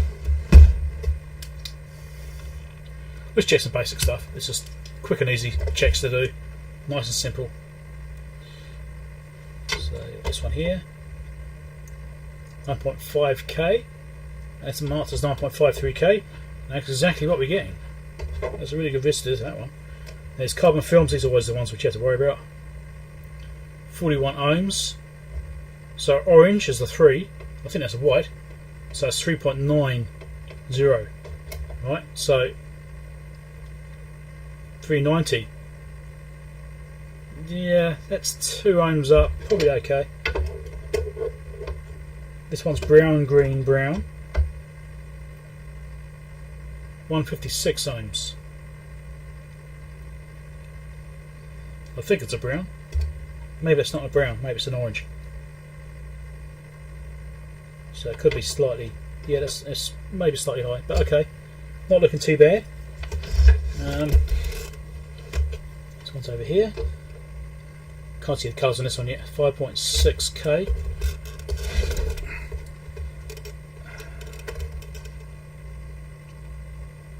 Is that green, brown, red? So that looks pretty close. Of course, I'll look at the diagrams as well and see what these actually are. 4.9k, call it for that one. 4.8. That's green, brown, red again. And these other ones over here are red, red, orange. These two down here. 24k. 24k. So I think that should be 22k, so they're slightly up. So I quite often see these old carbon composite resistors. They're usually up by 10%. Quite surprisingly. It's almost consistent. It's always almost 10%. Or completely gone, you know, miles off. But they look reasonable. They're not too far off, so nothing horrendous there. So let's get the switcher clean.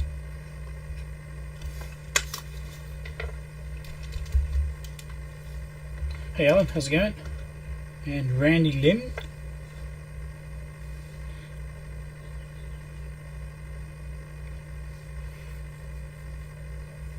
Yeah. I don't think I acknowledged you, Randy Lim. I think I didn't even say hello to you when you first came in.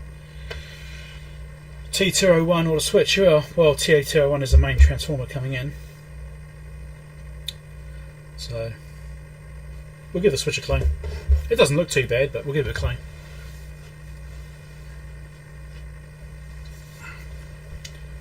It doesn't look like gold contact, it's like a standard switch, so I'm just going to use the D5 on it.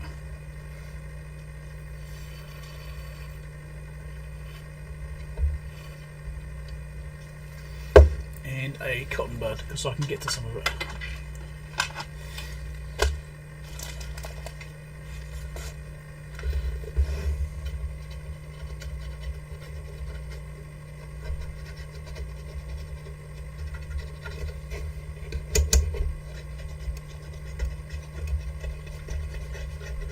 That's one half of the switch anyway. Can't get to the other side. I have to spray the cleaner and hope for the best.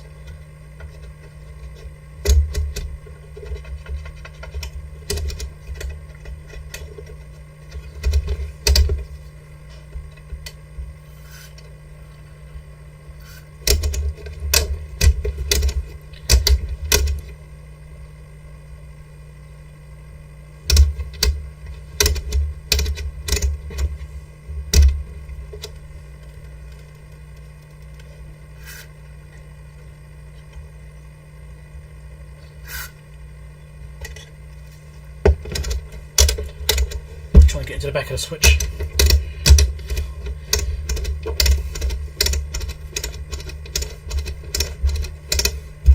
We'll see, maybe that'll work.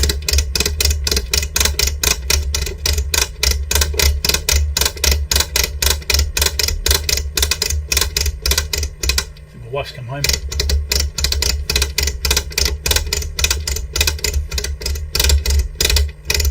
Don't tell her I didn't get chocolate.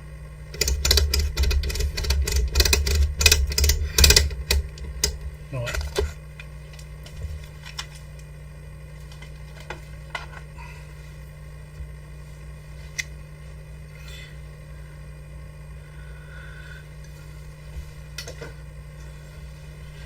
Okay. Let's plug the power into this again. Try it again.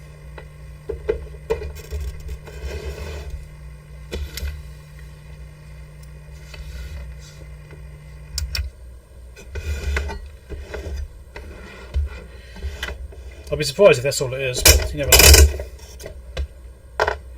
Do that then.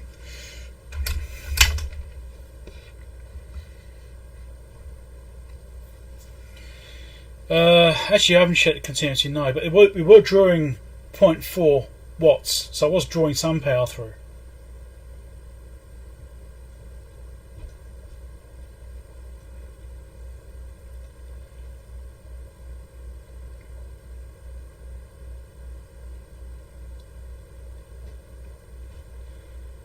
Anything else? Well, we powered it up and make sure it works. It does actually work off the battery. But it wasn't working on the main power supply, so we're going to try that again now.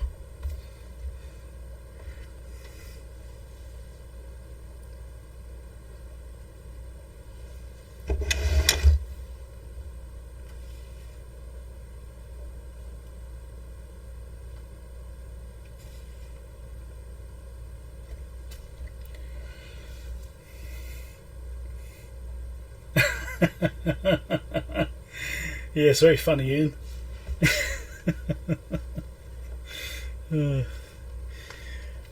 Right, okay, let's try this again. Now, I've cleaned the switch up.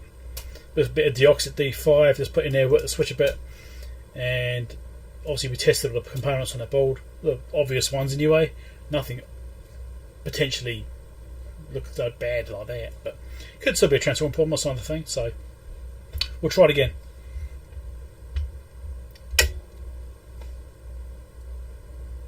So put it onto line operation. We're drawing about the same power, so it doesn't look like it's anything different now. It looks exactly the same behaviour, so I don't think the line switch is the problem. I think something else is going on. May require some further investigation. So it's on the 1 volt range, I think. It's around there somewhere. Put 1 volt into it, nothing happening. Yep, so battery charge line operation. No. So power supply section seems to be completely dead. Well, not completely dead. There is some power being used, but I don't know where it's going. It's not going into here. So that's going to require a bit more look. A bit more of a look. Nothing simple. So it could still be a fault inside this case here. Let's turn the power off. I just touched something I shouldn't touch.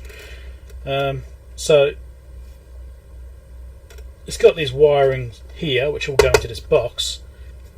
It's from this transformer there. So if we look at the diagrams, figure out what's going on there, and try and see what we should be getting. We know it's all going to be AC signals coming into here and get converted. So it could still be inside this box where the problem is. It may not be on this panel. It could be in here still, where it does kind of the conversion. So let's pull the diagram up.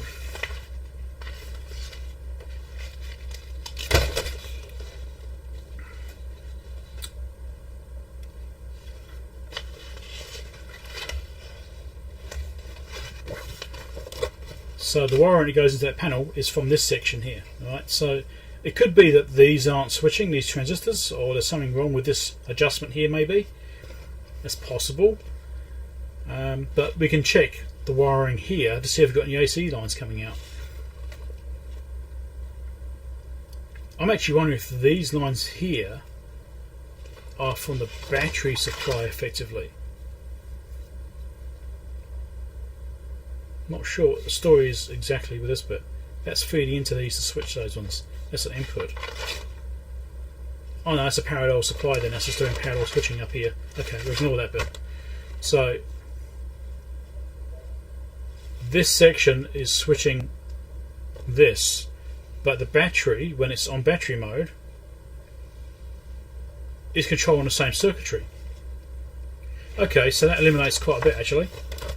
So looking at this a bit more logically, battery comes in here. This battery circuit from this point is working. So that means everything from this point downwards will also be working. So as you before this point. Okay, so it has to be a problem in the power supply board.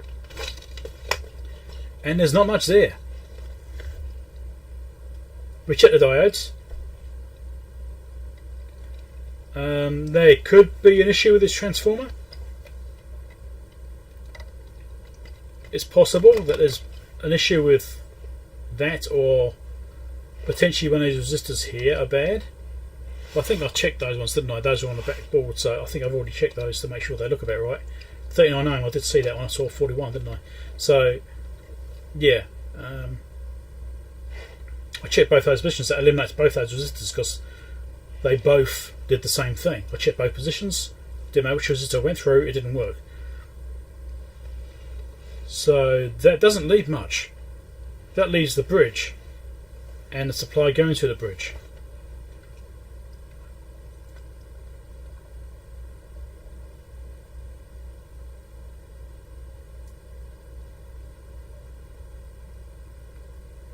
If I put it in battery operating mode, it'll be running off the other winding. It'll be running off this supply, off that different bridge. If I put it in battery operating mode, it'll be running off this bridge instead of this bridge. It might behave differently. We haven't tried that yet. So turn the power back on. Battery check doesn't show anything. Okay. No. So that doesn't seem to affect it. Okay, there goes that theory. Which probably means it's before this point, which means it's likely to be this T201.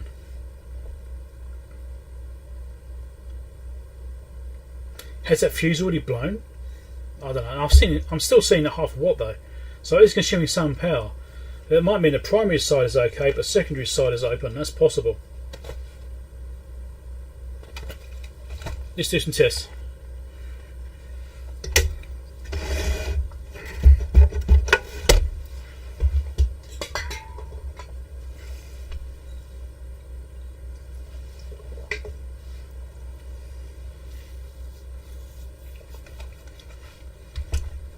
Or the switch, yes, it could be the switch.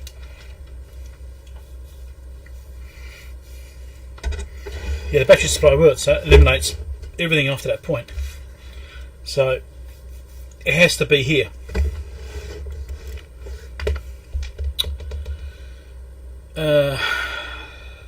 What did I check? I've forgotten.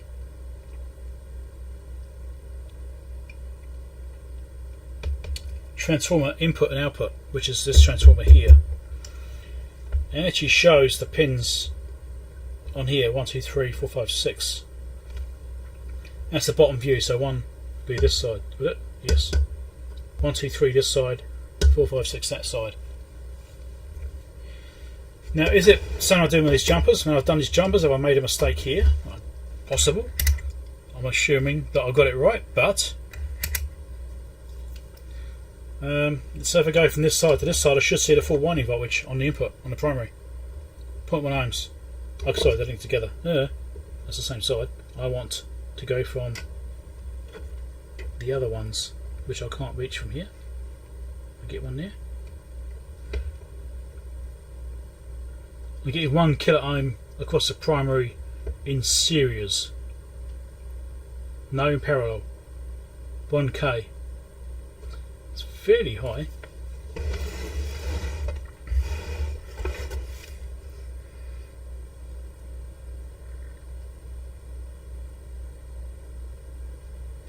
Right, what's the secondary windings? 3 and 6.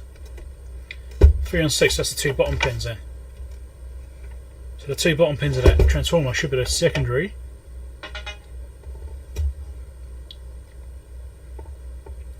Get 9.5 ohms on the secondary. So primary side should be 4 and 2 or 1 and 5.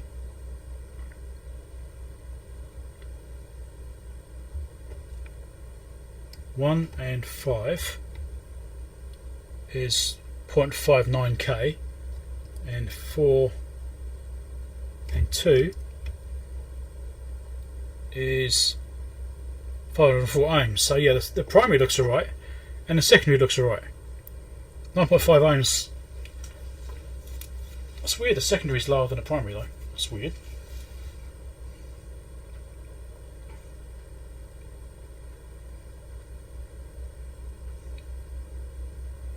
Normally it'd be the other way around.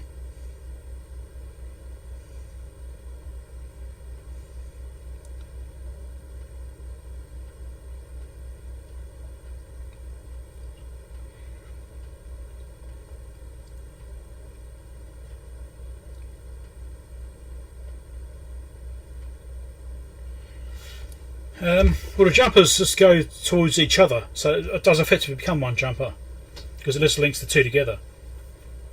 So the jumpers are going between pin. Which one was that? That was 5, wasn't it? Yes, 5 and 2. Jumpers going between 2 and 5, and it is. So that's fine. The jumper's right.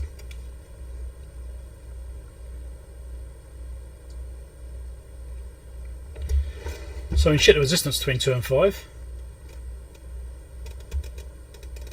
0 ohms. Yep, that's fine. That's working. So it's not that part.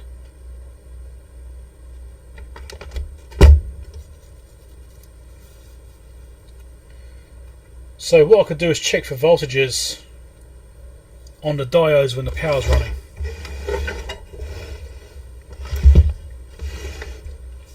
We can measure the voltages around here and see what we're getting, because that'll tell us if it's after the switch or not.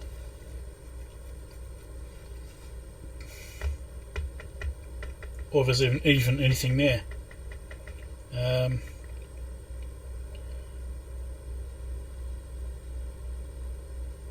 Because I can measure before and after the resistors. Yeah, I don't know. The only thing that's really is the bridge rectifiers and the switch, if the transformer's working. I mean, the winding looks right, so it's probably okay, but it does seem a bit low resistance.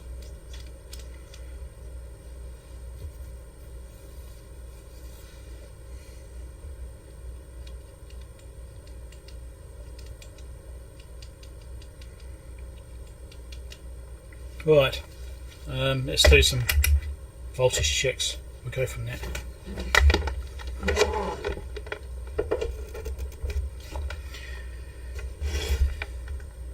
So just now I checked all the primary and secondary windings on this transformer here, which is the T201, which is the main one that comes in. They seem okay. There's nothing obvious there. So I'm going to do some voltage checks on actual diodes to see what voltage we're getting across the diodes, to see if we get anything there which looks about right or not. I don't know what we're supposed to be getting, but we'll figure it out.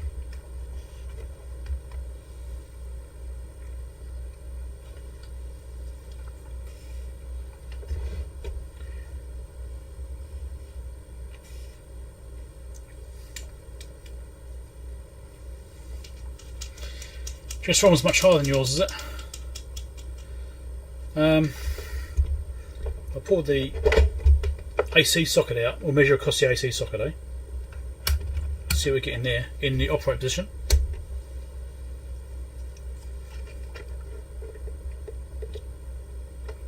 Getting 1k. So the socket is going through to the input of the transformer on the primary. But the thing is, both windings are about the same. So if it is like a banded winding, you would expect to see one very different to the other. I mean, there was a slight difference there, but it wasn't a lot. So I'm not completely sure there's anything wrong with that. 1k does seem a bit high to me, but the output side, the secondary side, looked lower than I thought it should be. But it could be getting loaded down by something else, maybe. Actually, no, it wouldn't have been, because the lone switch is turned off, so it wouldn't be that. So yeah, I'm not sure.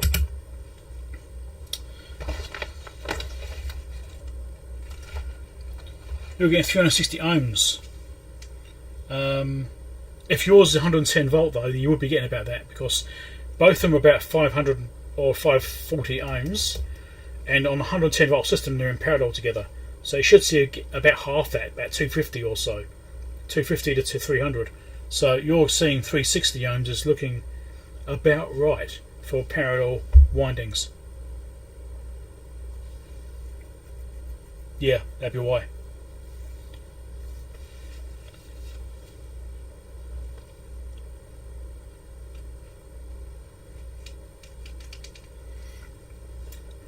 Anyway, let's see what we get in here. So let's go. Can I see the secondary side from this side of the board easy enough? It goes to R201, R202 and the switch. Switch common, which is it that one? No, it won't be that one. Power is currently on, so I must have snipped my fingers in. Anyway, we go from there. Let's measure DC output and go from there. Right, so we look for DC across CR206, CR205 junction, 206, 205.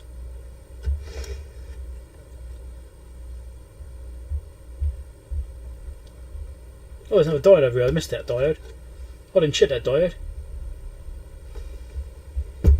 I missed one because I couldn't see it. Let me check that diode.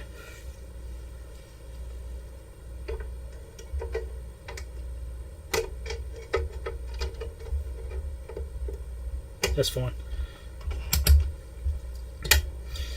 Okay. So I want get the train of thought back on. CR206, which is over here. We'll measure directly across that with the power switch in the operate position. So operate mode. Pretty sure I got that right around. Yep, line operate mode. Measure across here, I should see something. I'm getting nothing. Look at that.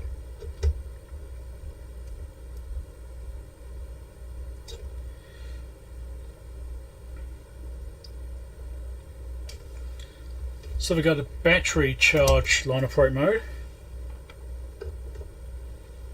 Still nothing. I mean, that's across the diode, so it should be rectified there. If I do across the other one, nothing there either. Okay. So if I check between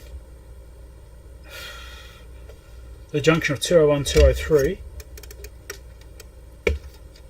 junction of 201 is 202, 201, 202, yep, junction 201, 202 is one side, and the other side is junction of 203 and 204, which is that side. Between there and there I should be seeing voltage. And there's nothing on the bridge.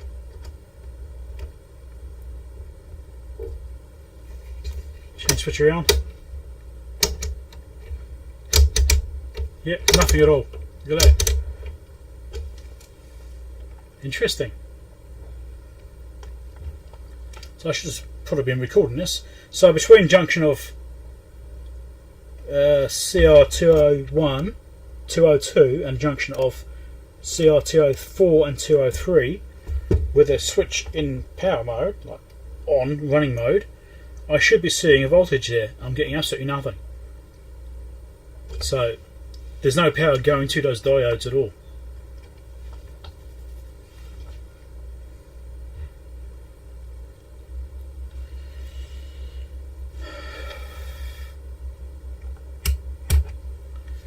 Let's try AC side.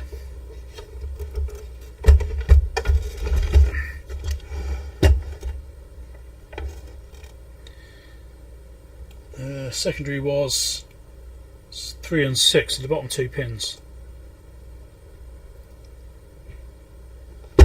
Too keen on sticking my fingers in there, but anyway, we'll see how we go.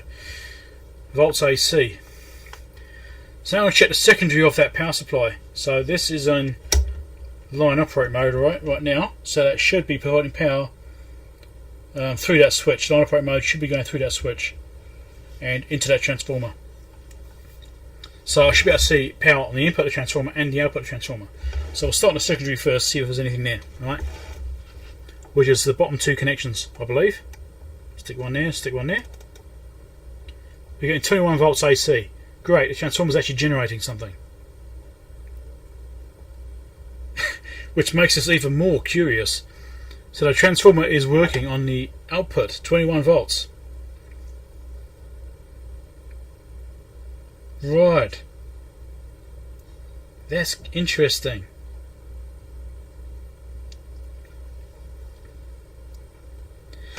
So what I can probably do then is connect up to the junction of CR204, CR202, whoever that is, which is that end. This is the AC side, one side of the AC side there, right? And then I can check R201 and R202 to see if there's any voltage on those. So this is R201, nothing that side, nothing that side. I'm not sure which one it's supposed to be using. Nothing that side, nothing that side. Check that one, nothing. That's 207. Where's 202? Is that there? Oh, 201. Oh, that's CR. I think that is 202 behind there. Yeah, I'm pretty sure it's 202 right there. So between there and here, nothing there, nothing there in that mode. Change the switch around. Nothing, nothing. Change the battery side. Battery operate mode. Nothing, nothing. Well, just bought me a coffee, that's nice. Nothing, and nothing. There's no power at all coming through that switch. We've got a problem with the switch.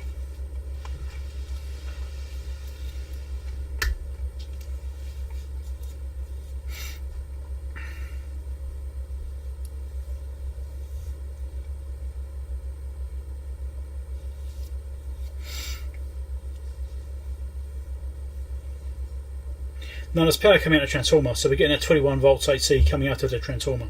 So the transformer is functioning, so everything up to that point is good.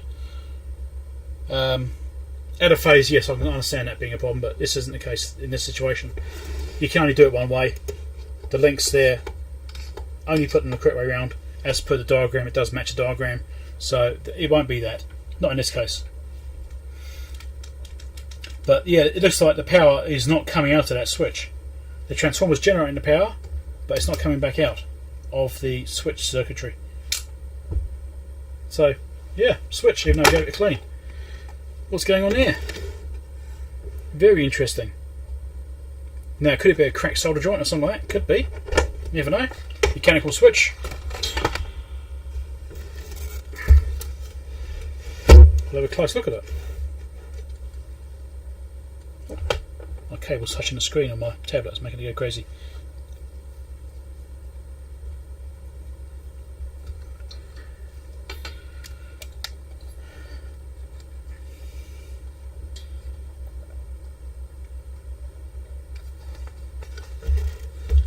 Try and have a close look in here.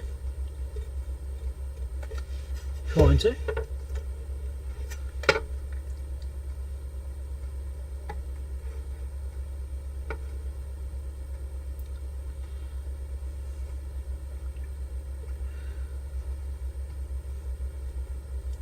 We're not seeing any crack joints.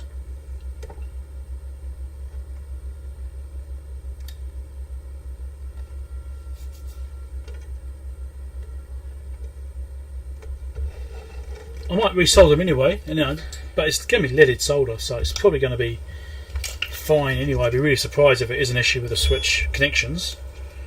But let's give it a go. Just resolder those joints.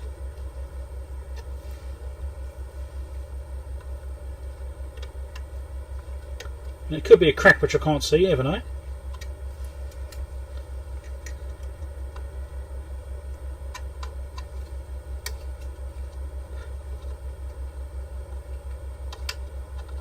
Oh, that pin just moved.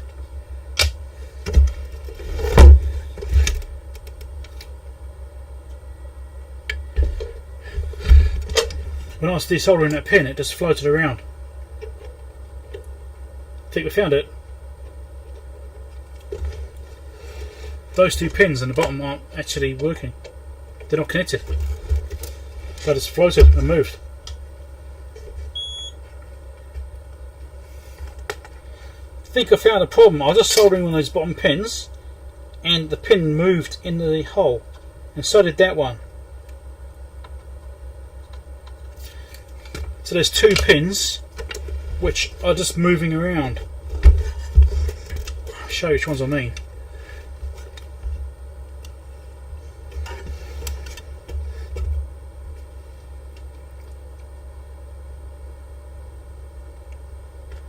So right here you've got these two bottom pins.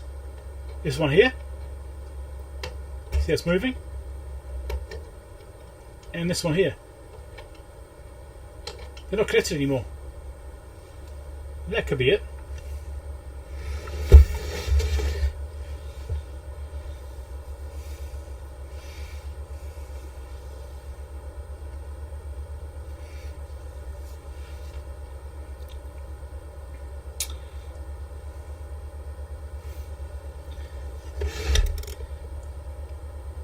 And those two connections go to those two resistors.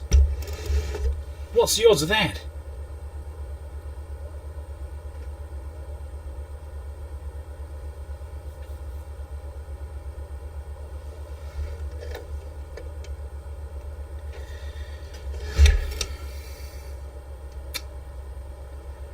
Right, well the actual wafer legs look okay.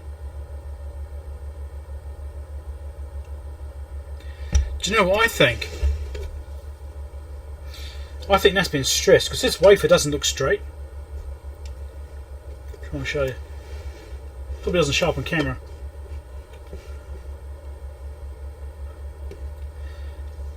So what I'm actually thinking is that this wafer's been twisted and stressed, because I've been looking at this the whole time thinking that doesn't look quite straight. If you look at these legs, these top legs are straight, right? They actually go in line, pretty much in line, okay? And this one here is off at an angle. It's twisted slightly sideways. And these ones are twisted off sideways by quite a bit. So I think someone's taken this board out, or taken that assembly out, that chassis, and as they've been trying to get it out, they've twisted on this shaft here, and they've levered on this wafer, which has then broken those two legs. So I think this wafer's been molested a little bit, and I think I need to just fix those two legs there, and I think we'll be good again.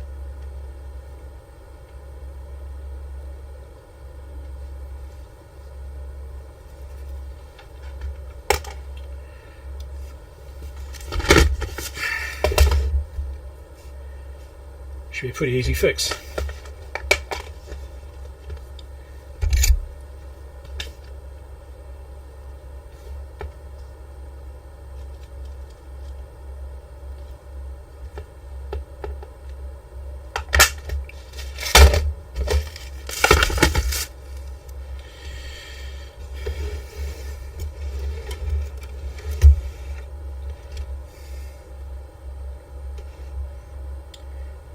Trick is I've got to try and do this on both sides at the same time.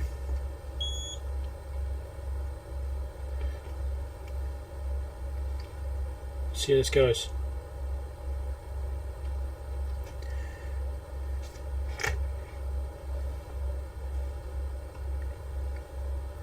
Let's change view camera view slightly. Down a bit.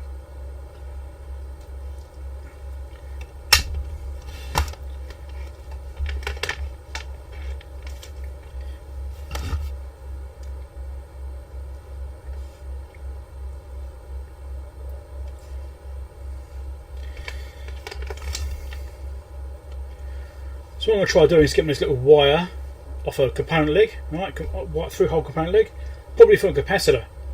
likely from a capacitor. And I'm going to do is desolder the other side with the soldering iron, the one which is basically fallen off. Try and poke this through the hole from this side, so it's soldered on the other side. And then I can form it around on this side and try and solder onto the tab on the switch on both of those, and that should allow me to fix it. I think that's what needs doing. So we'll give that a go. But I've got to try and work on both sides at the same time, which could be tricky.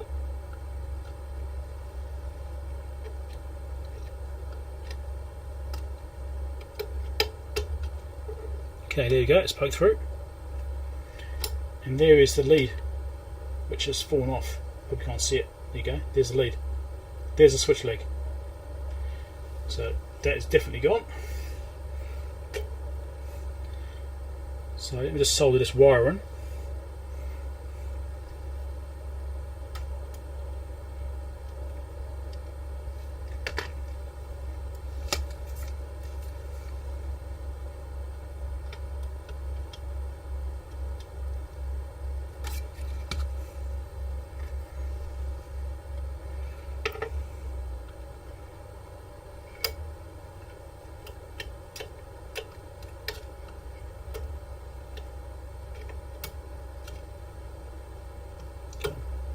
Cooperate. Just keep slipping off. There we go.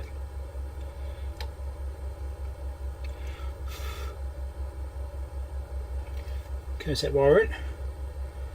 Just got to repeat the process for the other one. Which is harder because I can't see what I'm doing.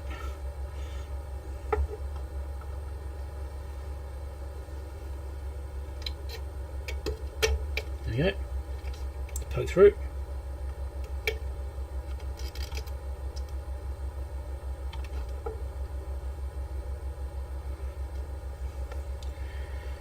And there's the leg in there, I think. No, it must still be there. Let me try and get that out.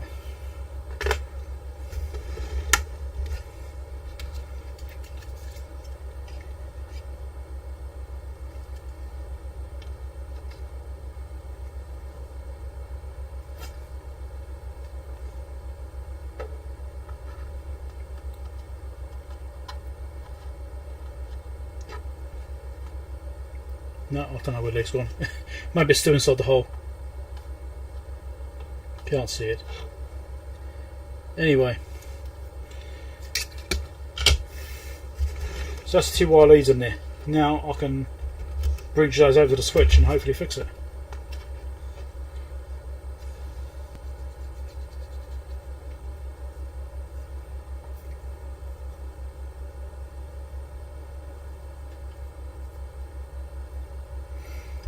Oh, Randy, yeah, you called it, did you? Well done. Yes, I did see the word switch mentioned a few times in the chat there. But I haven't seen switches fail very often, so I'd kind of put it as a last result. Didn't completely rule it out, but it wasn't high on my list. Try and bend this up again, try and get it back to where it's supposed to be. Because right now it's sitting at a weird angle. It's been twisted by someone. Hopefully don't break any more legs off. Maybe it's best to leave it alone. I hear something move. I'm hearing something moving around actually.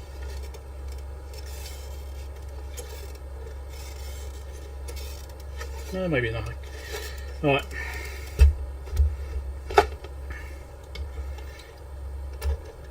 So let's bend this over. Now we might actually try going onto the little studs on the switch actually. I'll try and get it on the legs and bend it up and onto the stud as well. So I think I might go for. Just to try and give it even more strength in case the bottom of the leg is also damaged. We'll see how we go with that.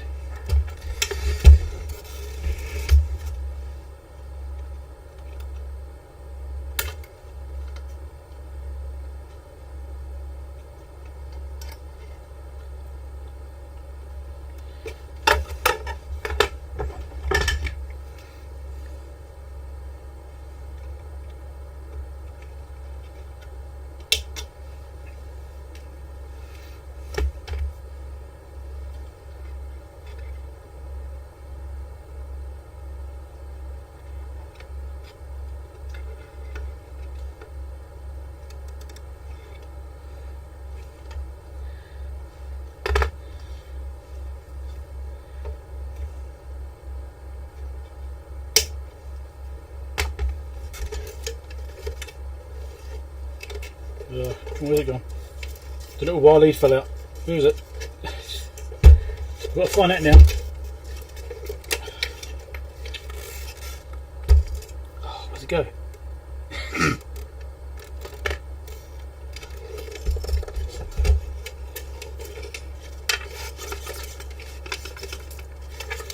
There it is. Should have held on to the bloody thing like I did the first one. Anyway.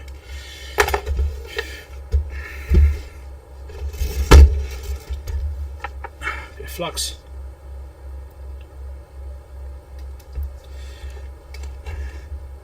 So I form those wires around. As you can see there, set it in position. This wafer's still very slightly wonky. I'm not completely happy with it, but I don't want to strain it up all the way. It seems to be handling that angle okay. It's not ideal, but I don't want to bend it too much. If I bend it up, it might actually end up breaking more legs off. So I'm going to leave it as it is and just cut my losses with that part. So I'm just going to put some flux on this stuff to try and help it to solder. I'm going to try and solder onto those studs there and also onto the legs here. So flux on there as well. Right, the flux is obviously to try and help it to take solder nicely because it is quite old.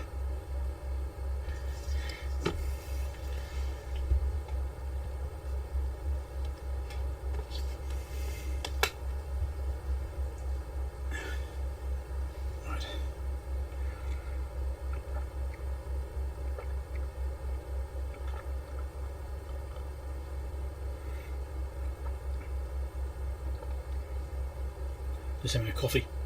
My wife put me the other cup, and a sacrilege is the other cup. It's not the right one.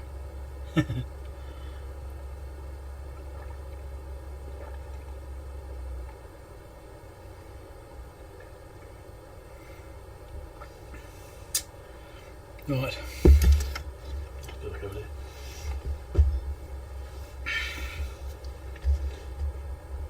So, gonna use plenty of heat. Try and get a slightly better camera shot.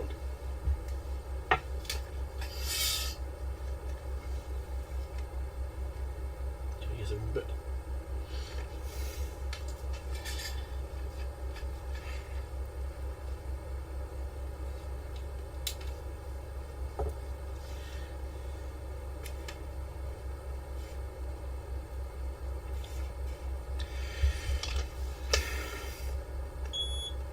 Right, so here we go. Wish me luck.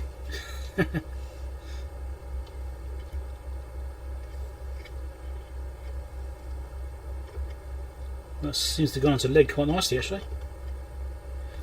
The rivet may not be necessary.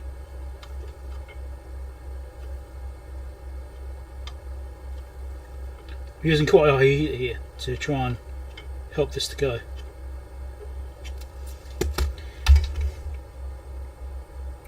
It's actually sold on the legs quite nicely. I might leave the rivet alone. The legs look fine. They've actually gone alright.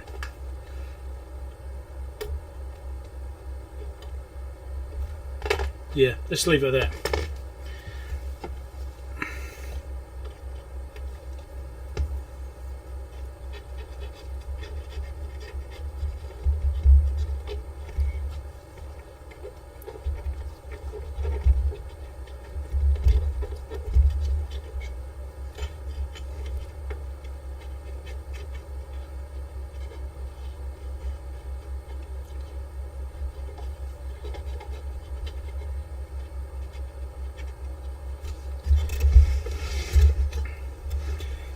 Clean up the connections in the back here, which I did before.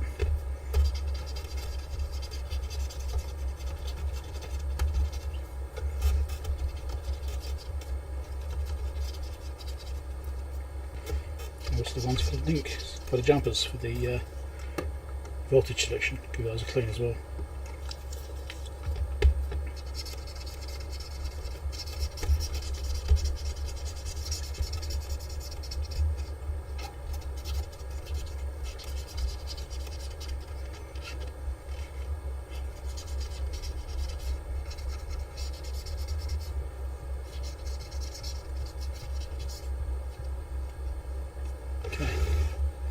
That, I think, will now work.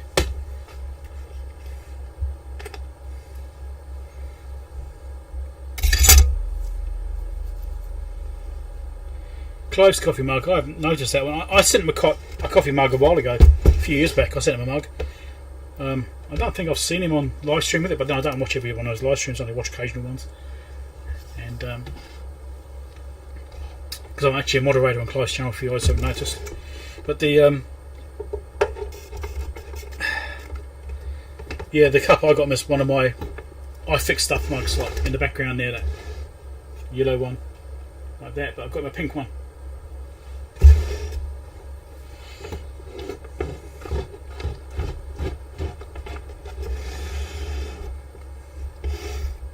Okay, so that should now be ready to try out again.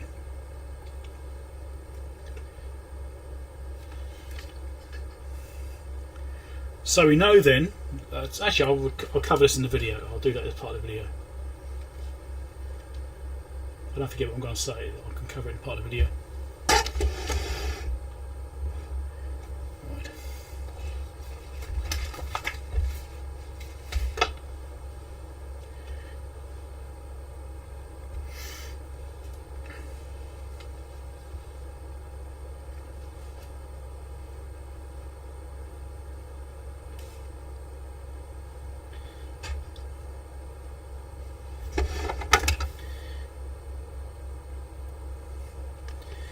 So now I know that if it only draws 400 milliamps on the AC input side, that the transformer is working, at least the primary side of the transformer is working, but there's not going any further than that because of this switch problem. So that's the thing to note. If you're only getting that kind of current on it, then that's what the problem is. So let's see what we get. Now I've done those connections and cleaned it up. I reckon it'll probably work now. Let's shove a jumper in here. Just to short that out. Power on. Line operate on. Hey, needle moved. Looking promising. And that's drawing 1.5 watts. It might go a bit crazy until it actually finds itself. There we go. Right. That's looking good. So I reckon this will be working just fine now.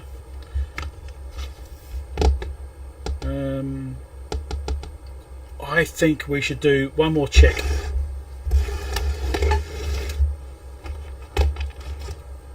Let's pull this back in.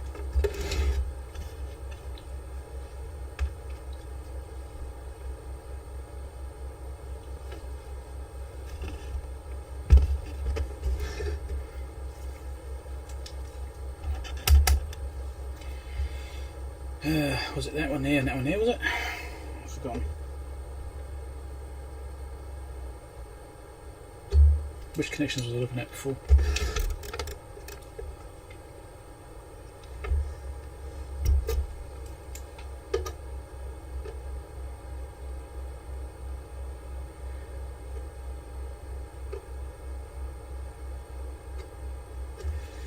Okay.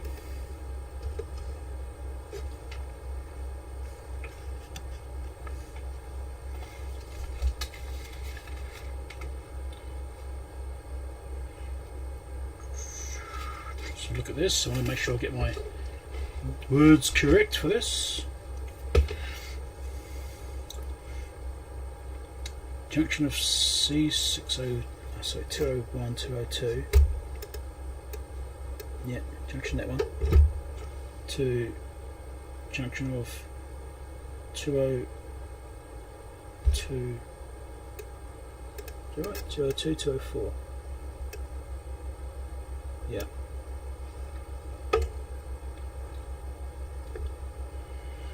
Hold on.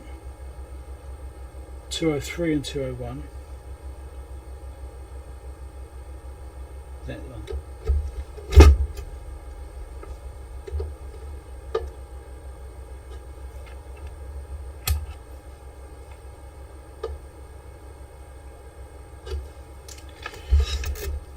We can make sure we get this right.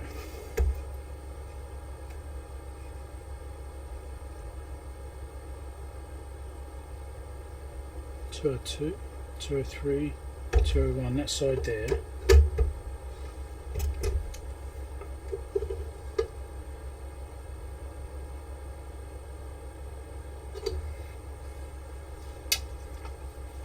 come on, Scott, get your head in, that's right. That's the wrong one. 201, 202. 202, 201, that one there, yes. And 204, 202, that one there. Yeah, I was right. Okay, that one there.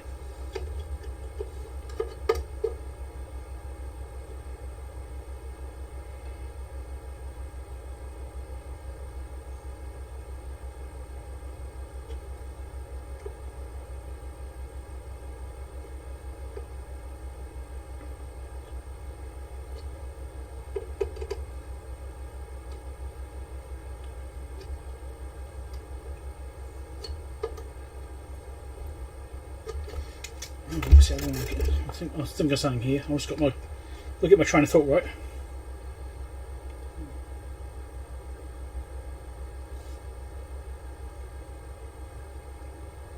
Actual blue capacitors, there's two of those in here. They're Philips ones. I think they're Philips. Philips is usually, well, the Philips ones are blue.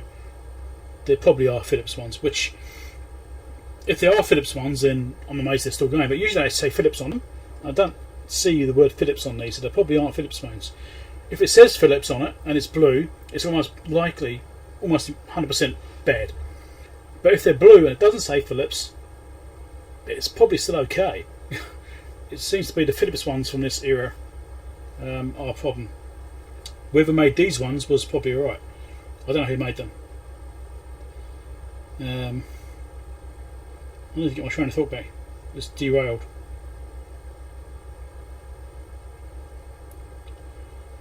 So between 203 and 201, I should just mark this where I want to test that. This would be far easier.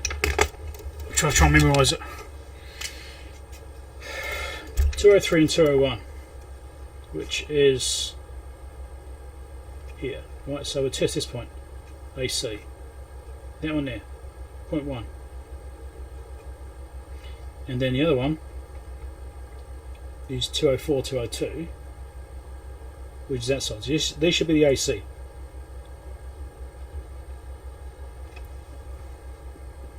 And then the DC side, to find out what's coming out there, should be 202, 201. Here, this will be DC.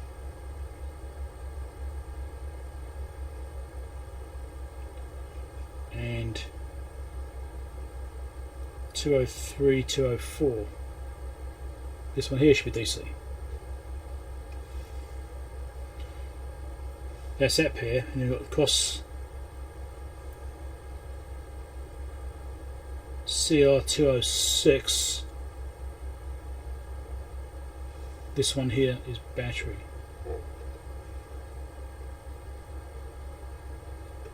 Right.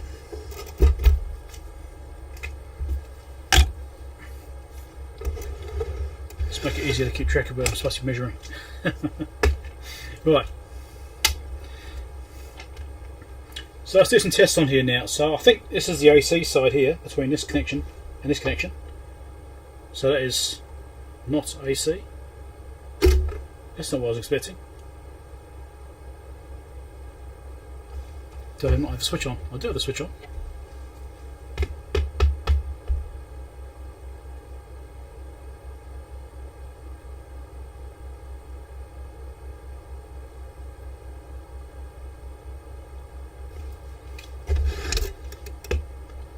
What's going on here?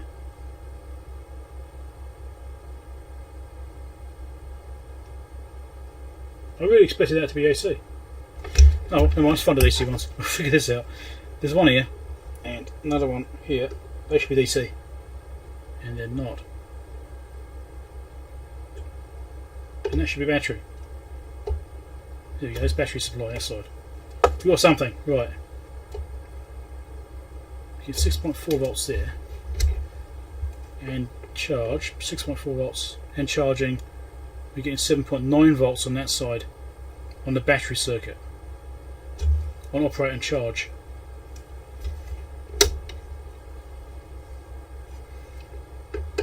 Between there and there, getting 12 volts DC. Oh, it must be getting this backwards then. I wonder if his part numbering's wrong. That's weird.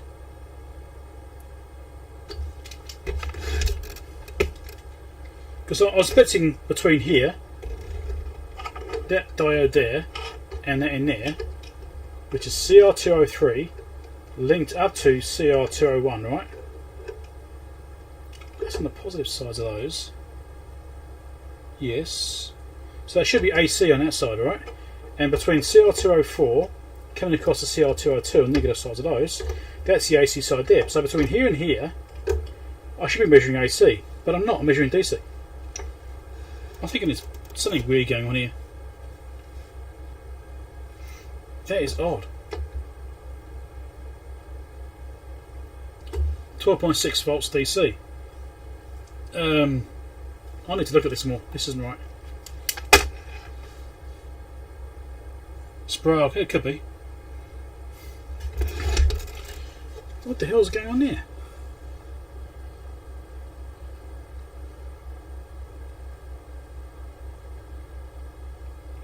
Negative side of 204 is going to the earth, and it is. Positive side of CR203 goes to CR205.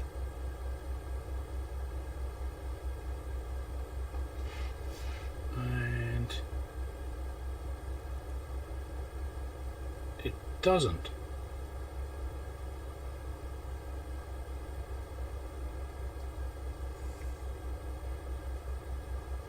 Does it? CR202. Ah, these are wrong. These two numbers about the front.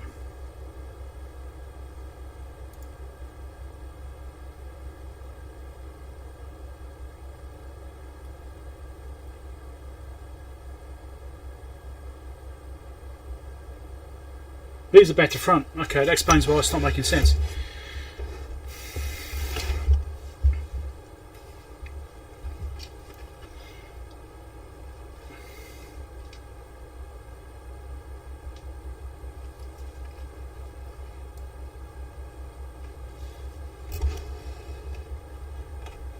Put this up and up so you can see it, maybe.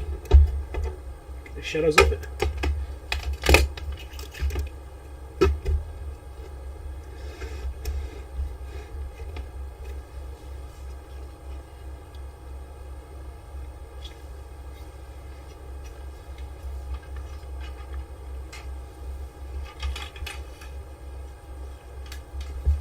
Some more coffee before it goes cold.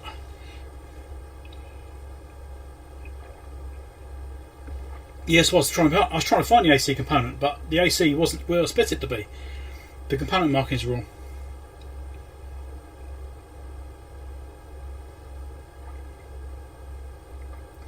Could be 90 degrees tilted. Yeah, 180 degrees. You mean? Everything's on a slight slant. Makes it really hard to put shelves up.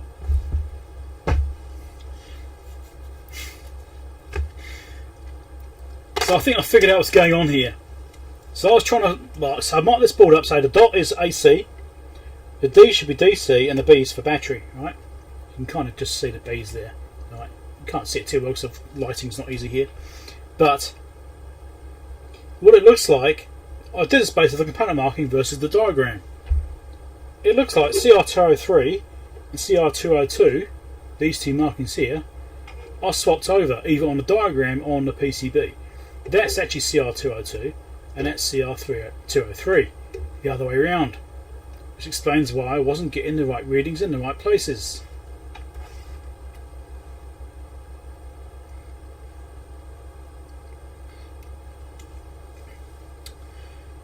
So that is still on. So it means I should be getting DC across there, 6.2 volts. And I should be getting AC between here and that one, 6.5 volts AC.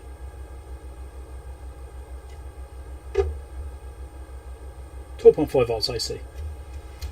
Perfect. Oh, let's just zoom out a bit.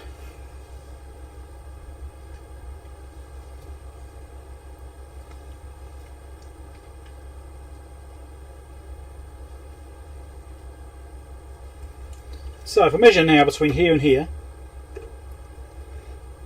you're getting 12.55 volts AC. I measure across that diode, you get 6.6 volts AC. That's fine. If you've got DC mode, it should be across that one. 6.2 volts DC, and was it that one? No, that one there. 12.55 volts DC. Yep, so we're getting those voltages there, that's fine. And the battery one will be the battery one. 6.5 volts there, and to that point, 12 volts DC. So yes, reference voltages in case you ever need to know the voltages that are running on this power supply.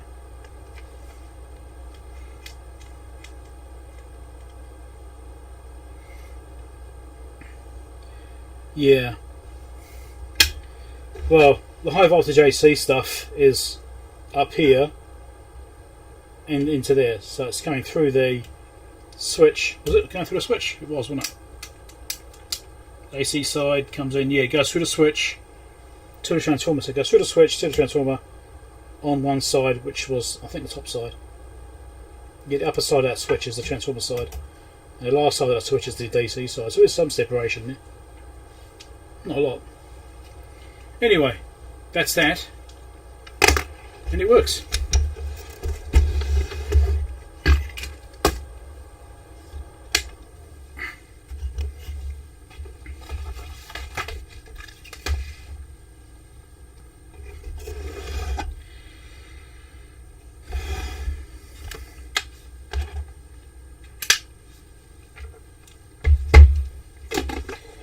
So now what? I mean, it should be recapped, but it's working absolutely fine. The caps on the power supply look absolutely fine. To be honest, I can't be bothered. Normally, I'll recap something. You know, you guys know this. You know, I'll do that normally, but I'm feeling lazy today. They measure fine. I might just leave it as it is. I mean, I'd like to know what year this thing was built.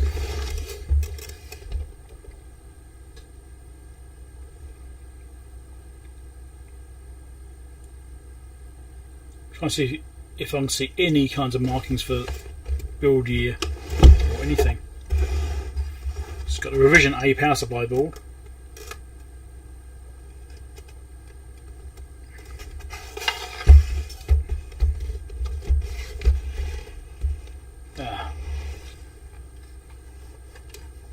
Fluke number 17, operator 17 built it, or did a QA check.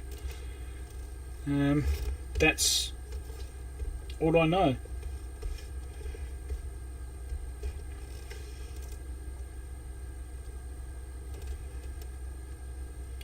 Yeah, I cannot see anything which gives a date.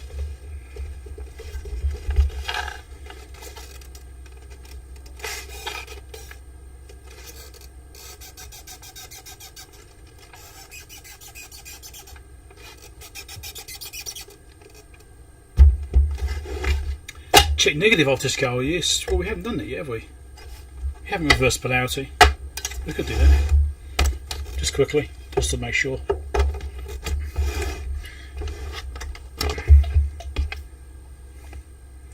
Reverse polarity. 1 volt range.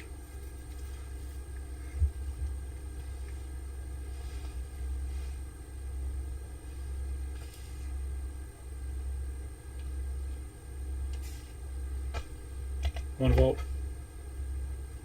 Maybe 300 millivolts. Yeah, but that might be the 1 volt range.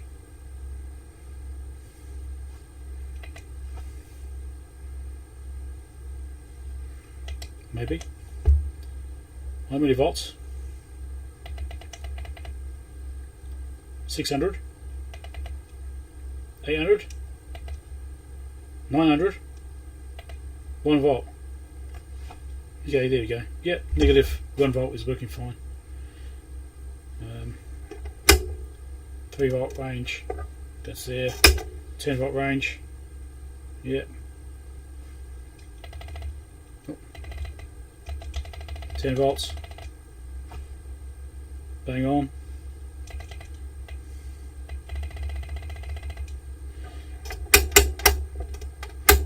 200 millivolts. It's fine. 10 millivolts. It looks fine. Just check the 30 as well, shouldn't I? Make sure. Yeah, that looks alright. 1 millivolt. Yep. And yep. 100 microvolts. Probably have to do the zeroing again, won't I? That's just looking right there. 300 range. Yep, that's looking alright. 100 microvolts. That's looking alright.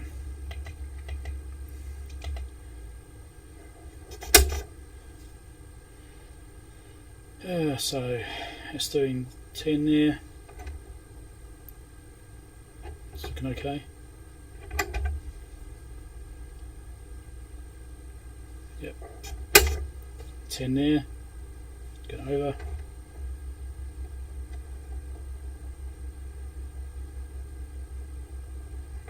Going over very slightly on the negative side there. But that's alright. It's working. That's fine.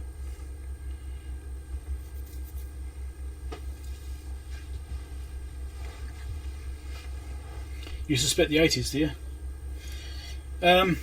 Yeah, I mean, I don't know. I would like to find out. I mean, it's got a serial number of 2785009. I don't know if serial numbers will give away the year. I don't know. Some, like HP, I was saying earlier on in the video, or in a live stream, whatever. The HP units, they've got either 3 or 4 digit starting of the serial number. If it's 3 digits, the very first digit is the year plus 1960. If it's 4 digits, it's the first 2 digits plus 1960, gives you the year.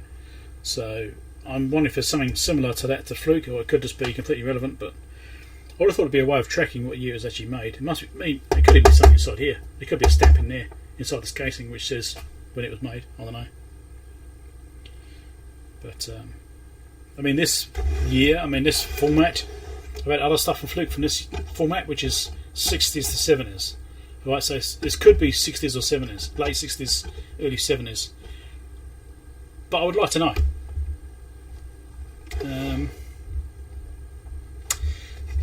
Actually, I'm just looking on top of these transformers here. These transformers have got some markings on them. Let's just turn the power off before I touch something. So, can you see down here? 7541.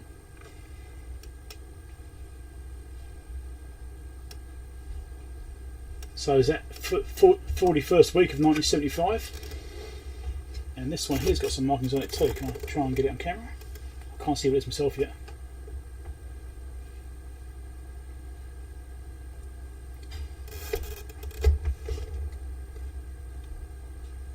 I don't know, 7041? That blows out of all in, doesn't it? Don't know, makes you wonder.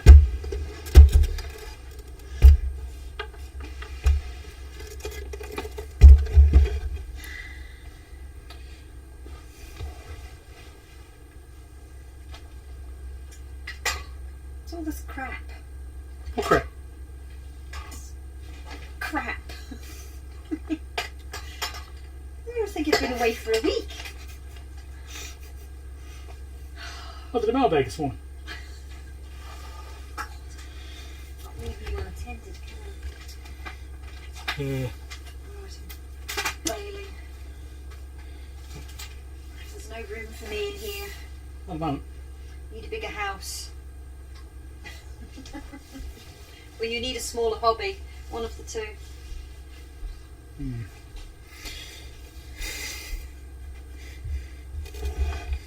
Oh, capacitors and no chocolate. Yes, indeed. Shh. Right. Certainly 70s looking, could be early 80s, yeah. I mean, the manual here was... this one here is 1981. Just there, 1981. But originally 1967. So this one's printed 81, originally 1967. So they actually ran these things for quite a while. You know, it's a 14-year production life, at least on that one. So, somewhere in that range. It could be later than that even, but that's just what's on that manual. Anyway, it works. So I should finalise this video.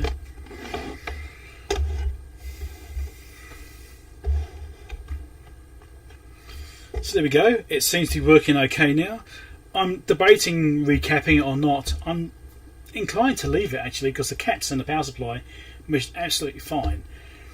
There's no borderline issue there. It's like, oh, they look a little bit on the high side. No, they look perfect. So I'm inclined to leave them alone. And now this goes against everything I'd normally do. Right? Normally, if it's a power supply, especially if it's power supply, if it's caps and it's old equipment like this, I'll just recap it regardless, even though it tests okay. I'm feeling lazy today, and I'm going to do the unthinkable and not recap it.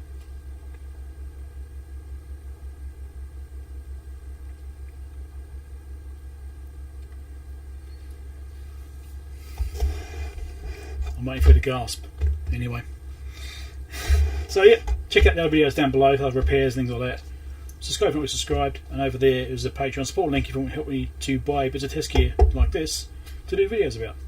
Catch you later. Right, that's all that done. Put the cameras back on before I change your mind.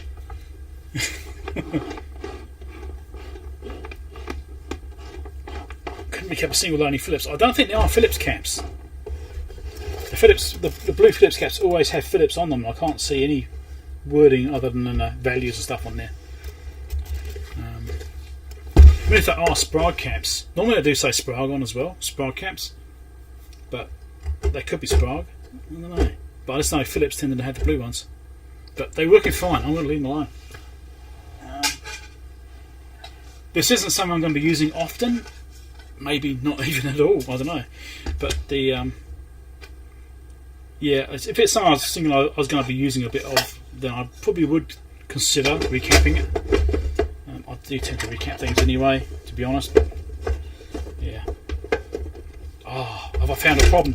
I found a problem, look at that. Oh, look at this. It's sitting on the casing. I have to do a bit of casing away so I can get that on. And the bottom will be the same. That's a bit of a fail, look at that. I've got a fail. I'm going to get your thing back in. Get in there. It's sitting a little bit high. I have a fail.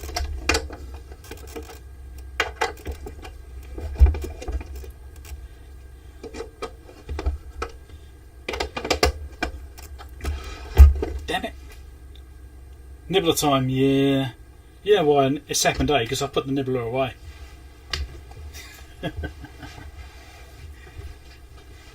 That's fine.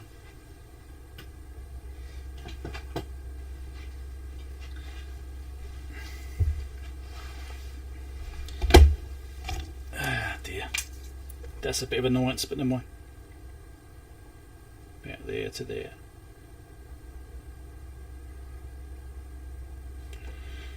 Probably about that far.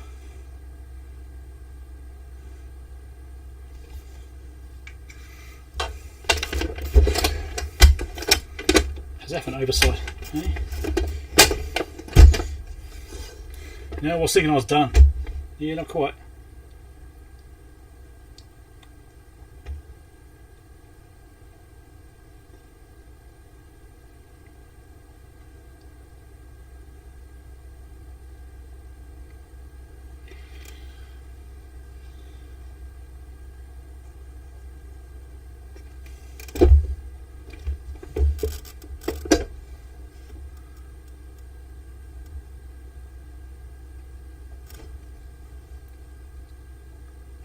Not quite where I placed it, I think. It was slightly wider. Right. Let's fix this small oversight, shall we?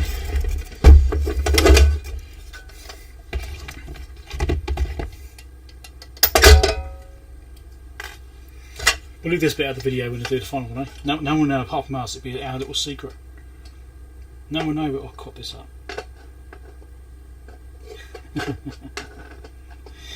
Come on, get on there.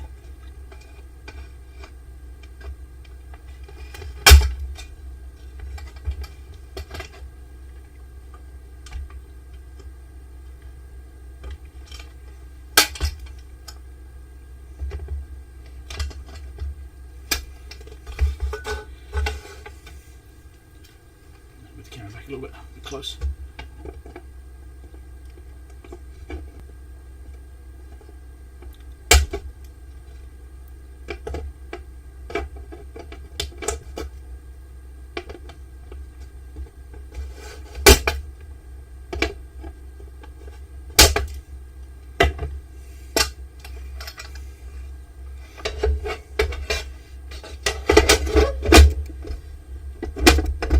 Perfect.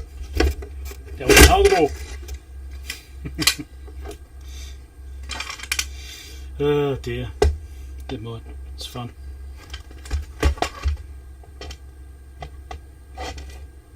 Get this one out of place as well, isn't it? Problem is when I put the nibbler in place I can't see where the lines are.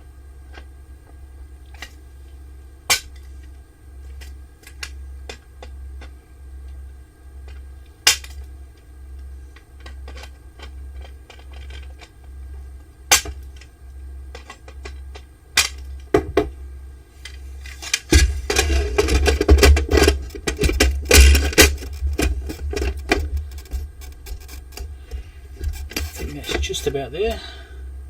I'm slightly one side from where I wanted to go. One more little nibble. Just the one.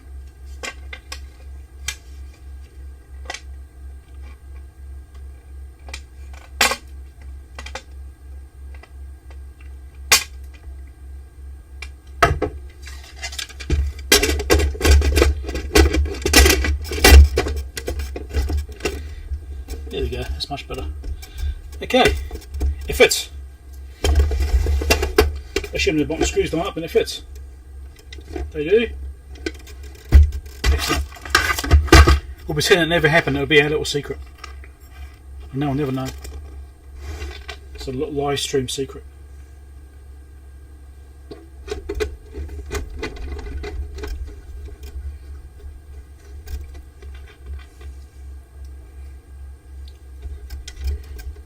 So Amperix, I reckon.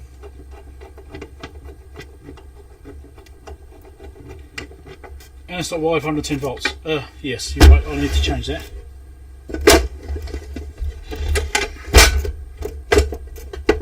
I'll relabel that.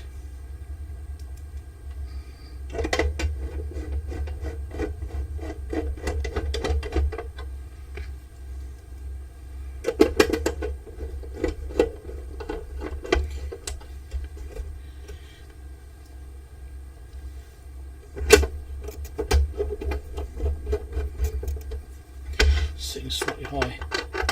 There we go.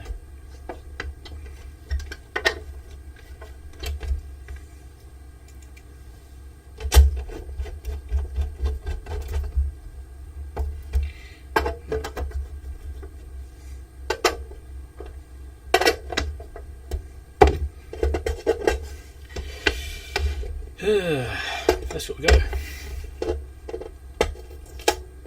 Just like that.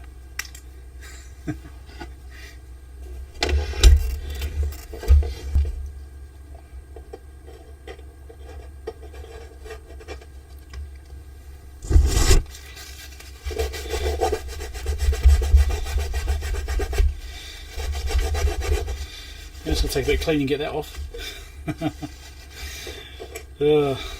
Old labels.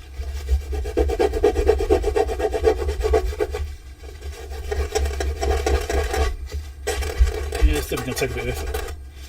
Right, I'll spend some time on that later on. Let's do a label for this.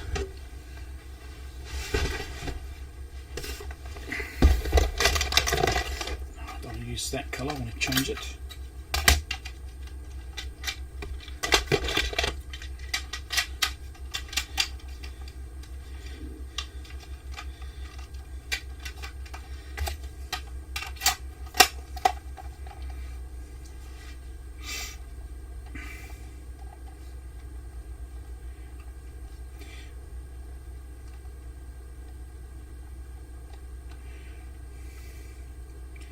I should do milliamps. I call it 100 milliamps.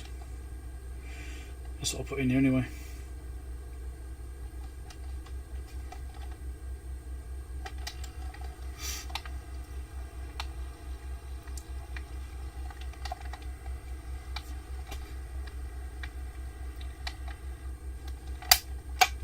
New label. Done. We're almost done. I suppose it doesn't count until I actually attach it to the unit, does it?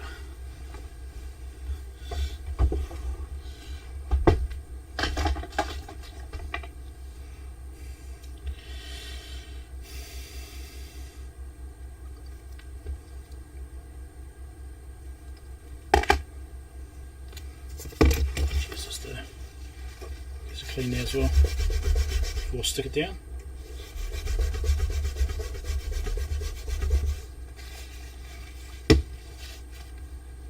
Well, I could put it in there instead, but I'll stick it there. So nothing, yes, exactly right.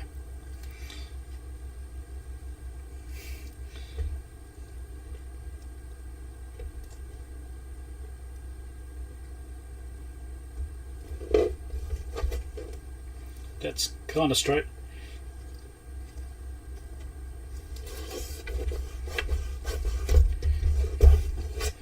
Right.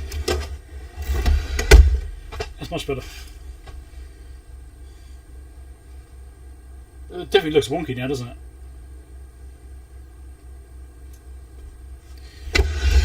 Yeah, fixed. Cool. Right. I think we're done for that. At least that's that project done. Now the question is, what am I going to do with it? It's part of the problem is test gear. It's like, well, do I keep it? Do I sell it? It seems to be working nicely. Goes down to 1 microvolt. Not many things I've got that can do that. Obviously, it's battery pack. That's something I need to do. So I probably will do more work on this and figure out a battery pack setup and do that part. So I probably will revisit this in more detail and maybe a second video or something like that. Yeah, I think I'll probably look at that. Maybe look at adding a battery pack.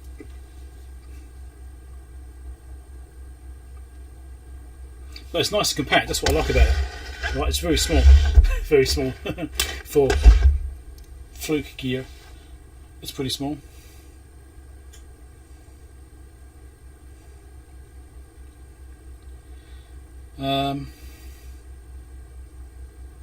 Yeah, I don't know. Do I keep it or not? I'm thinking now. I have to think about this more.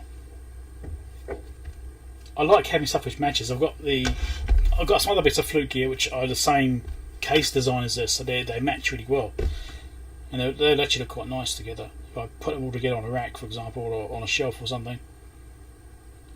And this is definitely a precision instrument, and it's without any calibration. It's bang on without changing anything. Oh, keep it or not? I don't know. I'll think about it. It's not a decision to make right now. But if it does want to do these low values, you know, these microvolt levels, and I do need to do the battery pack modification as well. But that's okay, that's not a big deal. It's relatively straightforward. Right. You gonna go blind for a second? Let's put these away.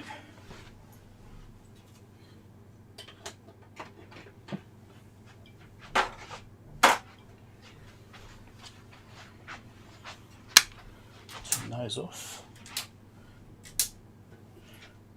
And that one.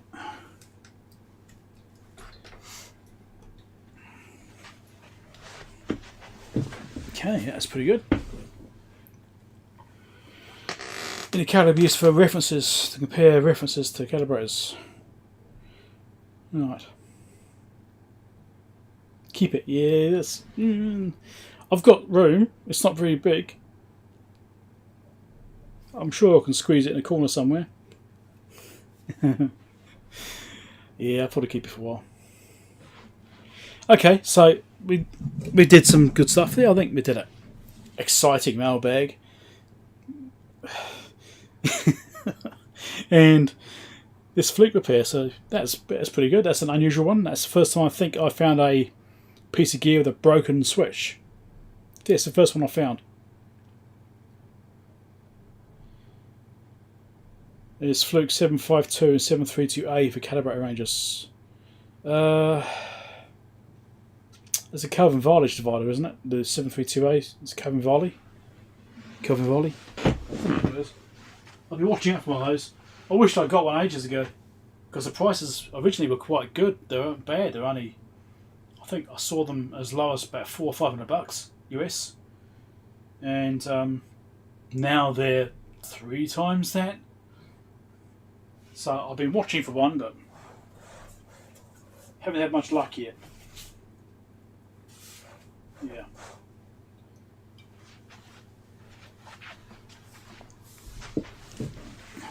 Hammond divider, right.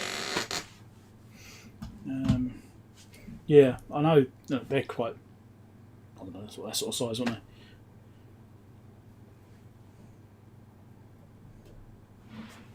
they? Radios, yeah. Does divide by 10 divided by 100. I actually built myself some dividers. Yeah, we got this side actually.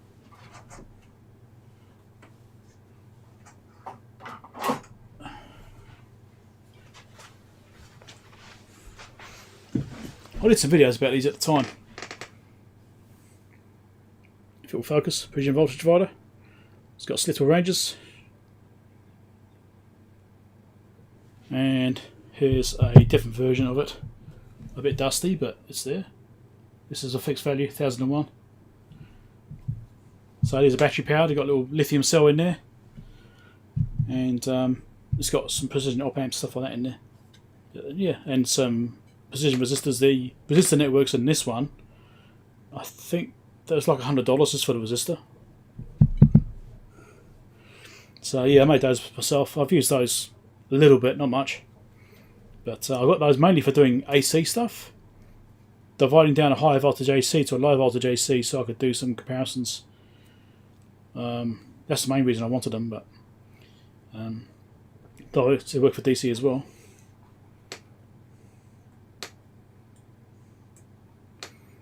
Compared to 1 volt and 10 volt, 100 millivolts, yes.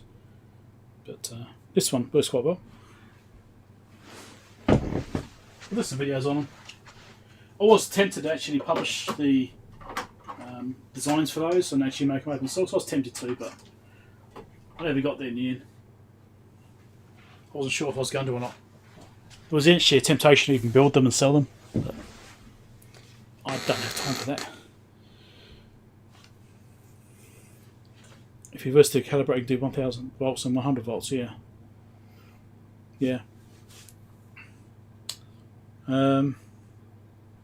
Yeah, I mean, that's the 752. I don't think I've seen. The 732. I have to look. 732, I think, is on my watch list. My search list. Now I'm looking.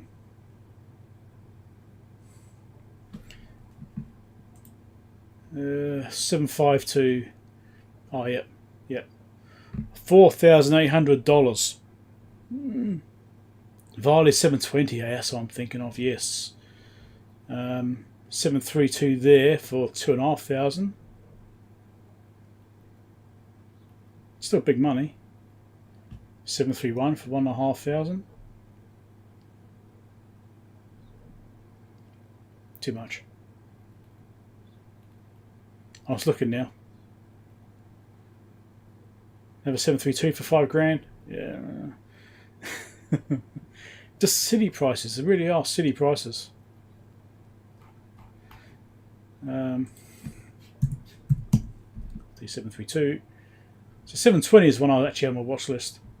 And I have looked at the 732s, but the money's just been ridiculous. Like, you're looking $5,000 for one of those things. All the ones on there right now on eBay. Ooh, here's a good one for any of you guys. There's a Fluke 341A DC voltage calibrator. Currently $153 New Zealand from the UK with a $100 shipping estimate. Ooh, that's a good price. 732 is now C, is it? Oh yeah. Yeah, 341. I've got a 343, which has got an extra digit on it. Nice. Yeah, I think I can show you that. Yeah. There we go. This beastie here.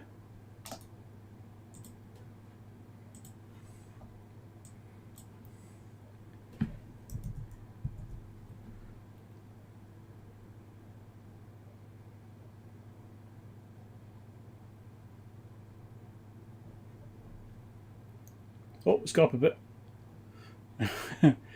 No, it's bids, open for bids. So it could end up going a lot more than that. But currently, that's a good price. It's one of them. Exceptional price. I think I paid $800 New Zealand for mine. But the price has gone up a lot since then. I got that probably 5 years ago. And the price is probably 4 times that now. Ridiculous. Yeah.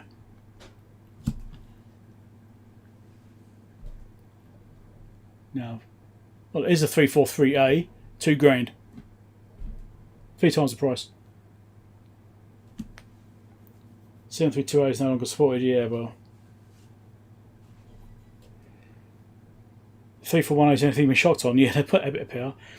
When I did my 343A, I found that the tops of the capacitors inside are actually live. The casing was live. And I got a slight tingle of fun. It's like, oh, okay, that's careful of that. So you have to watch out for those. Yeah. Anyway. So we choose something, that's good.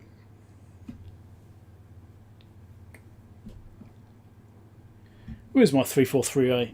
I think I've got it in storage out the other side there in the other lab. In my drawers like these ones, I've got another set like this. Well, I've actually got about 5 sets of those out there, up along one wall. So I'll switch right behind the front panel. Yeah. That multi-wafer switch where it's got several sections in it. Yeah, well, a few sections that goes through a couple of walls. Yeah, be careful of that one. But the caps is what caught me out. I was expecting the body of the cap to be live. Turns out it is. It's only half voltage because there's 2 in series. Anyway, still hurt a bit of a tingle. Anyway, I'm going to call it a day. I think I've done a decent stream. I've got to clean up this mess to keep my wife happy so she doesn't deal with this. So she can come and use her office space, that little corner she has. The one corner. Give her one corner back. Since I've kind of taken it over a little bit. And she can go and do her work then. But I can always go and say hello to her properly. And, you know, I haven't actually greeted her properly. She went out yesterday morning to go to an event. And anyway. Alright, so thanks everyone for dropping by. Give us a like before you leave. And, yeah. I'll catch you in the next live stream, whenever that's going to be. I might be able to do one in a couple of weeks' time. Maybe 2 or 3 weeks' time I'll do another live stream, so make sure you watch out for that on the YouTube channel popping up. And if you're not already on my Twitter feed, if you're not on my Twitter system, then follow me on Twitter as well, because I announce it on there as well when I do streams, or going to do streams. Alright, I'll catch you later. Thanks for dropping by. And I'll